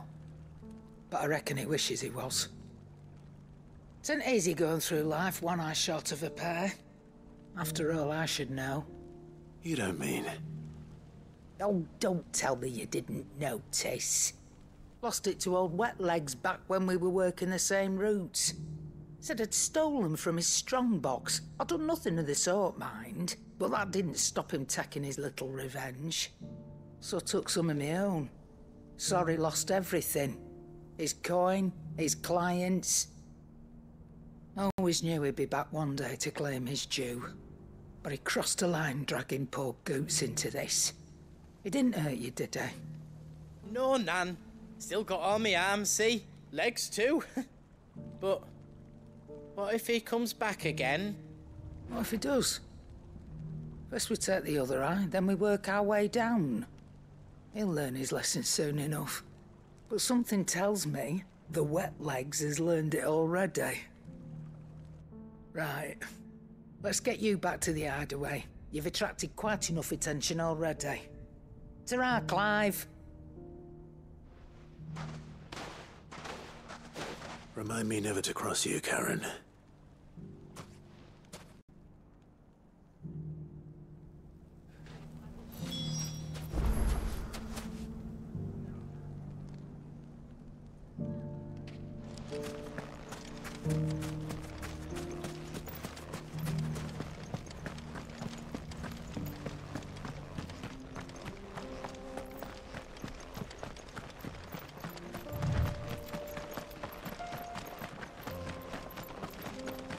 Someone's got himself in trouble.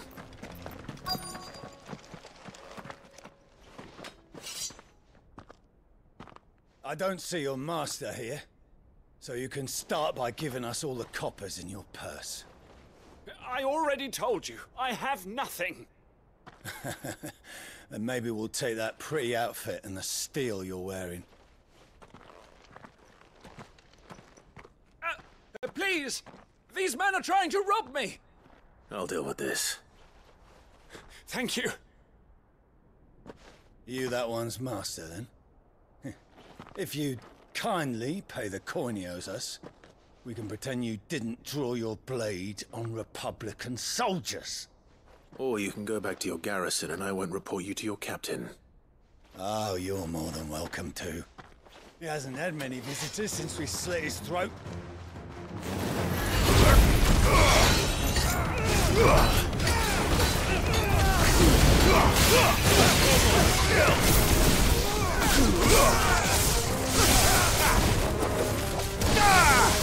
It's over.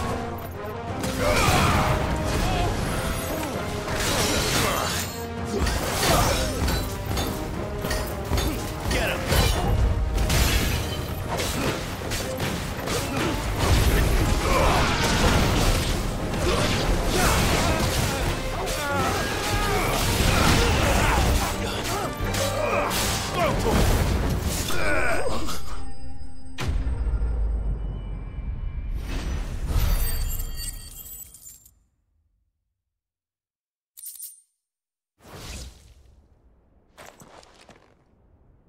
I'd expect as much from Hugo's faithful, but these were men of the fist. Much has changed in the Republican army since they lost their rock. You've seen this kind of thing before, then? Many times. I was sent here to observe the situation. You're one of Rutherford's men. He sent me to look for you. Well, then you have my thanks. I fancy I could defend myself against one, perhaps two, but a whole regiment... I arrived in Dalimil several days ago, but when I called upon the captain of the local garrison to make inquiries, his men confiscated my effects and locked me in a cell. The captain is no more, and his men make the rules now. Fortunately, I was able to bribe my way free, only to be stopped again by those soldiers you so kindly dispatched. What of the Fist's central command? Surely they wouldn't allow such lawlessness amongst their ranks. I would imagine they are unaware of it. Most of the army has fallen back to the capital and hunkered down behind her walls. Those who weren't recalled now rule the fringes unchecked, answering to no one but themselves. Then it's worse than we imagined. You should return to Rosaria. It's not safe here. I'll find a caravan heading north. You won't mind if I borrow one of these soldiers' coin purses?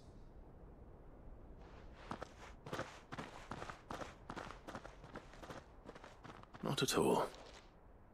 Now, to find this second associate of Rutherford's.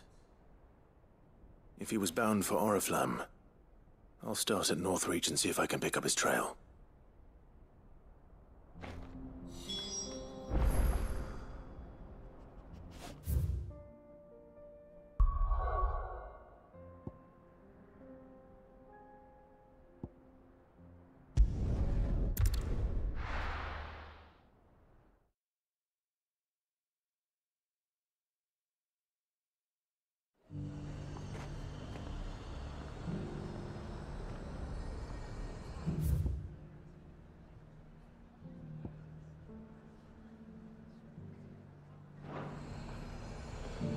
There's a lot of road between here and the capital.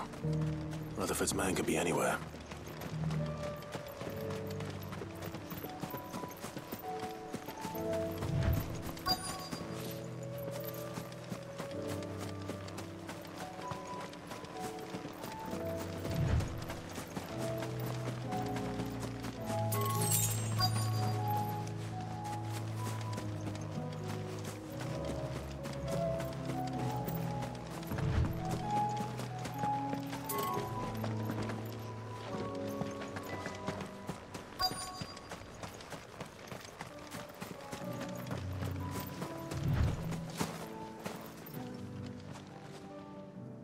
What happened here? If you're with the others, they've already relieved me of my belongings. I'm not. I'm looking for someone who was sent here by a man named Rutherford. And then you found him. I am Alistair Rockford, attendant to the Lady Ariane of House Wellesley. Of the 7 high houses of Rosaria. It's been a long time since last I saw my great-aunt. Is she well? My Lord Marquis? Yes. Yes, she is. The Lady Dowager has granted me leave to assist your Uncle Stuart.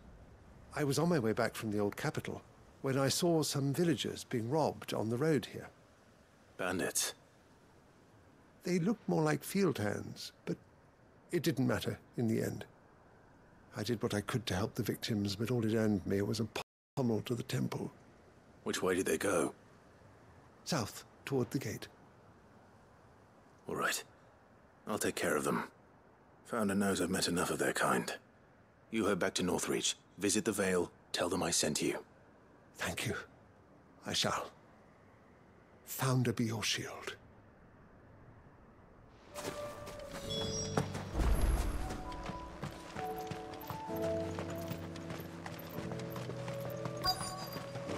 They just couldn't resist, could they?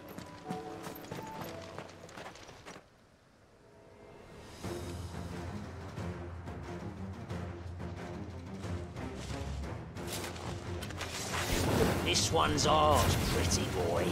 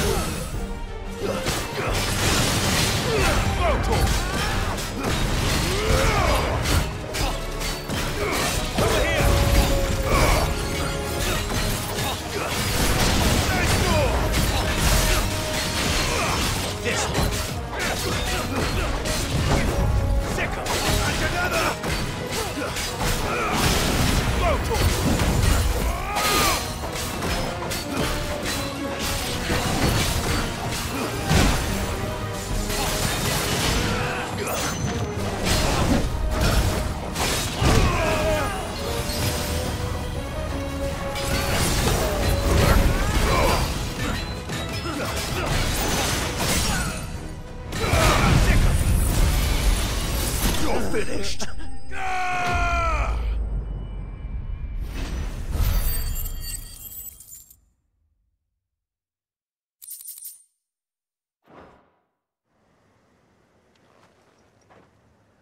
Make for the town while you can.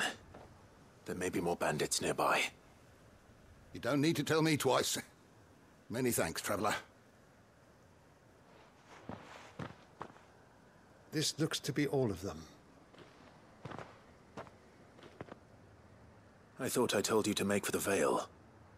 And stand by as ill might befall the heir to the ducal throne. It's just Clive, and I'm fine. Which is more than can be said for you. I will survive.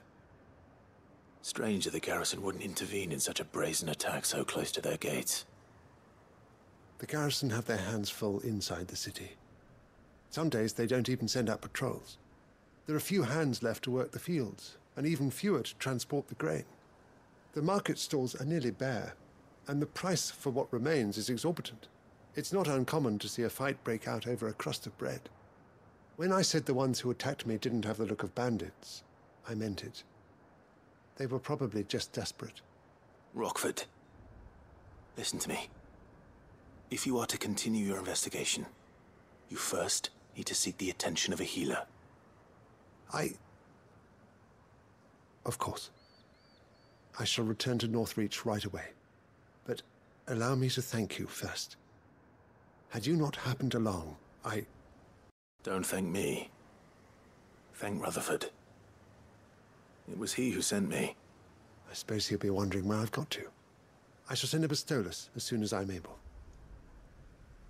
Good day.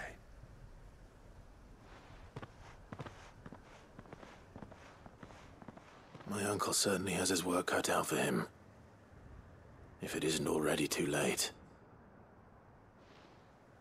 I should go and tell Rutherford that his colleagues are still in one piece.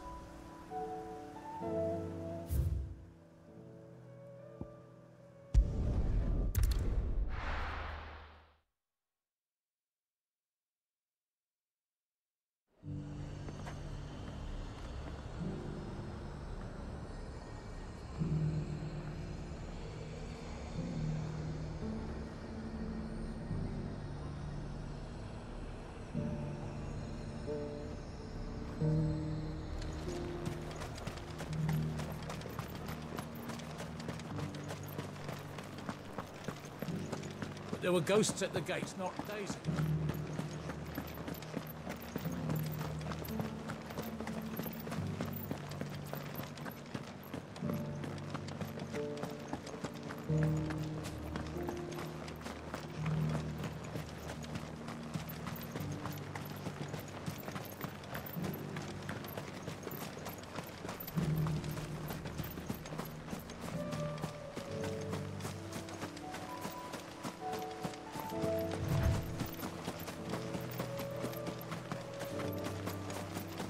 Hippocrates said I should be able to find what I'm looking for somewhere nearby. Bright blue dragons and bright yellow flowers. Should be easy enough to spot.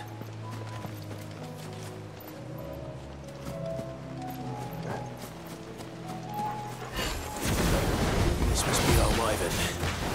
All right. Let's get this over with.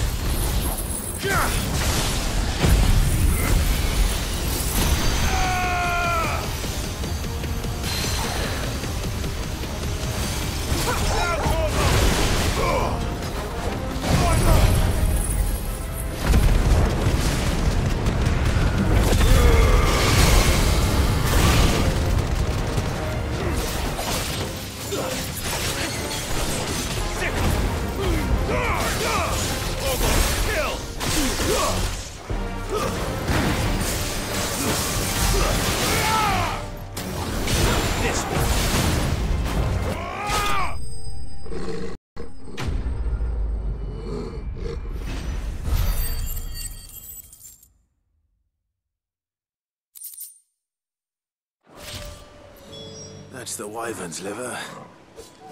Now I just need to find the herbs. Bright yellow with a heady scent.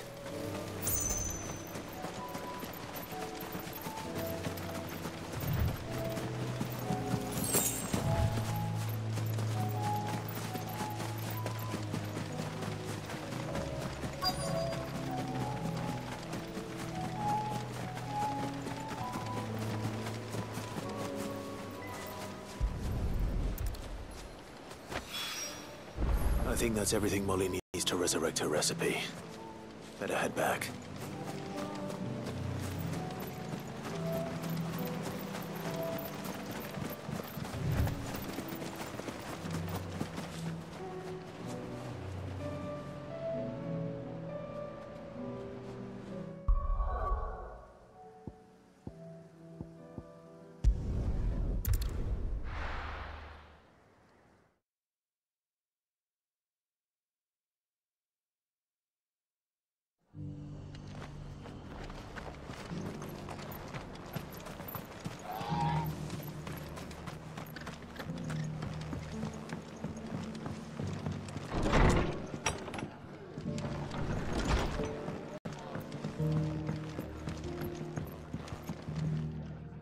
I see you're still here.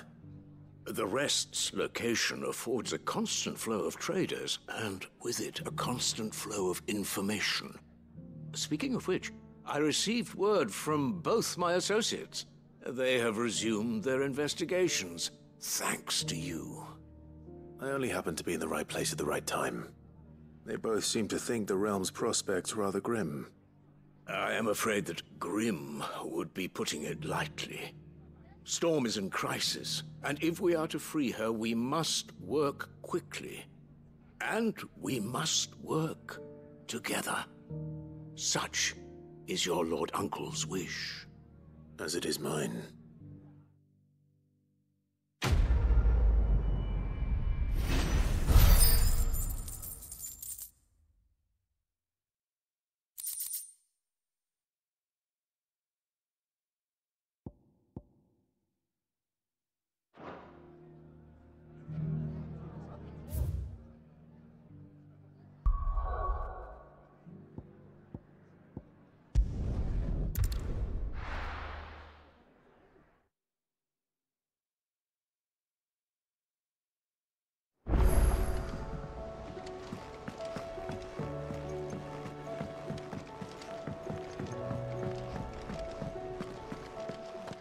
Seems the hideaway's lost its appetite.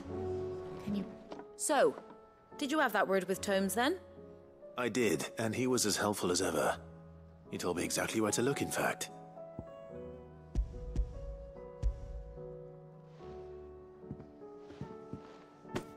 And what precisely will I be cooking up? Or is it better not to know? Blueback wyvern liver. And, a herb known as Saint's Bonnet. Ah, wyvern livers, was it? Well, at least it weren't actual worms, I suppose. Now then, you stay right where you are. I've got some cooking to do. Let's hope these grand old chefs of yore knew what they were on about.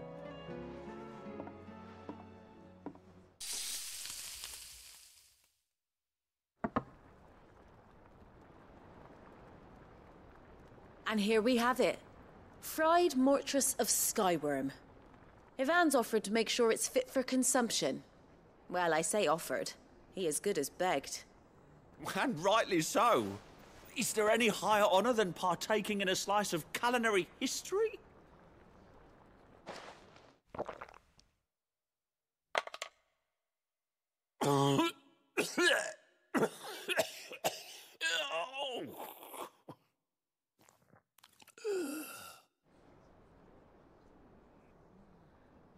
So, not fit for consumption then?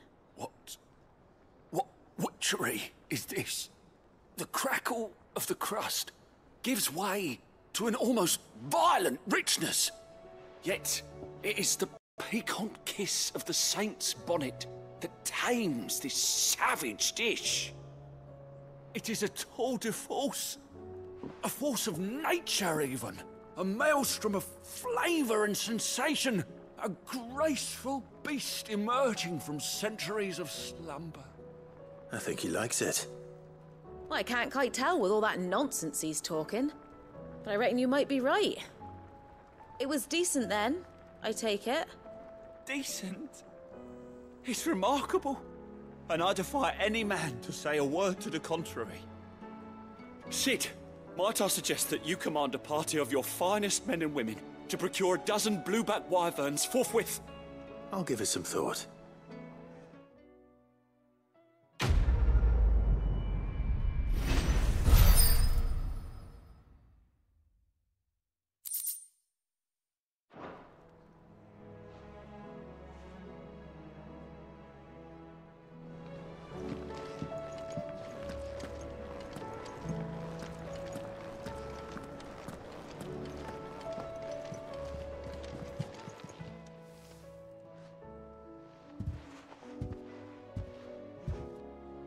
nothing like a dish of cold vengeance to foul the gut. I'm sorry, Nan. I didn't mean to make things worse. I just thought I had to protect you. Like you've protected me. Aye, well, someone had to. Your parents certainly didn't give a whit for your well-being. Reckon the both of us would be worse off if I'd not taken you on. You've always been me right eye, Goots. And I'd have you stay that way. So don't you dare go looking for trouble again. Well, I will. If you ever need help, I'll do it again and again, and you can't stop me. Why, you big lump. Fine. Play the hero if it makes you happy. Thanks, Nan. I won't let you down.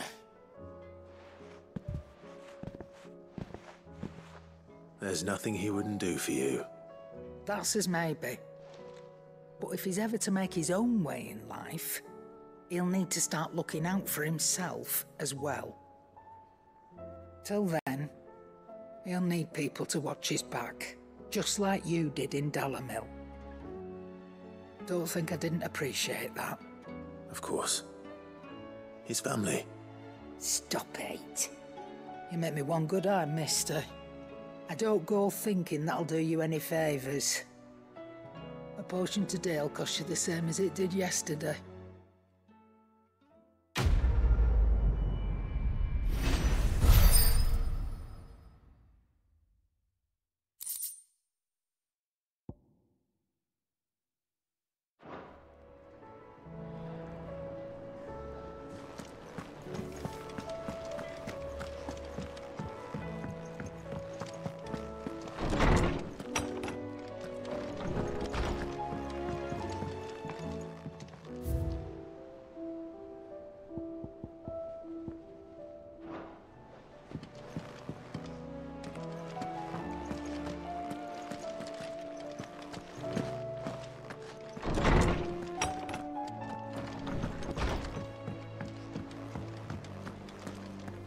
Did you see the pair that got hauled into town?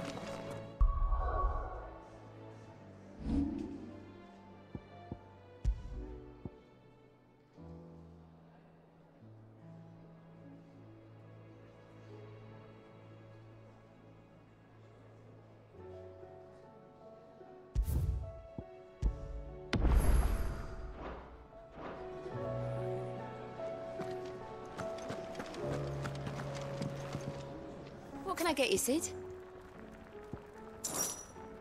Honestly, Sid, you're too nice for your own good. Do you hear that, ladies and gents? The next round's courtesy of the realm's most benevolent outlaw.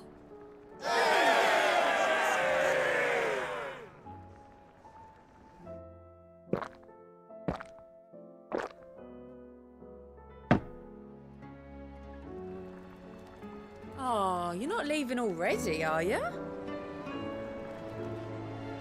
Welcome back, Sid. Well, someone's in a good mood. Drink up, you lot. The next round's on Sid.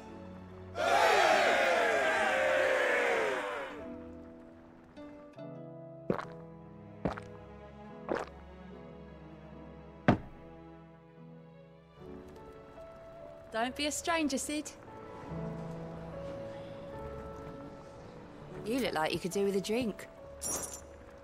That's what we like to hear.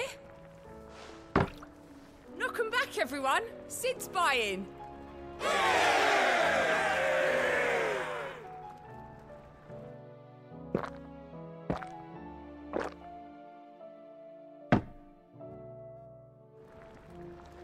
Oh, keep your mug handy. What can I get you, Sid? As if setting our people free wasn't enough. Good news, everyone. The casks have been liberated. Here's to Sid.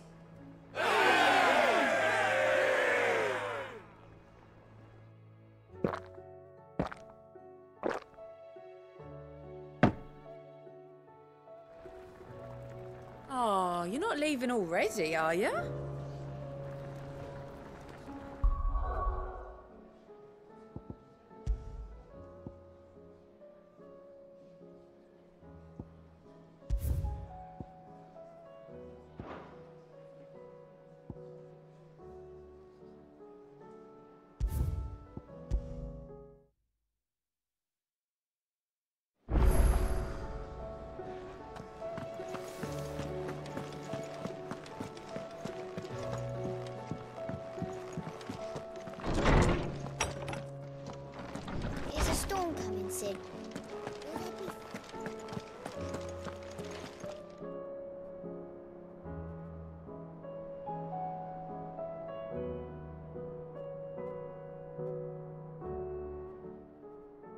I was wondering when next you'd visit.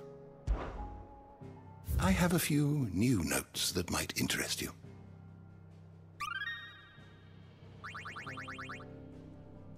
You wish to study the tomes? The door to the shelves shall ever be open.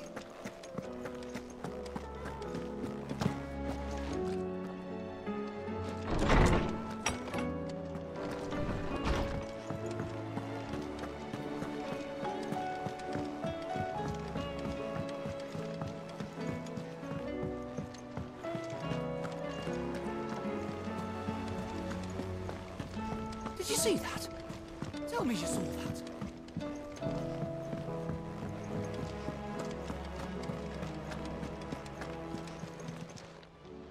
Fancy a look at the list, do you? Here you go.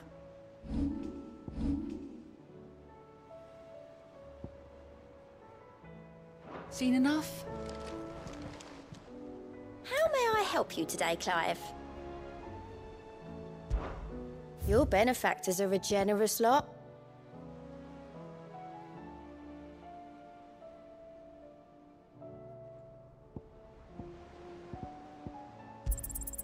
Here you are. All done?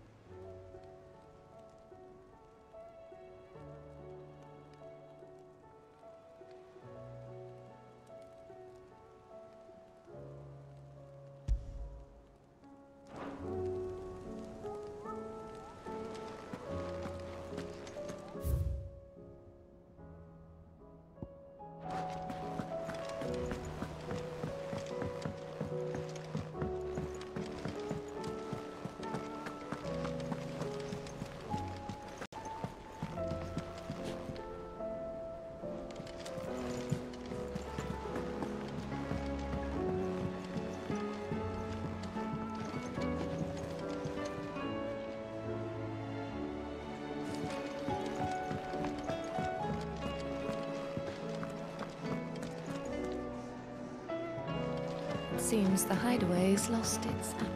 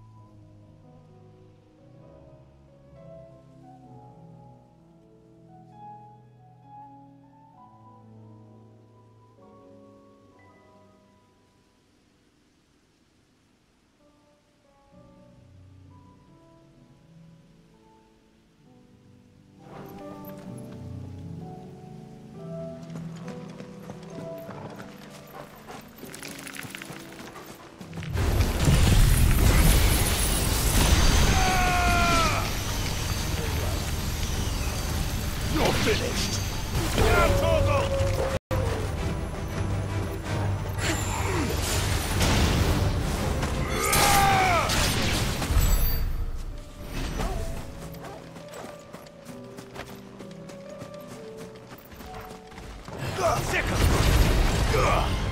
Over here!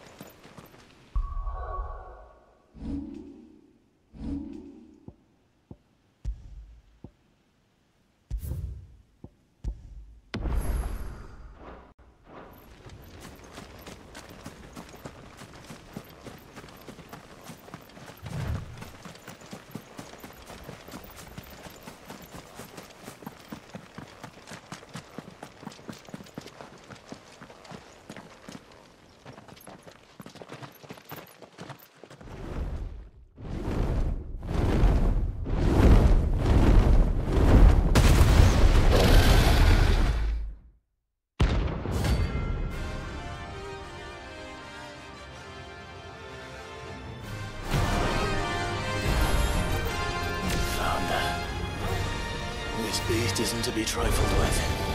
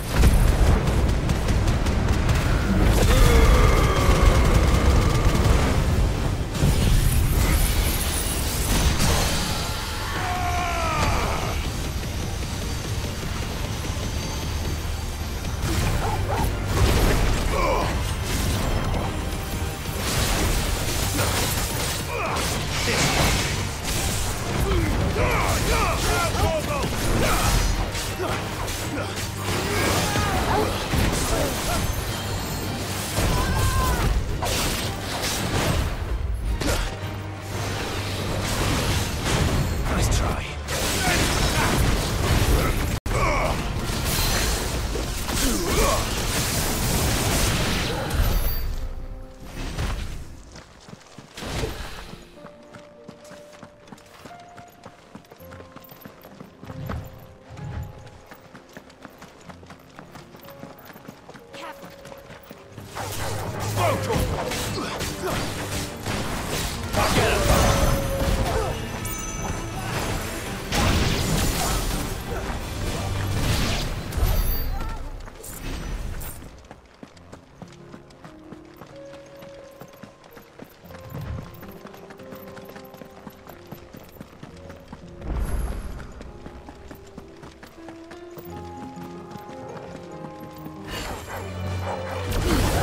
All yours, Torgal.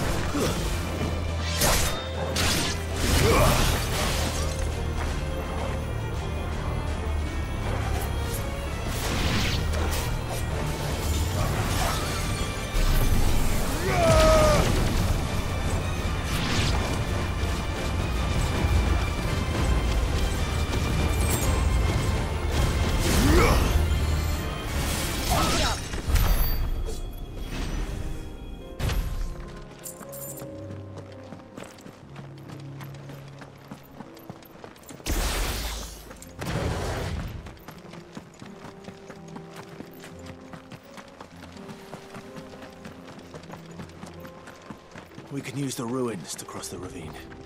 Assuming they would allow it, the Echoes have a will of their own.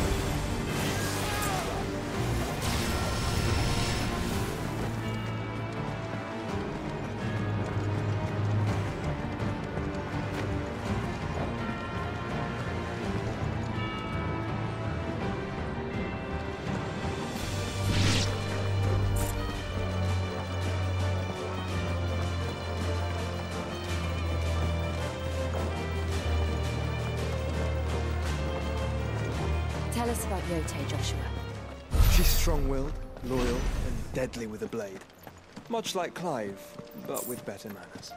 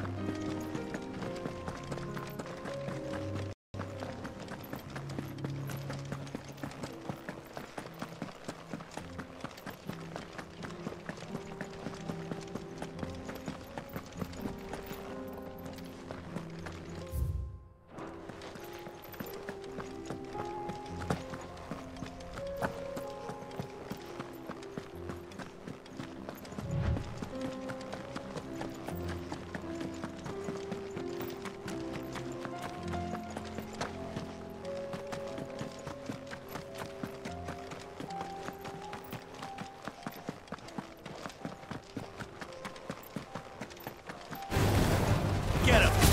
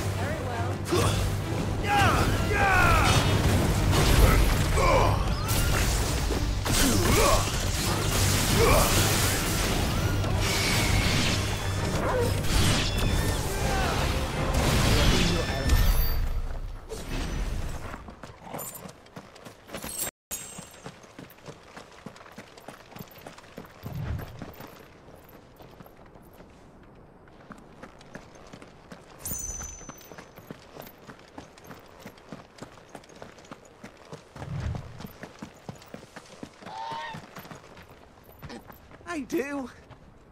Where are you off to now, then? Bound for the free cities, perhaps? Oh, no need to say if you'd rather not. We all have our reasons. Ain't exactly feeling like sharing with strangers myself at the mo. Truth be told, I could do with a bit of inspiration. Don't know which way to turn no more. Was doing a roaring trade back in Oriflamme. Right up until the poor Drake lost her noggin. So, thought I'd try me luck in the desert. Then the Fang went the same way. And don't get me started on the mess in the bloomin' Dominion. Suppose I could try Camber next. But knowing my luck, the old place be crawling with the works before I'd even set out me stall. But as I always say, where there's crisis, there's opportunity. The opportunity to mint Gil, that is. So, where to next? Is there any money to be made in Ash? Do orcs even carry Gil?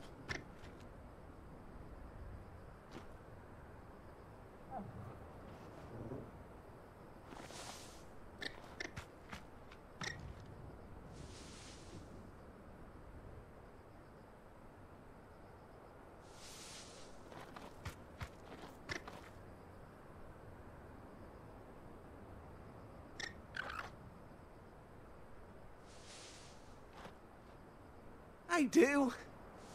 Where are you off to now, then? Bound for the free cities, perhaps?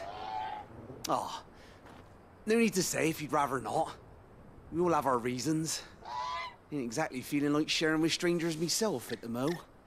Truth be told, I could do with a bit of inspiration. Don't know which way to turn no more. Was doing a roaring trade back in Oriflamme.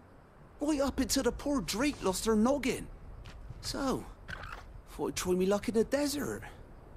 Then the Fang went the same way. And don't get me started on the mess in the bloomin' Dominion.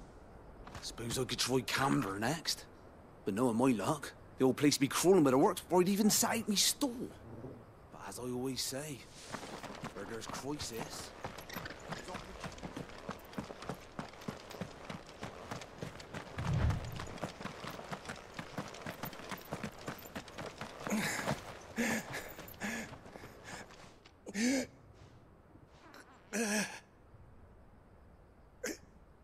You're injured.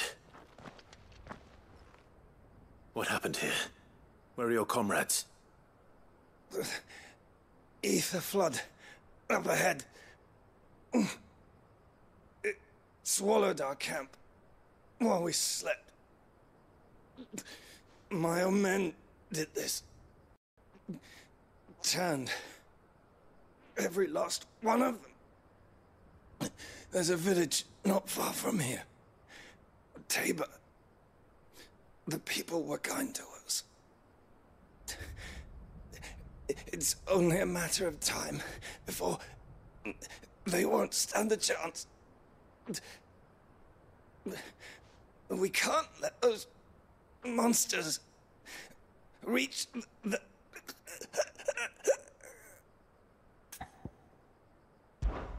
I'll go. You catch your breath. Thank you. Our encampment is up ahead. Just off the track.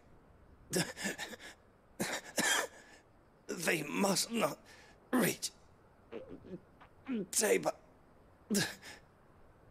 Forgive me, Lord Kuka.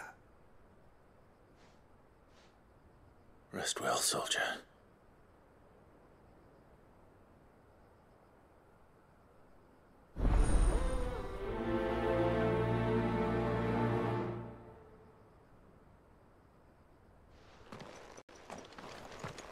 You said the encampment was close.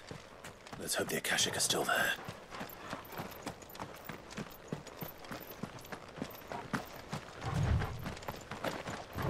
Another ether flood. They're everywhere now. We can't go around it. Then we'll just have to be careful.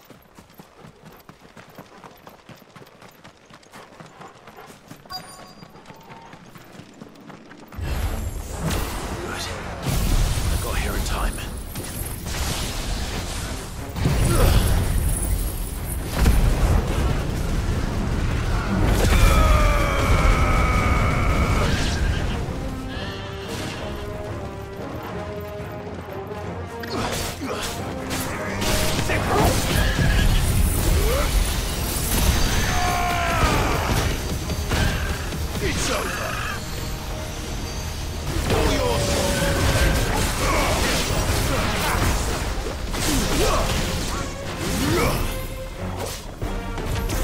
It's over!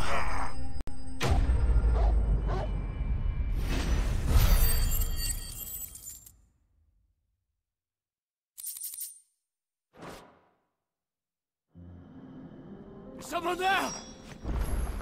Please, I can't move my leg! That doesn't sound like an Akashic.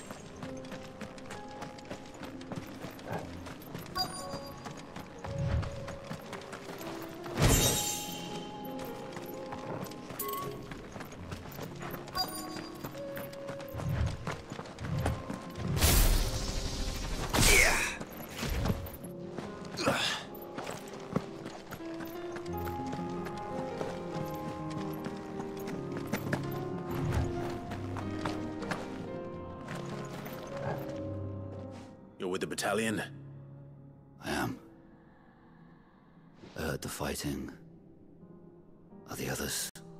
Taken care of. One of your brothers in arms told me what happened and asked for help. Another survivor? Where is he? Tell me. His wounds were too deep.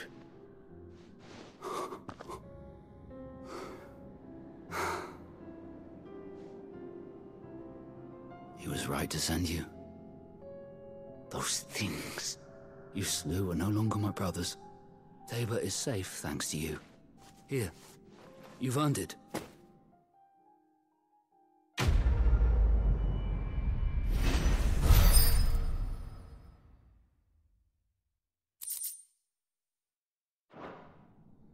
You seem familiar. Have we met? You must have me confused with someone else. Wait. That scar. Son of a whore. You're Sid. I was there, in Costness, when you killed my brothers. I was there in Rosalith, when you killed my commander! My war with Hugo Kupka is over. I bear no ill will toward those who followed him. And what of my ill will? Coward! Draw your steel. Lord Kupka shall be avenged!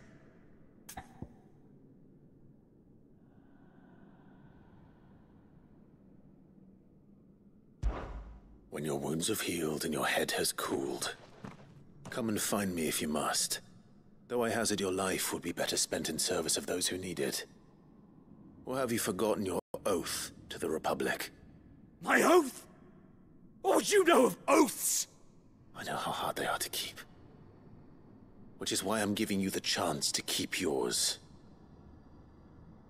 No. I won't be deceived.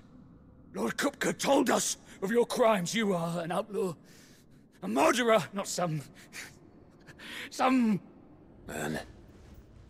Like you or anyone else. I am nothing like you. But if you're not gonna kill me, then go. Leave! Just know that I will find you, Sid. Someday.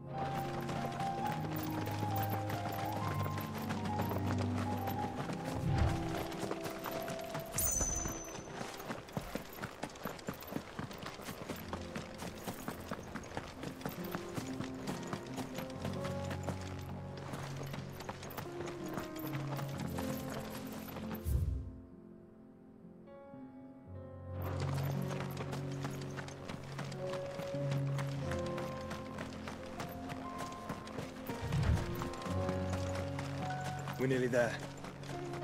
Have you been to Tabor before? There are a few places I haven't.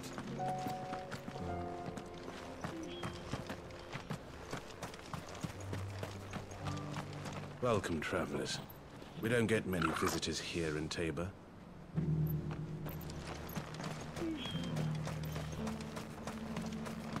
Where now, Joshua?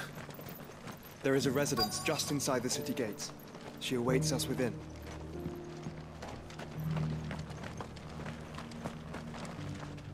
Are you buying or selling?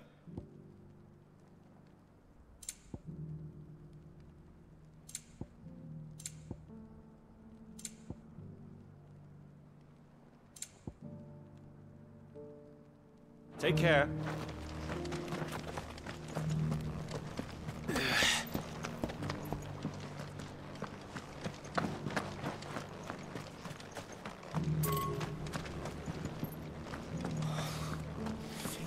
Fleshed 100 skins today. Stay focused. Stand back, friend. You don't want to get this stuff on you, believe. Oh, sorry. Just finishing loading the last of our wares. We'll be out of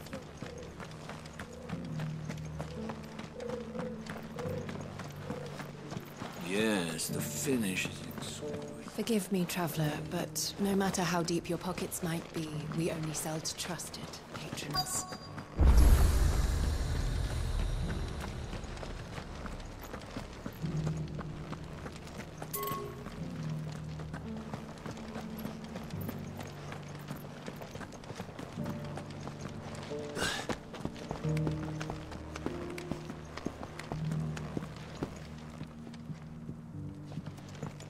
You wouldn't happen to have a decent whetstone, would you?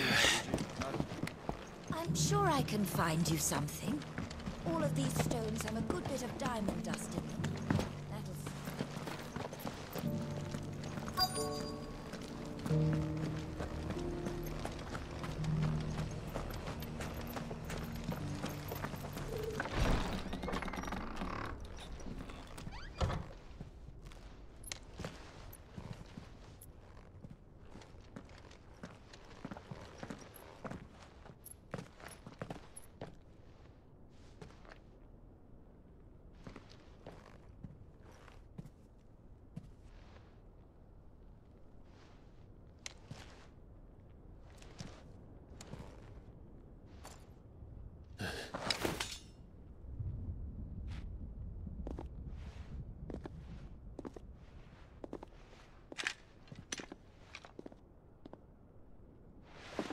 My Lord Marquis, it is an honor.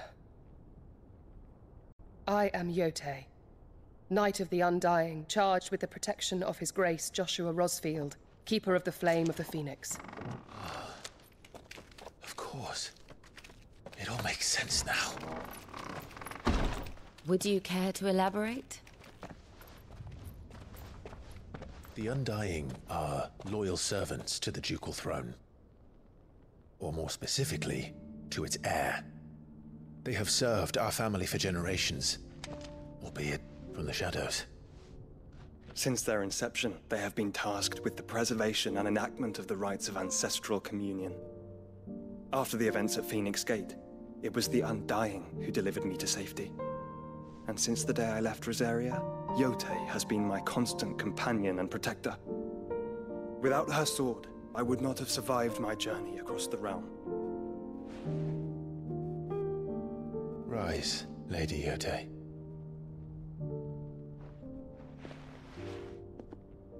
You saved my brother. I owe you a debt I can never repay. I but did my duty. Come now. Tell us what you've discovered. Your Grace. It is as you feared. The vessel we spied off the coast of the Crystalline Dominion on the night of her fall. It was the Einherjar. Beyond any doubt.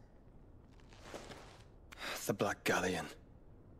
Joshua, the Einherjar is the Royalists' flagship. What business would they have in the Dominion?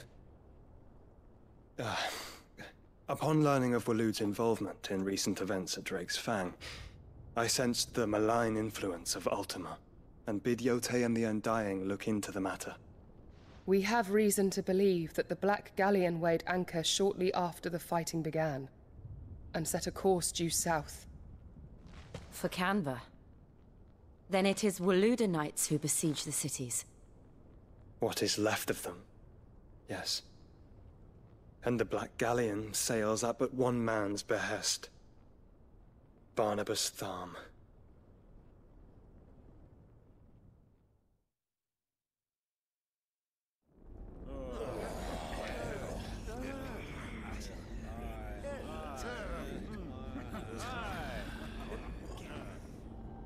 But are we truly safe here in the Agora? The city guard have been paid, if that's what you're implying. All the more reason for them to run. Well, you are free to leave, Lord Minister.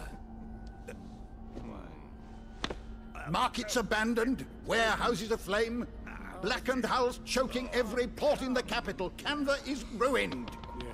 The realm teeters on the brink of chaos, and all you can think about is commerce! Forgive us. We were not aware Dhalmekia now subsisted on charity. How dare you?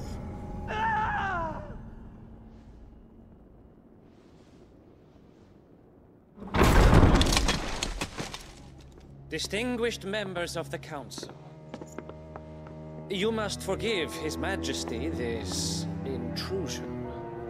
What is the meaning of this? A trifle crowded, but I fear it will have to serve, my liege. Very well. My colleagues, do you not see? The king! He has come to save us from the Akashic!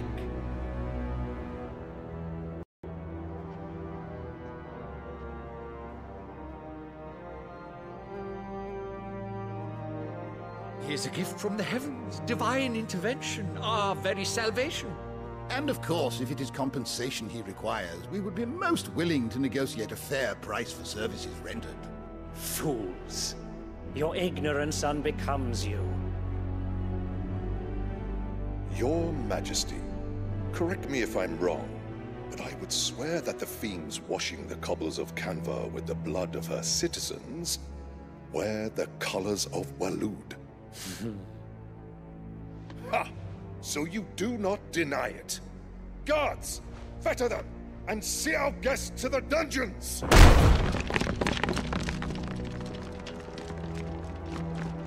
Enough.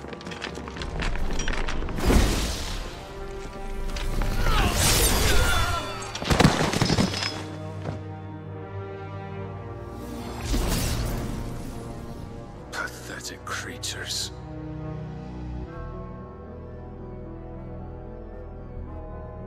That you should imagine yourselves worthy of salvation. The girl is still here, somewhere in the city. Her consciousness fair dripping with her late father's hubris. A consciousness to which Mythos is inextricably bound and inexorably drawn. See that he is made welcome. Yes, Your Majesty. Come, Mythos. Surely the prince's light cannot have sated you.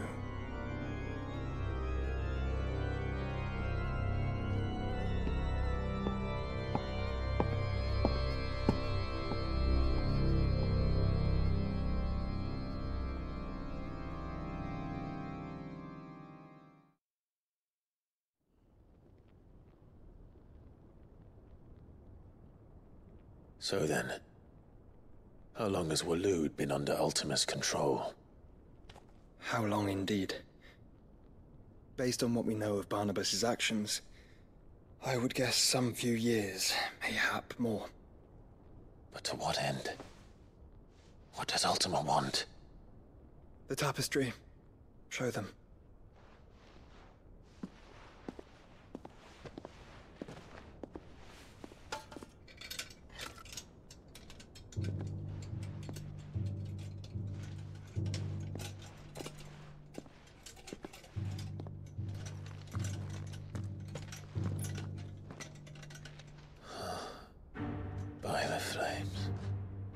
Phoenix Gate, Drake's Breath, and now here. But what is it? It is old, ancient, even. Naught remains of the faith it represents, save what can be gleaned from the image itself. None could tell me what the one in the apothecary meant, even the Undying. But I believe it may be the key to discerning Ultima's purpose. That figure in the center, the one beneath whom the icons congregate, that I believe to be Ultima. He is a god, or at least godlike, his very existence beyond our ken. The icons, and by extension their dominants, are meant to be his subjects, and while some, like Barnabas, have accepted this role, others have rejected it, like you, Clive, which is rather inconvenient, as it appears he needs you most of all. And gods don't like to be disobeyed. No, I don't suppose they do. Clive, may I tell Yote of the lake? By all means. Yote, I will be accompanying my brother to the Free Cities. Whilst we are afield, I would have you watch over those Clive has made his wards. Umielos delan tuisag ilith. Though well concealed, the hideaway lacks trained fighters to defend its occupants should they be discovered. But it is my duty to... As it has ever been my brother's duty, remember. If that is your wish, Your Grace. But please be safe. If aught were to befall you, You have my word.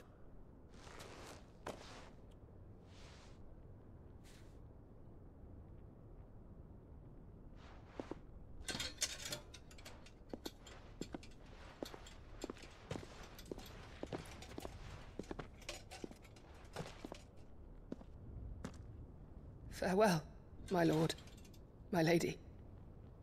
We are in your debt, Yote.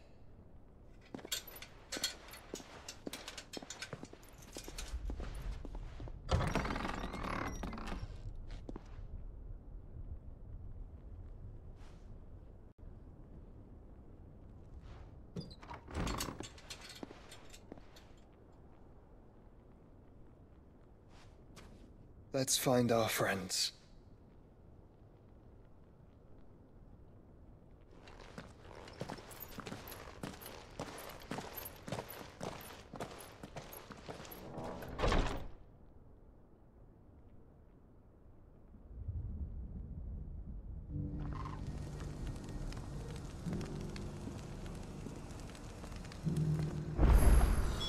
It's plain she cares for you very deeply.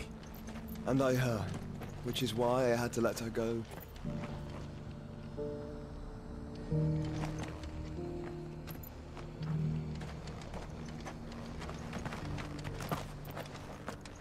Opportunity beckons. Who among you is bold? Is that blade for hire, perchance? Because I have a mind to make a killing. Figuratively, I hope. Well, yes and no. A passing caravan carried with it a rumor most fortuitous for one in my trade, that an elder Dread Evis had been sighted in the fields of Corava. Dread Evis are aggressive beasts. Compelled as they are to acts of violence, few survive to maturity, but those that do develop a hide of phenomenal value. A hide you want to sell? Eventually, yes. Though I would have it tanned first that it might be crafted into marvels the likes of which the world has never seen. Dread Evis skin is a rare thing indeed. But the worked hide of a well-aged beast, now that would fetch such coin that Gilbert himself might weep with envy. Bring me that beast's skin and I will share with you the bounty of our combined labors. All right. I'll hunt your Evis. Of course you will. When one lives in such troubled times, it is a fool who lets opportunity slip his grasp. Leave Tabor through the east gate, but take the path that branches west. Once you reach the checkpoint at Tovany, you are a mere stone's throw from the fields of Corava. I eagerly await your safe and, above all, triumphant return.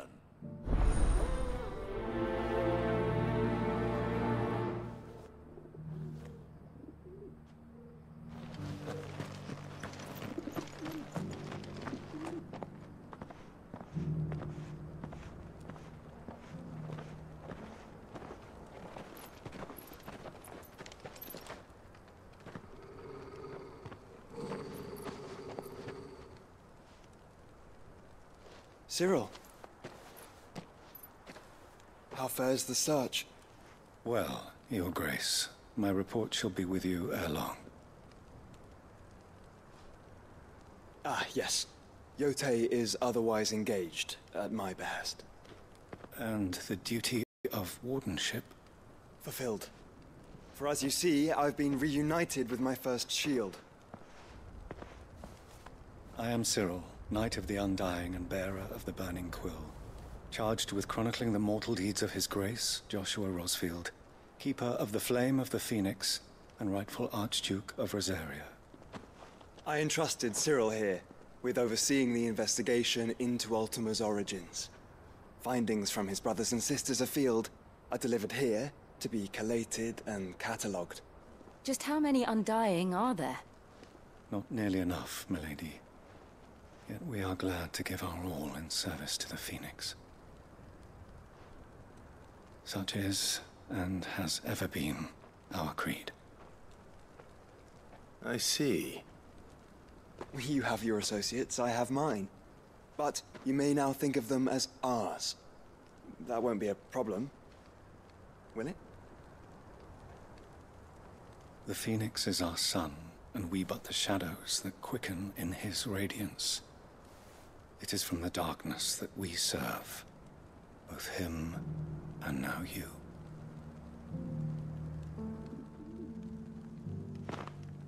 Pray accept this token.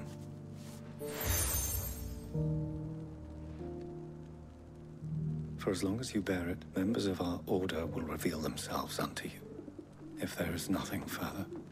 No. You are dismissed. Your Grace.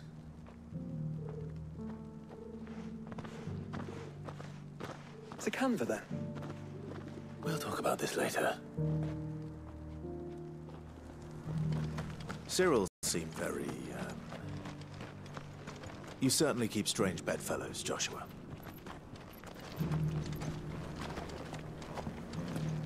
I feel like I've fleshed 100 skins.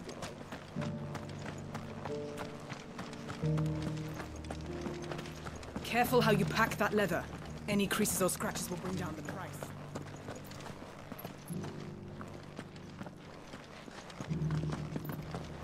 You!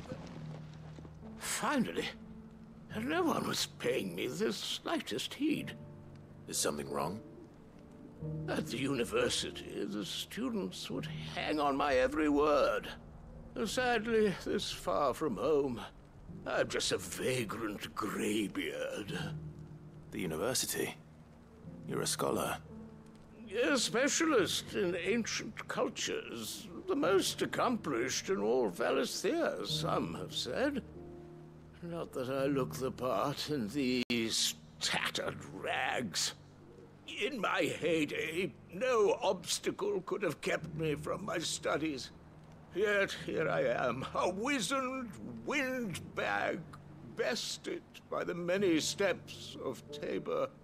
The answers I seek lying just beyond my enfeebled reach. Would you do an old man a kindness and brave the stairs in my stead? You'll be amply rewarded, of course. Climb the stairs and... And memorize a few inscriptions for me, assuming you know your letters, that is. Some courteous soul is rumored to have carved clues to Tabor's rich history into stones dotted about the village. 3 of them, to be precise. 1 each to the north, south, and east. I'm here in the hope that those carvings might shed light on a riddle I've been pondering for some time. Namely, the otherwise undocumented origins of Tabor's unique people. People quite unlike those of neighboring lands. I can't promise I'll remember everything perfectly. Remember what you can. I'll piece together the rest. Make for the domed pavilions, and you'll have no trouble finding the stones.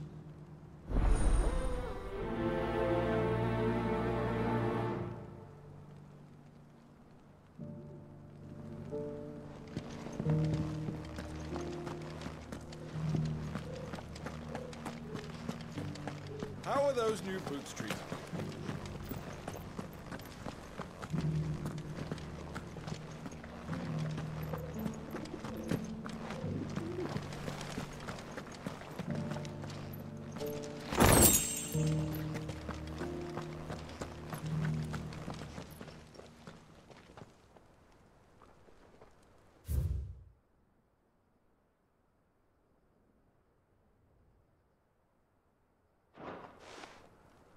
No history would be complete without mention of the Mother Crystals. Why won't the sky go back to how it was?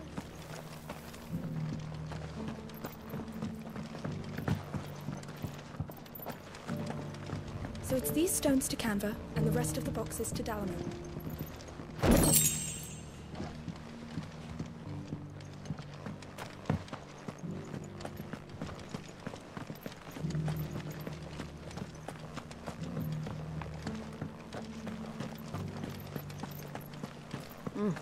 Not a scratch on them.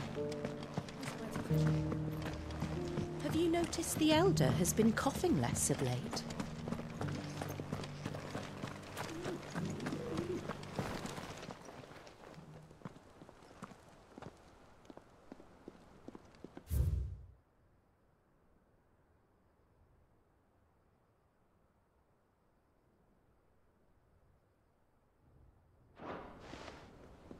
What golden plains might the wanderers have called home, I wonder? Mummy made a cottage for me.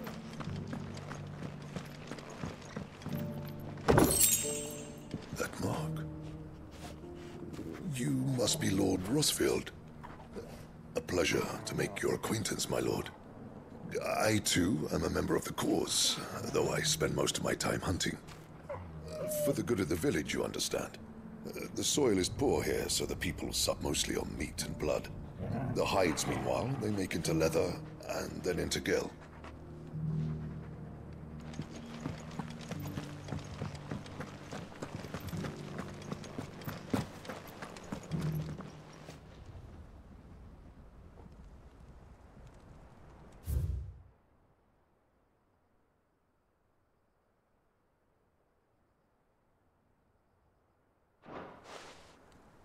Farmers must have settled here in Tabor. I should speak to the old scholar before I forget everything I've read.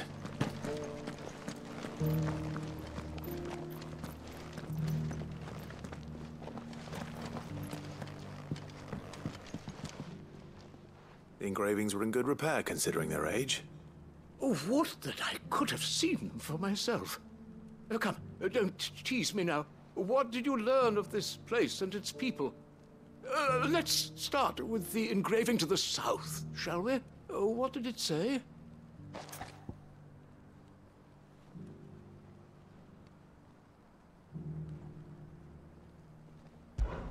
Guardians of the Crystal, the first stones of Tabor, sacred hold thy noble blood, till ends the mother's labor.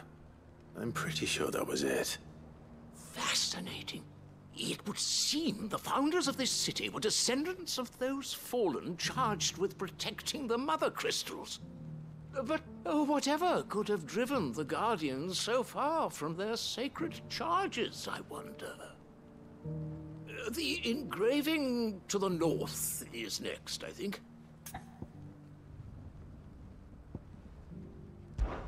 Wanderers of the Golden Plains, lay your roots in stone. With pride recall thy noble past, and make these rocks a home. Or, I think that was it, at least. No doubt you're right. There are vestiges of nomadic customs in Tabor its guardian roots could never account for. This is proving most enlightening. Now, for the final stone.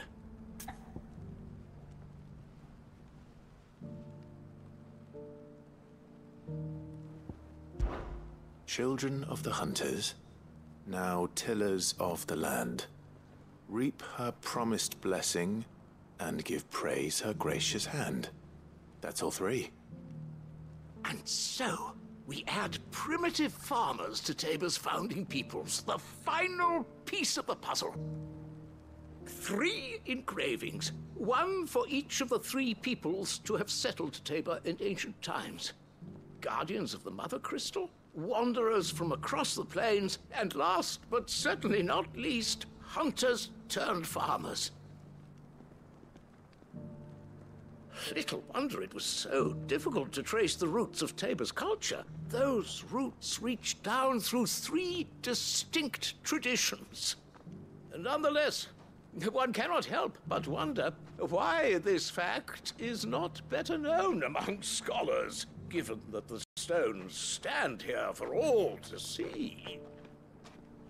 Too many stairs, perhaps. Ha! Too many by far. Here, and thank you.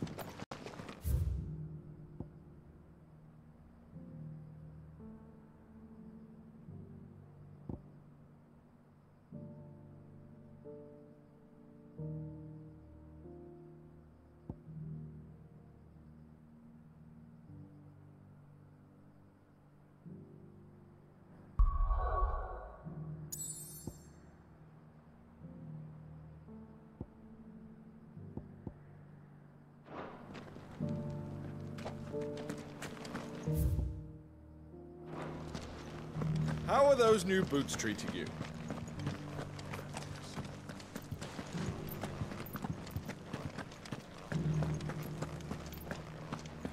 Beneath the flood, yes.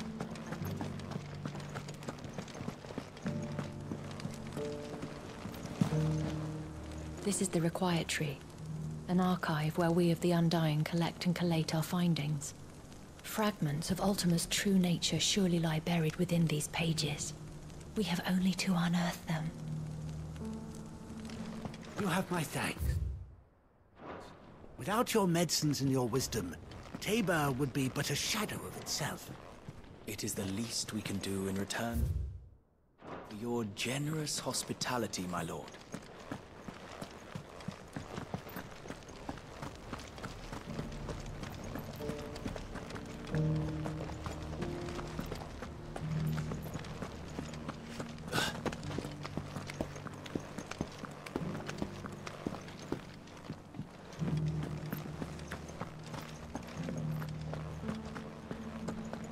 So it's these stones to Canva, and the rest of the boxes.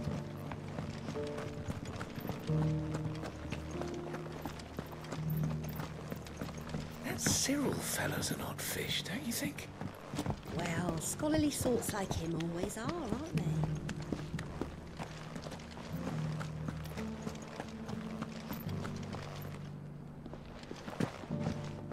For years, I have pondered the mysteries of Tabor's founding.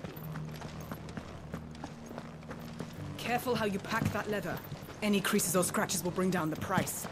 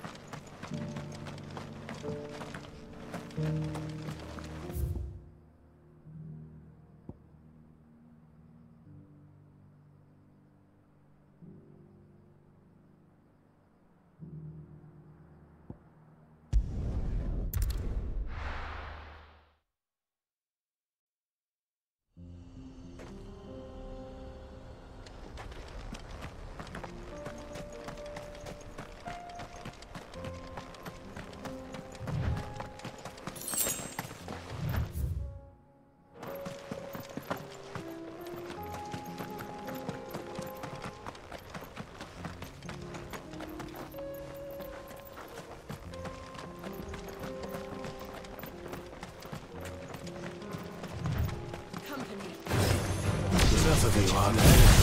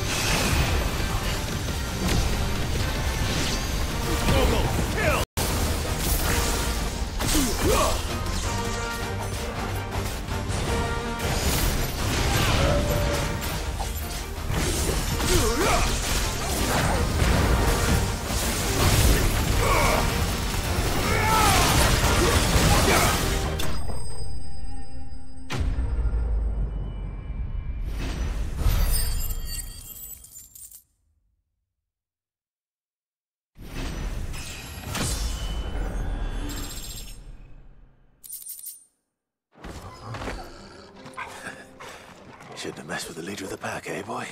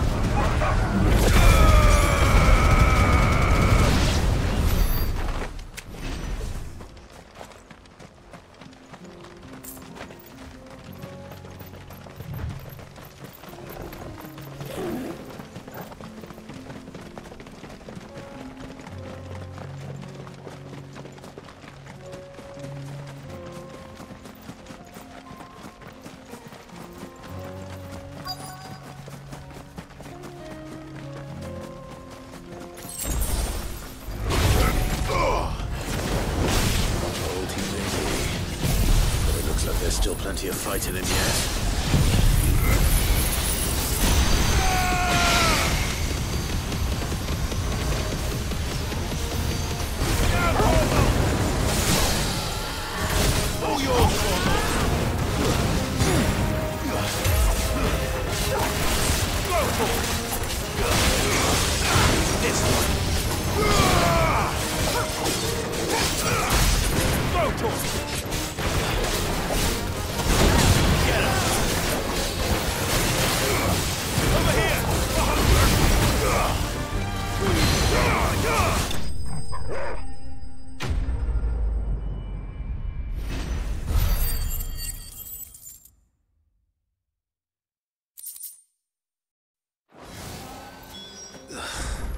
This thing reeks. The sooner it's off my hands, the better.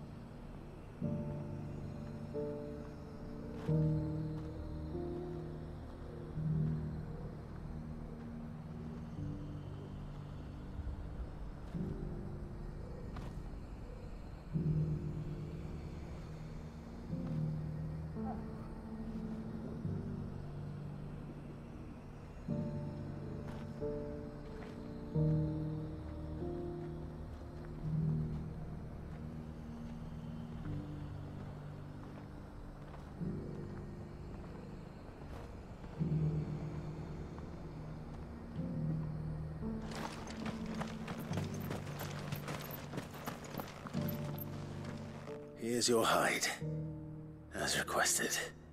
I worried you might never return. Quickly, let me see it.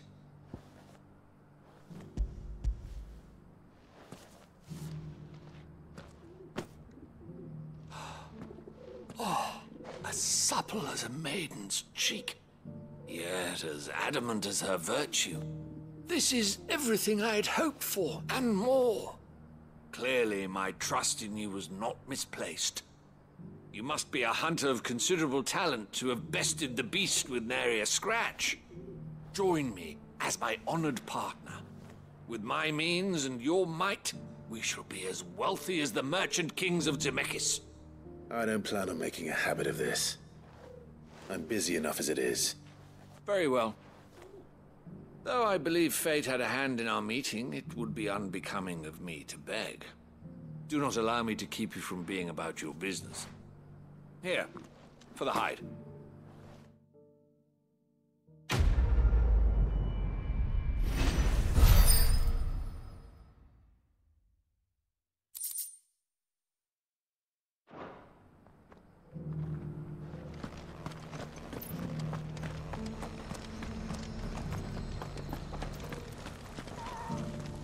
The bearer of the burning quill is within, my lord.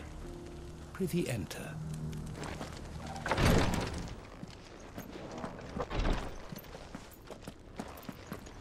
The greater number of our order live among the masses, hidden in plain sight.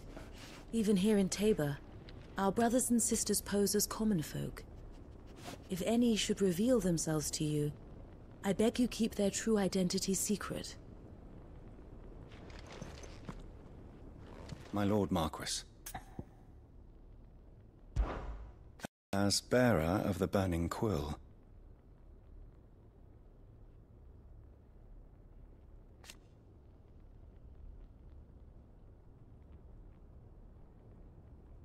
to which end? Alas.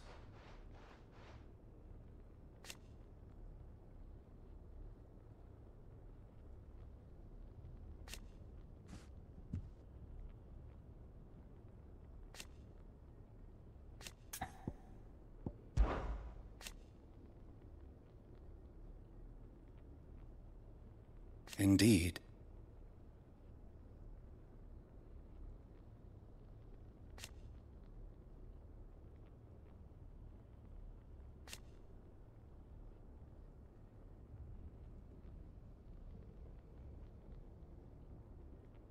And it was here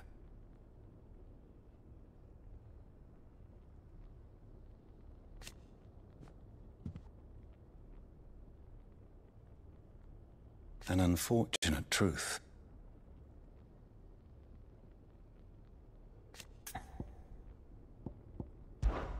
The history of our order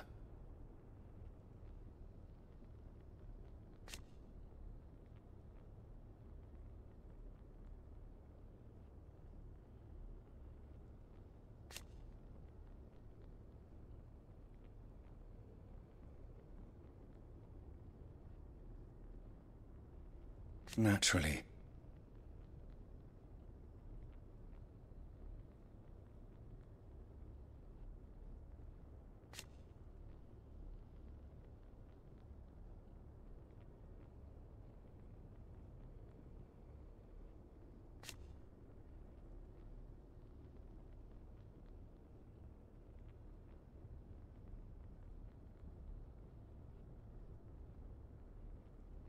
So you see,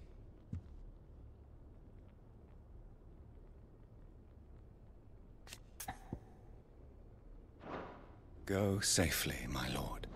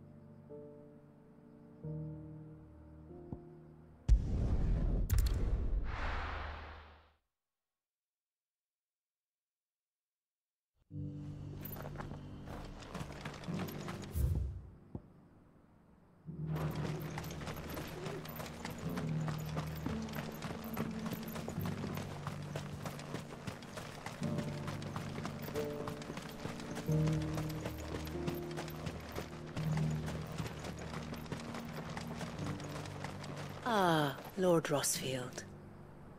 I'm afraid I cannot stay to talk. I must leave to collect the reports of our spies in the field.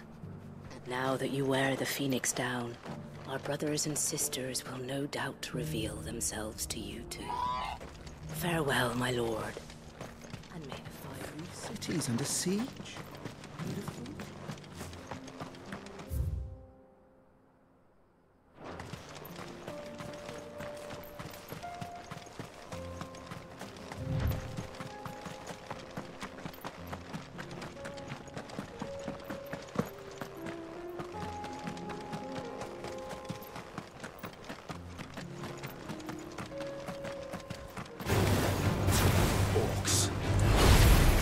Let us be rid of them.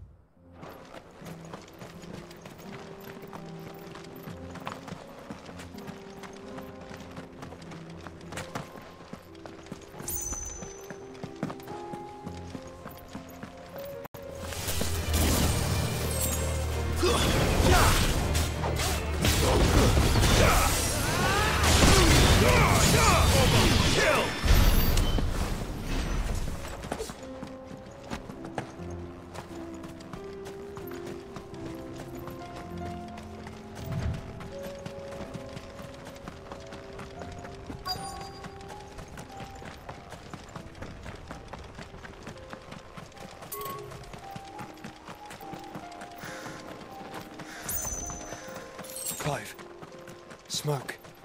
Is the city fallen?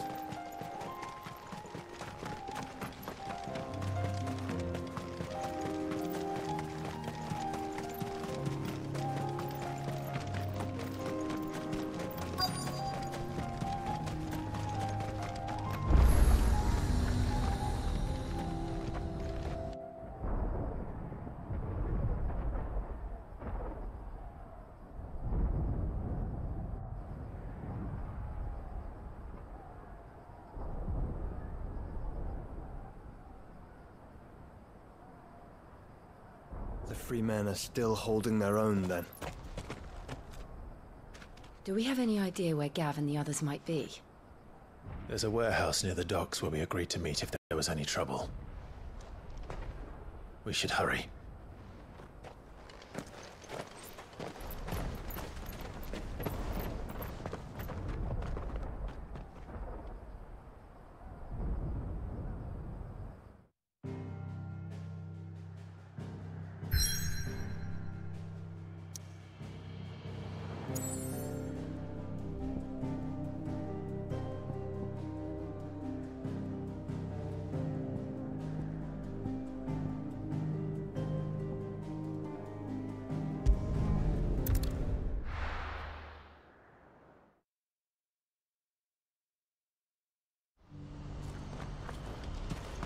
What's happened? The guards at the gate are in a right old panic. If we're going to do this, we'll need help. Then we'll have to find it, and fast. We cannot let this chance pass us by. Clive, your timing is impeccable. It just so happens that right at this very moment, we're in need of someone with your talents. And what talents would those be? Why, your fearlessness, and your skill with a blade. I'm listening. Well, as I'm sure you're aware, when these dark skies swept over the Republic, so too did a wave of chaos and confusion. Randalar has been particularly badly affected. Many of the capital's bearers have lost their masters, or taken the opportunity to flee them. None remain free for long, of course. Most find themselves under the protection of the Fist before they get far. But the army too is in disarray, and finds itself unable to provide for its new charges. Which means it has been looking to sell. And you've been looking to buy, to make sure these masterless bearers remain that way. Precisely. It's the perfect opportunity to free dozens more, and for an attractive price, no less. So where does my skill with a blade come in? Though we may have the funds to buy these bearers, we have nowhere to house them. So we've been searching for a place where they can be resettled. Somewhere far from the prying eyes of those who would see them enslaved once more. And we believe we have found one. Cashlock. A small hamlet hidden in a canyon. The place was abandoned a long time ago, but when the men moved out, the beasts moved in. And so we seek the aid of a fearless swordsman to encourage them to look elsewhere. You'll help, won't you? How could I refuse? Excellent. Theo, if you wouldn't mind making arrangements for the transportation of our guests, as we discussed. Of course. Leave everything with me. Sounds like you'll have your work cut out for you. I will. We have an entire village to stock and furnish. Residents and all. Even if I begin right now, I'll be working day and night. So I'd better get started. Try to clear the place out before the wagons roll in, won't you? I'll do my best. You will find a village in Chedra's Thread, past Leitney's Cleft. My man there will open the gate for you. All right. Wish me luck. I'm sure you won't need it.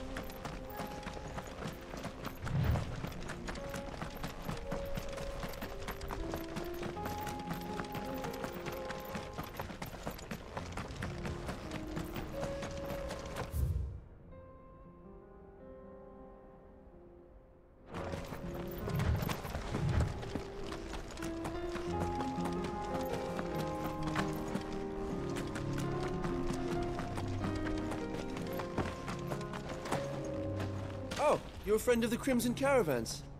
And by the look of you, I'd say you were the help they told me was on its way. Cashlock's just down there, if you'd be so kind.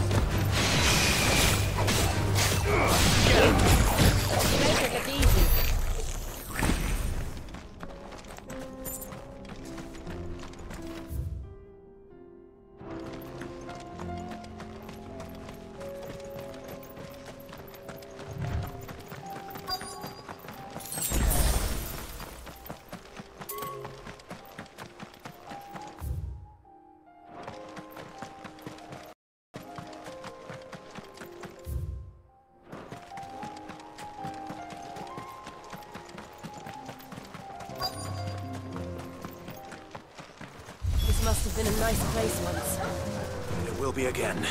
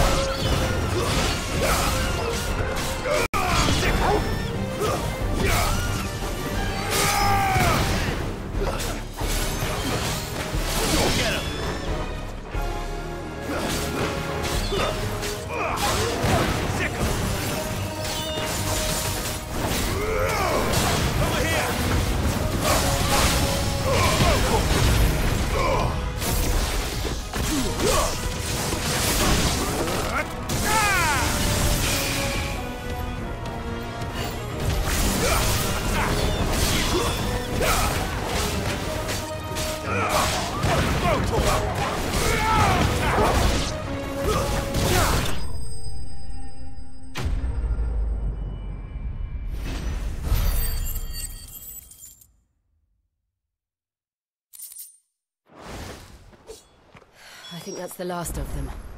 I think you're right. Let's head back to Boklat.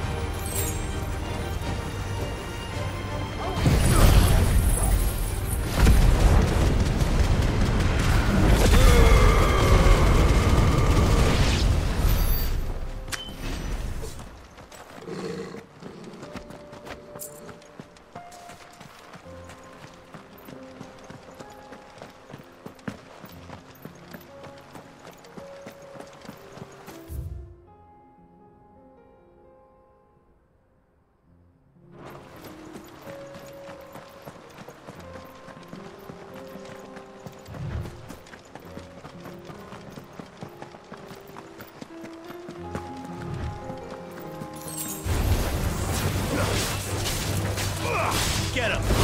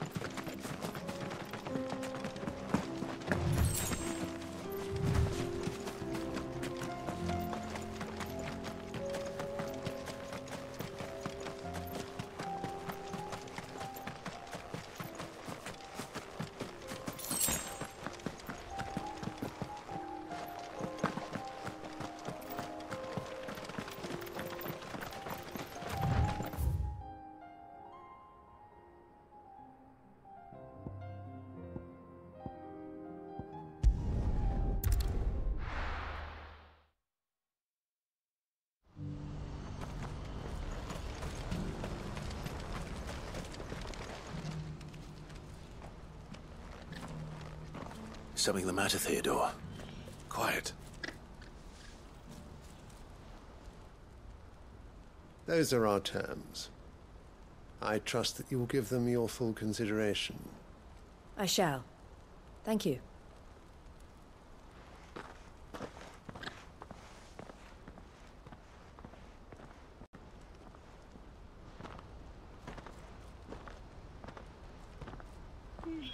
Him again.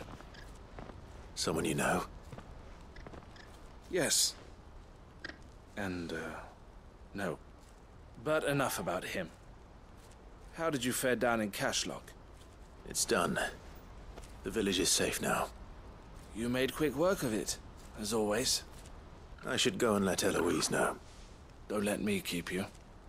But Clive, don't tell her I was watching her, will you? She'll only get upset. I'll explain everything once you've finished with your report. All right. We'll speak then.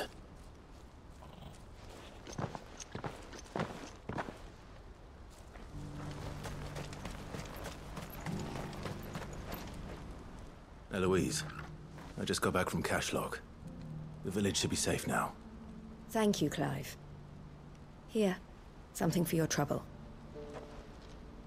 Well then, now that you have laid the groundwork for our little project, I suppose we'd better finish the job. The first thing we'll need to do is make sure our offer for the bearers is accepted. You're still in negotiations? We are.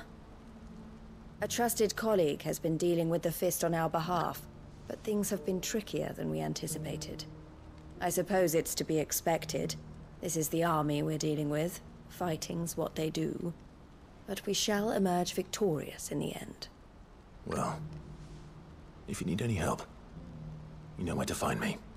I'm not sure I do. But thank you, all the same.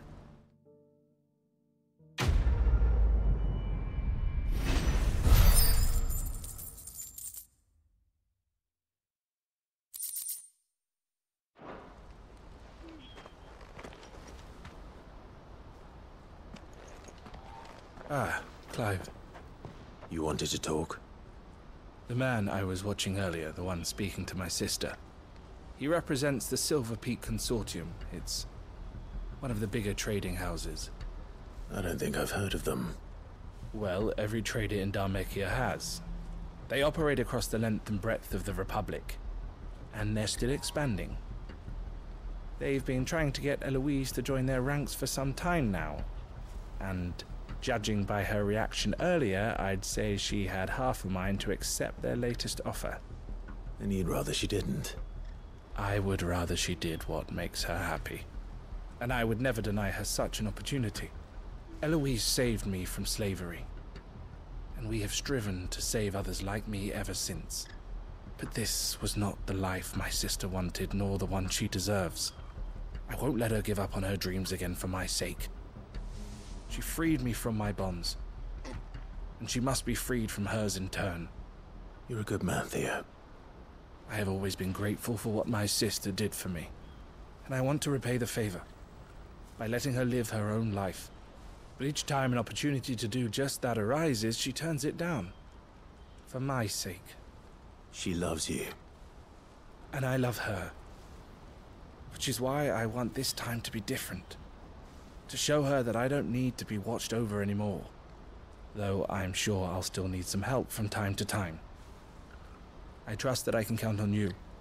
Always. Thank you, Clive. Well then, I had better get back to work. These bearers aren't going to move themselves. That's a job for the Crimson Caravans.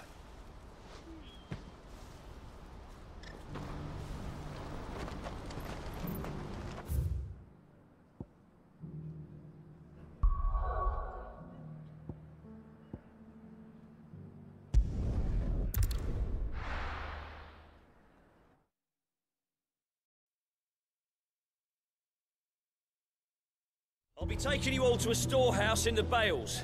Leave anything you don't need behind.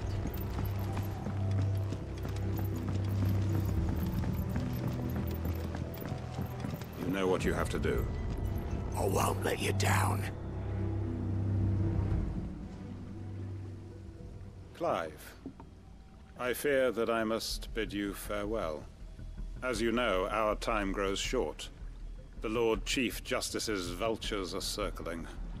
We must strike now. Before we part, I want you to know that, though I may not always have been your most vocal ally, I trust you, as I trusted your predecessor. Thank you. I appreciate the sentiment, and I understand more than anyone how you feel. But is revenge really the answer? It is the one I found. And it is all that I have lived for since that day. But what of Lostwing? Everything you've built. I built Lostwing to achieve this aim. Once it is done, the village will have served its purpose. My comrades and I are sure of our cause, and we shall fight to the last, come what may. But there are those among us who cannot fight. Children, the elderly, bearers afflicted by the curse. I would place Lostwing in their hands, if I thought it would do them any good. But a village home only to the frail and the infirm is not likely to stay a safe haven for long. And so, Clive, I find myself turning to you once more. Will you take them to your hideaway, that they might live even should Lostwing die? I will. Thank you. I will not have it said that I did not see to the well-being of those who rallied to my cause. The people I speak of have withdrawn to Gotan's Bales, away from danger in case the Black Shields strike. Understood. I'll make sure they get to the hideaway safely. Then the last of my preparations are complete. Fare you well, Clive. And may Griga guide us. All of us.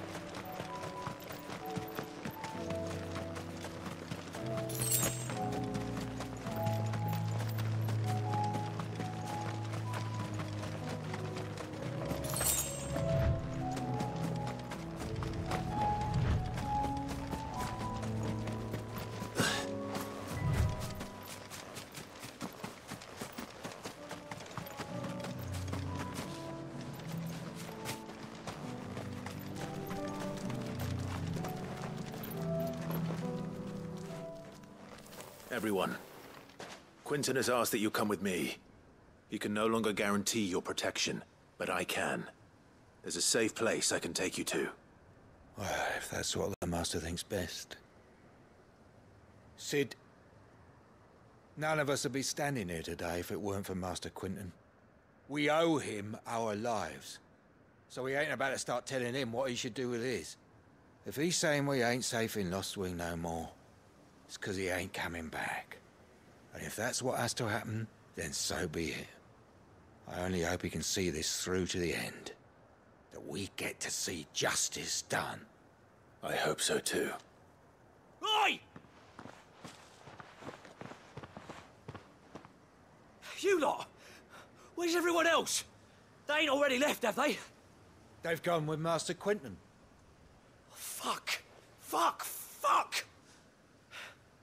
What's wrong? I've just come from the Justice's manor. We have to get Quentin to call off the attack. It ain't just the Black Shields protecting the place. He's got a guard dog and all. A fucking monster. They don't stand a chance against that thing. If I don't get the message to them, they're all gonna fucking die. No.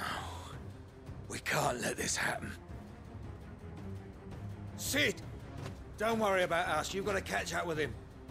We can't let Quentin die before that bastard does. All right. I'll do what I can. Where is this manor? It's way over to the east, through the woods. Heaven Hall, he calls it. Promise us, Sid. Promise us you'll do what you can.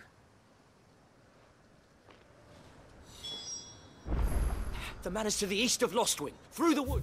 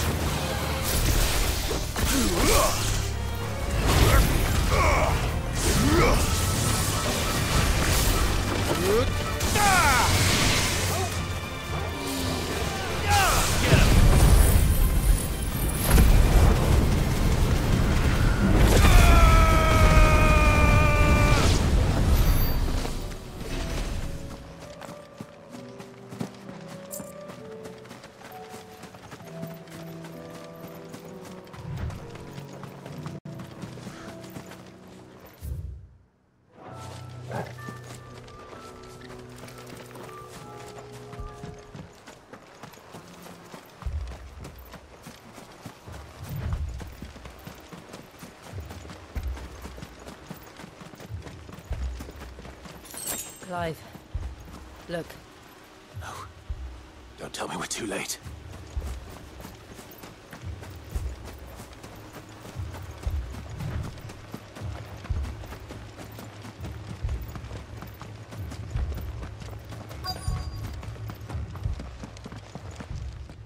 Quentin, are you all right? No. But I am alive. Which is more than I can say for my comrades. They followed me without question all the way here. And they died. For nothing.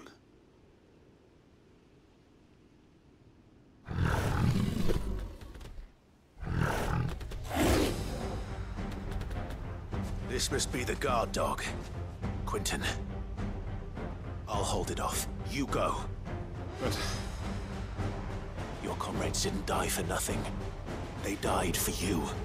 Don't let their sacrifice be in vain. I won't. Come on, then. That is normally guard dog. No. Just a rabid beast that needs to be put down.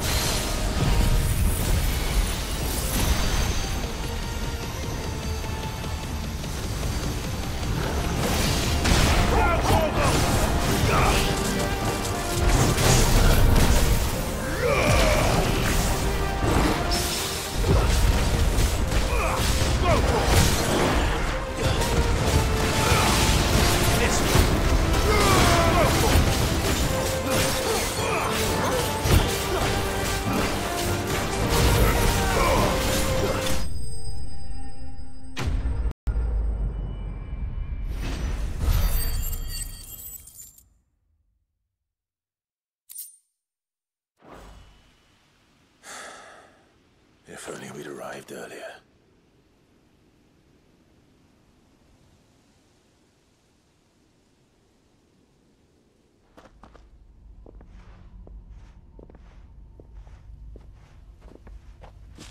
Is it over? It is. He wept and begged for mercy. And I cut him from ear to ear. Just as I dreamed of doing all these years. All my plans. Building a haven in Lostwing. Freeing bearers from their chains and recruiting them to my cause. It was all for this. But what is this? Justice? My faithful comrades. All those lives lost. So that I might take another. Quentin. Master Quentin! Oh, thank Grieger you're safe. You're alive. And so are you. I'm so sorry. I tried to warn you about that thing. And I hate to say it, but there's more bad news. It's Lostwing. It's been flooded. What?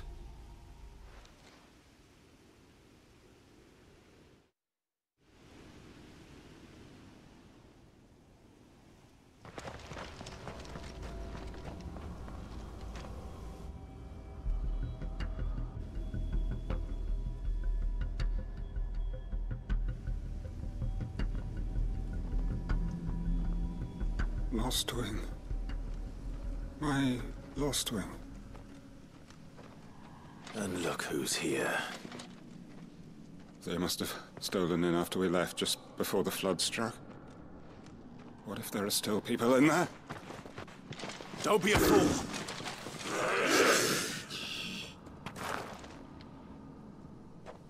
Damn it.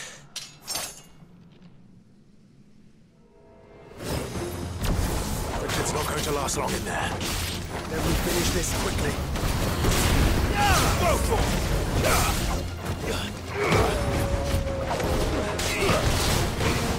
Over here!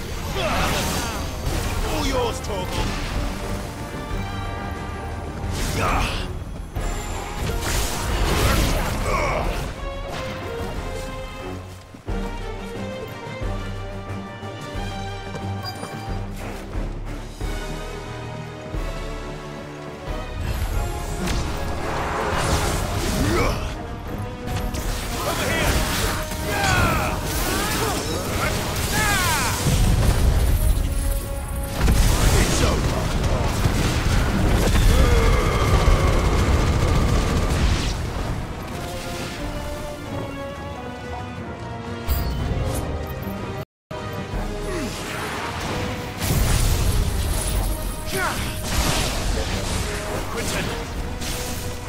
Hold on. I'm gonna get you out of here.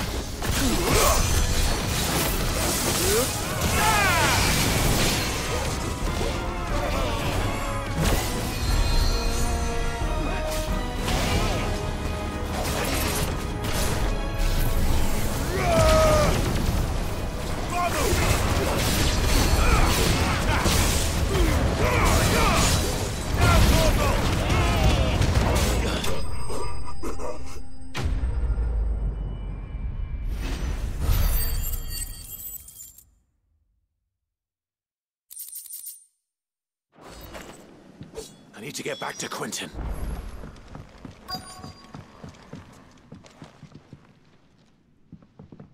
Quentin!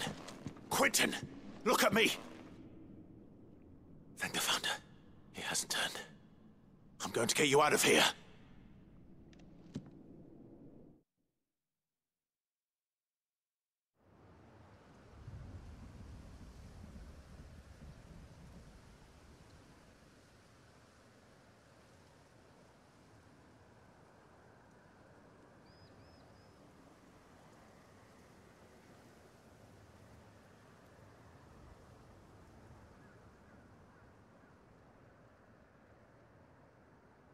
Welcome back to the land of the living. Is Lostwing? The flood has filled the valley. I see.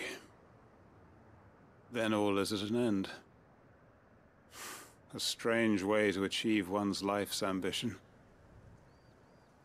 No, Master Quentin. Save your strength. Why?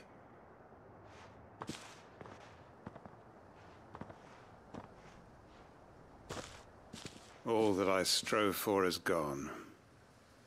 Only emptiness remains.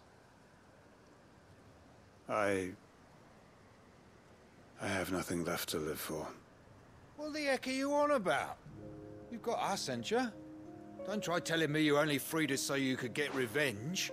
We're more than that to you, and we all know it. I thought you weren't coming back.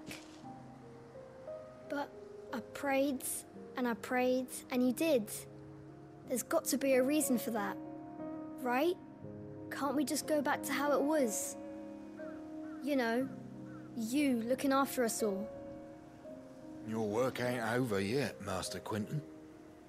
We believed that you were the right man to lead us, and we still do. Your village may be lost, but it seems your people aren't, so long as you remain to guide them. But why? After what why would anyone follow me? 'Cause we're family, aren't we? Family? Yeah, and all our comrades who went with you, they felt the same. Lostwing weren't just a village. It was all of us. It was. And as long as we're still here, it is too. We can start again. Build a new Lostwing, right here in the Bales.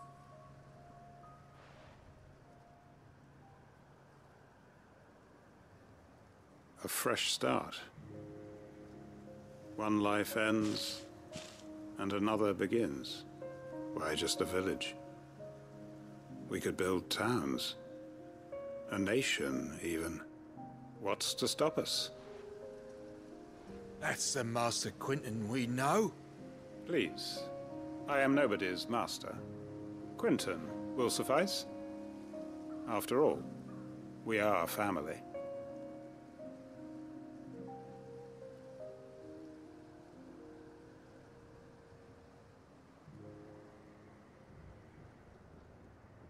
Permit me to withdraw my request. I will no longer be needing your help in looking after my people. I'll pretend you never asked. But you must be rewarded for your efforts on our behalf. You saved my life twice over. And more besides. A bottle or two of your finest red will suffice. Of course. Nothing but the best. And I have a feeling that this year's vintage will be the finest yet. If you don't mind waiting, that is. I look forward to it.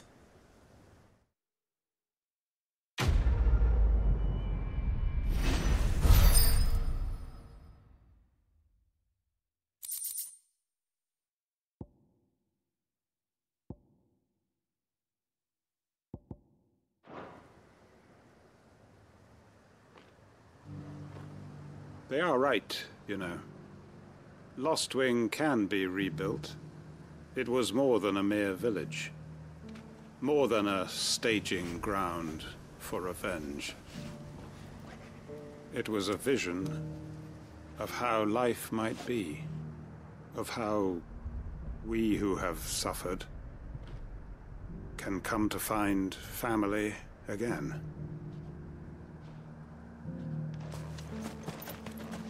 We may be bruised, we may I'd be have followed Quentin to that manor if I could have done, and I'll keep following him now.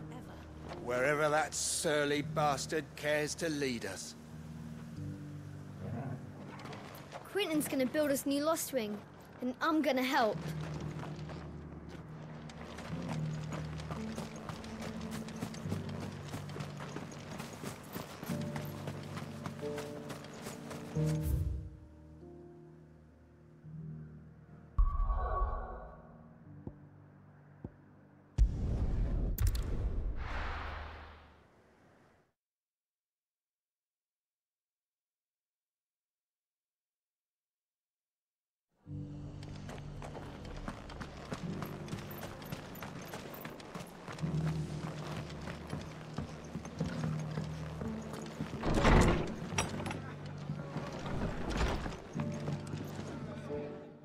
Clive, just the man I was hoping to see. Oh? And why is that? You remember how some of Sir Wade's guardians took up residence here after the Akashic attacked? Well, now the rest have come to join him. Seems their barracks in the Lazarus have been lost to an ether flood. Now, I don't mind having a few more brave boys around to keep them animals at bay. I ain't daft after all. But we ain't got nowhere for 'em to bed down. Poor buggers are having to make do with haylofts and chocobo pens. I'd build 'em a new barracks here if I could. But where would I put 'em? There just ain't enough room up here on the rock. Which leaves us in a bit of a pickle. The people we're counting on to keep us safe are living like beggars. I see. And it isn't just that lot. There's bears to think about too. There's been more and more of them turning up lately, coming from all over looking for safe haven. But there's only so many we can shelter with the room we've got. We can't keep cramming more and more people into less and less space. What we need is a new home for our new arrivals. And that's what I was hoping you might help me with. If it ain't too much of a burden, of course. It's no burden. Thank you, Clive. So, where were you thinking of making this new home? Well, I reckon we could do a lot worse than Eastpool. Eastpool. It's been a long time since I thought about that place. It was a tragedy, what happened. And if any of us could have done anything to stop it, we would have. But what's done is done. And those who lived there wouldn't have wanted the village they loved to be left in ruins. I suppose you're right. The blight might be pressing in, but I reckon it's got a good few years left in it yet. There's just one problem. A band of cutthroats have made it their den, and they don't seem like they'll be moving on in a hurry. Nasty bastards they are too. I've lost some good men to their raids. Would have sent someone to clear 'em out sooner, if my boys didn't already have their hands full fending off the Akashic. But now we've got a few more Guardians of the Flame to call on. I reckon it's time we made our move. What do you say? Fancy leading a raiding party? I do. Eastpool was once home to people I loved. I won't have bandits sully those memories. I'll gladly drive them out of there. And I know the men will gladly follow you. I've already shared a few thoughts with Sir Wade about how we might be able to win the place back. And I dare say he's got some ideas of his own too. Why don't you go and talk to him? Of course.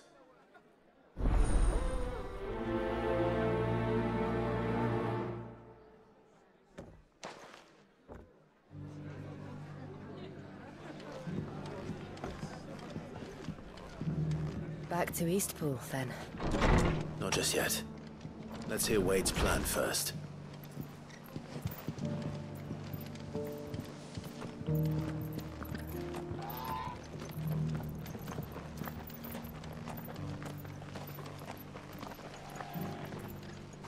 So, Wade, it's good to see you well. And you, Lord Rosfield. And you. I spoke with Martha. She tells me you have plans to free Eastpool and make it your own. That's right, though it was mostly her idea. I rather fear my men have been treading on her toes somewhat since joining us, not to mention each other's. And then there are the bearers, men and women who found the courage to flee their masters and sought refuge here. We need somewhere to settle them, and I can think of worse places than Eastpool. As can I. Which is why I agreed to help you win it back. That's very kind of you. I'd be most grateful if you would. With you beside us, we shall soon send that rabble of rogues running for the hills. So, what can you tell me? That thankfully there aren't too many of them. Fewer than a dozen at our last count. And rather less, thankfully, the road that leads there will more than likely still be crawling with Akashic. A small force would suffice to clear the village, but if the Akashic were to follow them in, that force could end up trapped between a rock and a very hard place indeed. I'll head into Eastpool and deal with the bandits. You and the Guardians can stay outside the village and fend off any Akashic who come too close. Make sure I'm not taken unawares. I can't ask you to bear all that risk yourself, my lord. The Akashic are the bigger risk. I can handle a few bandits. Well, if you're sure, I shall summon my men at once. Shall I wait for you here? No need, my lord. You go on ahead. We'll be with you before long. All right. I'll meet you at Eastpool then. We shall see you there. And may victory await our coming.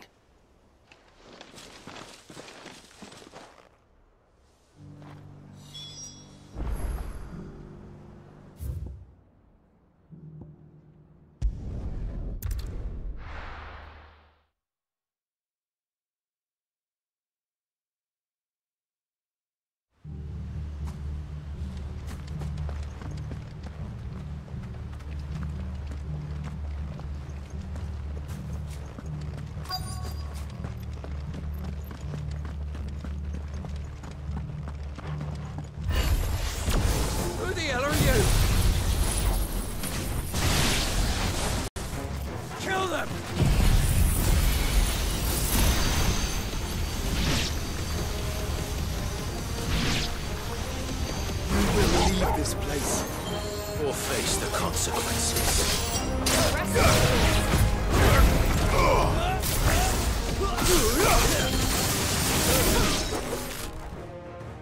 That's the end of that, then. Or maybe not. What's that thing doing here? Doesn't matter. It goes too.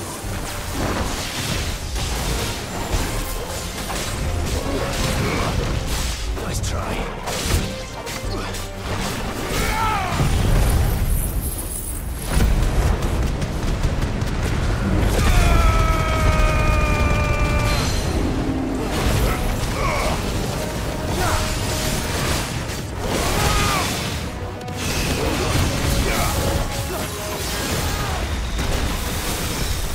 Too slow.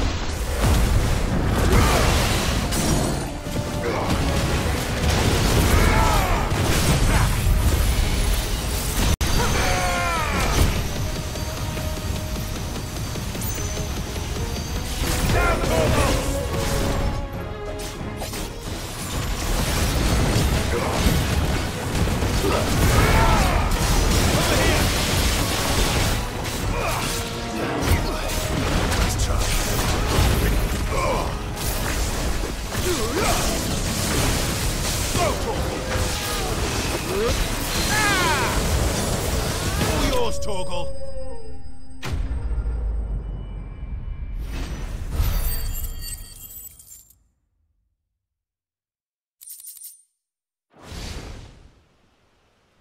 Any more surprises?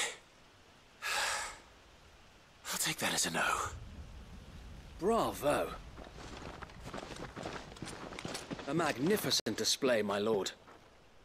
You were watching? I thought you were keeping an eye out for a Kashik. We were. Put down more than a few on the road, then arrived just in time to see you slay that... whatever it was. Let's hope it was the last of its kind. Though I expect you and the Guardians will be up to the challenge should another appear. I would hope so, my lord. Your men will be bringing the bearers who'll be living here, I assume. It might be best to send word for them to come right away, before any other unsavory characters move in. Of course.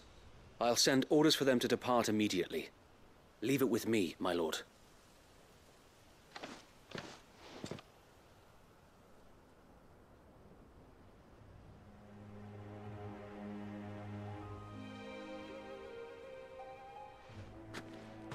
Home. Without masters. No. We're the masters now. Our lives are our own at last. That's all of them, and not a single Akashek in sight. Now to begin the important work of rebuilding the place.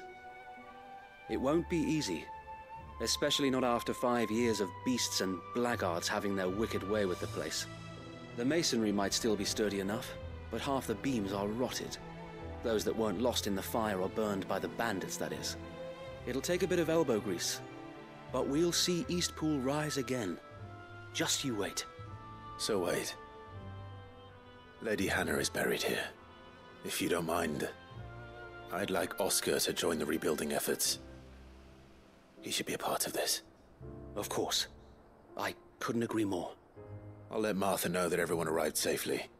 If you need anything more, you have only to send a Stolas. And we will, my lord. Safe travels. Eastpool lives again. Let's go and tell Martha the good news.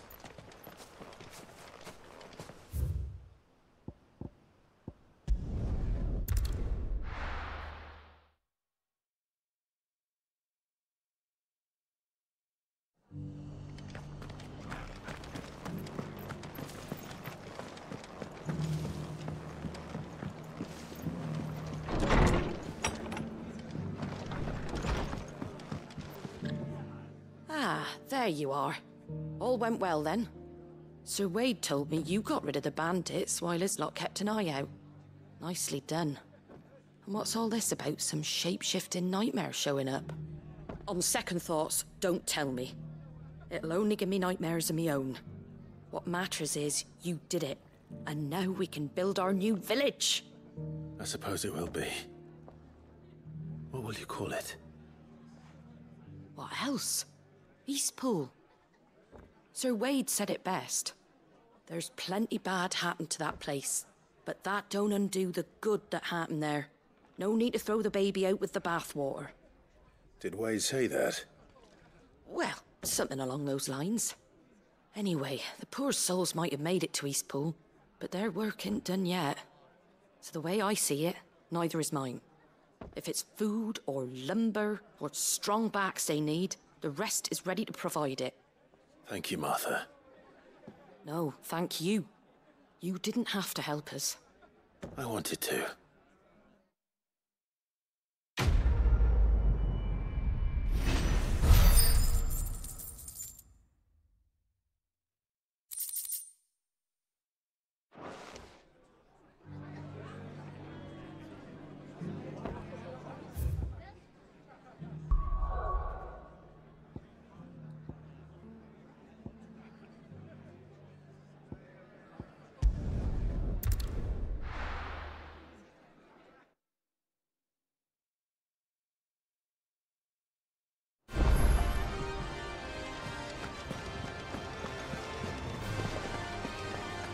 Did you see that? Tell me you saw that.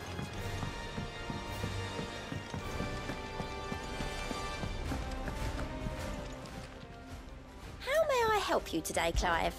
Is everything we've received and everything promised? Here you are. Come again. I may have more for you.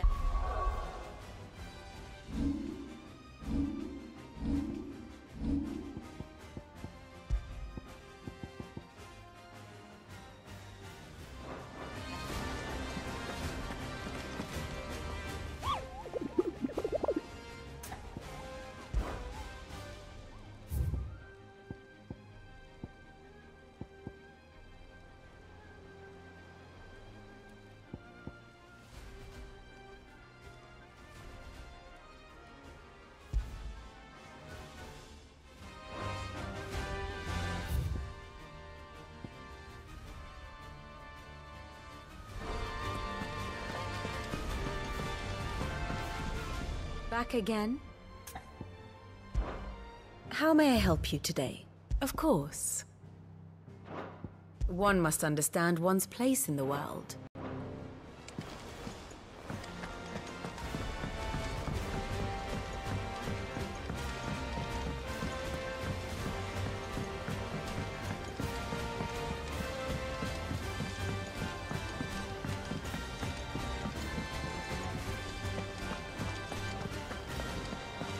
Do you see the pair that got pulled into time?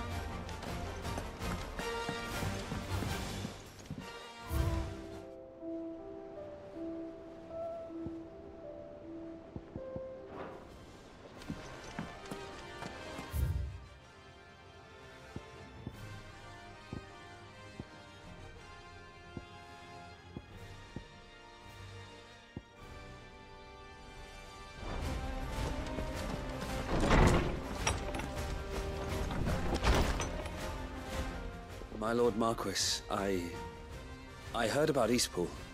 That some of my fellow Guardians are to build a new home there. Both for themselves and for Madame Martha's bearers. Is it true? It's true. The village is to be rebuilt. I have many fond memories of Eastpool. When I was a child, we would visit my aunt and uncle often. They would lavish attention upon me as if I were the son they never had. I went to see Aunt Hannah after my uncle passed away, but not nearly as often as I should have. Oscar, I'd like you to assist Sir Wade in the rebuilding efforts. But my lord, my training is not yet complete. I couldn't possibly. I warned you I might not be the easiest of masters, but I'm not as hard-hearted as that.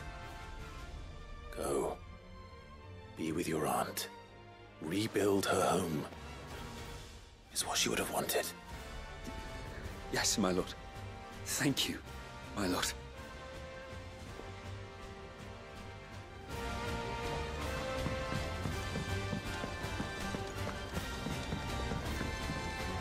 Trouble with your gear, or so will it be?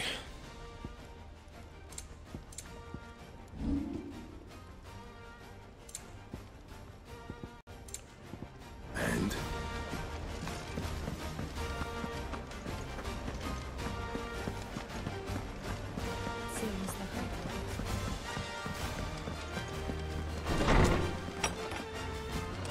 There's a storm coming soon. I was wondering when next you'd visit. I have compiled some new entries, if you would like to see them. If you have a question for me, I should be happy to answer it.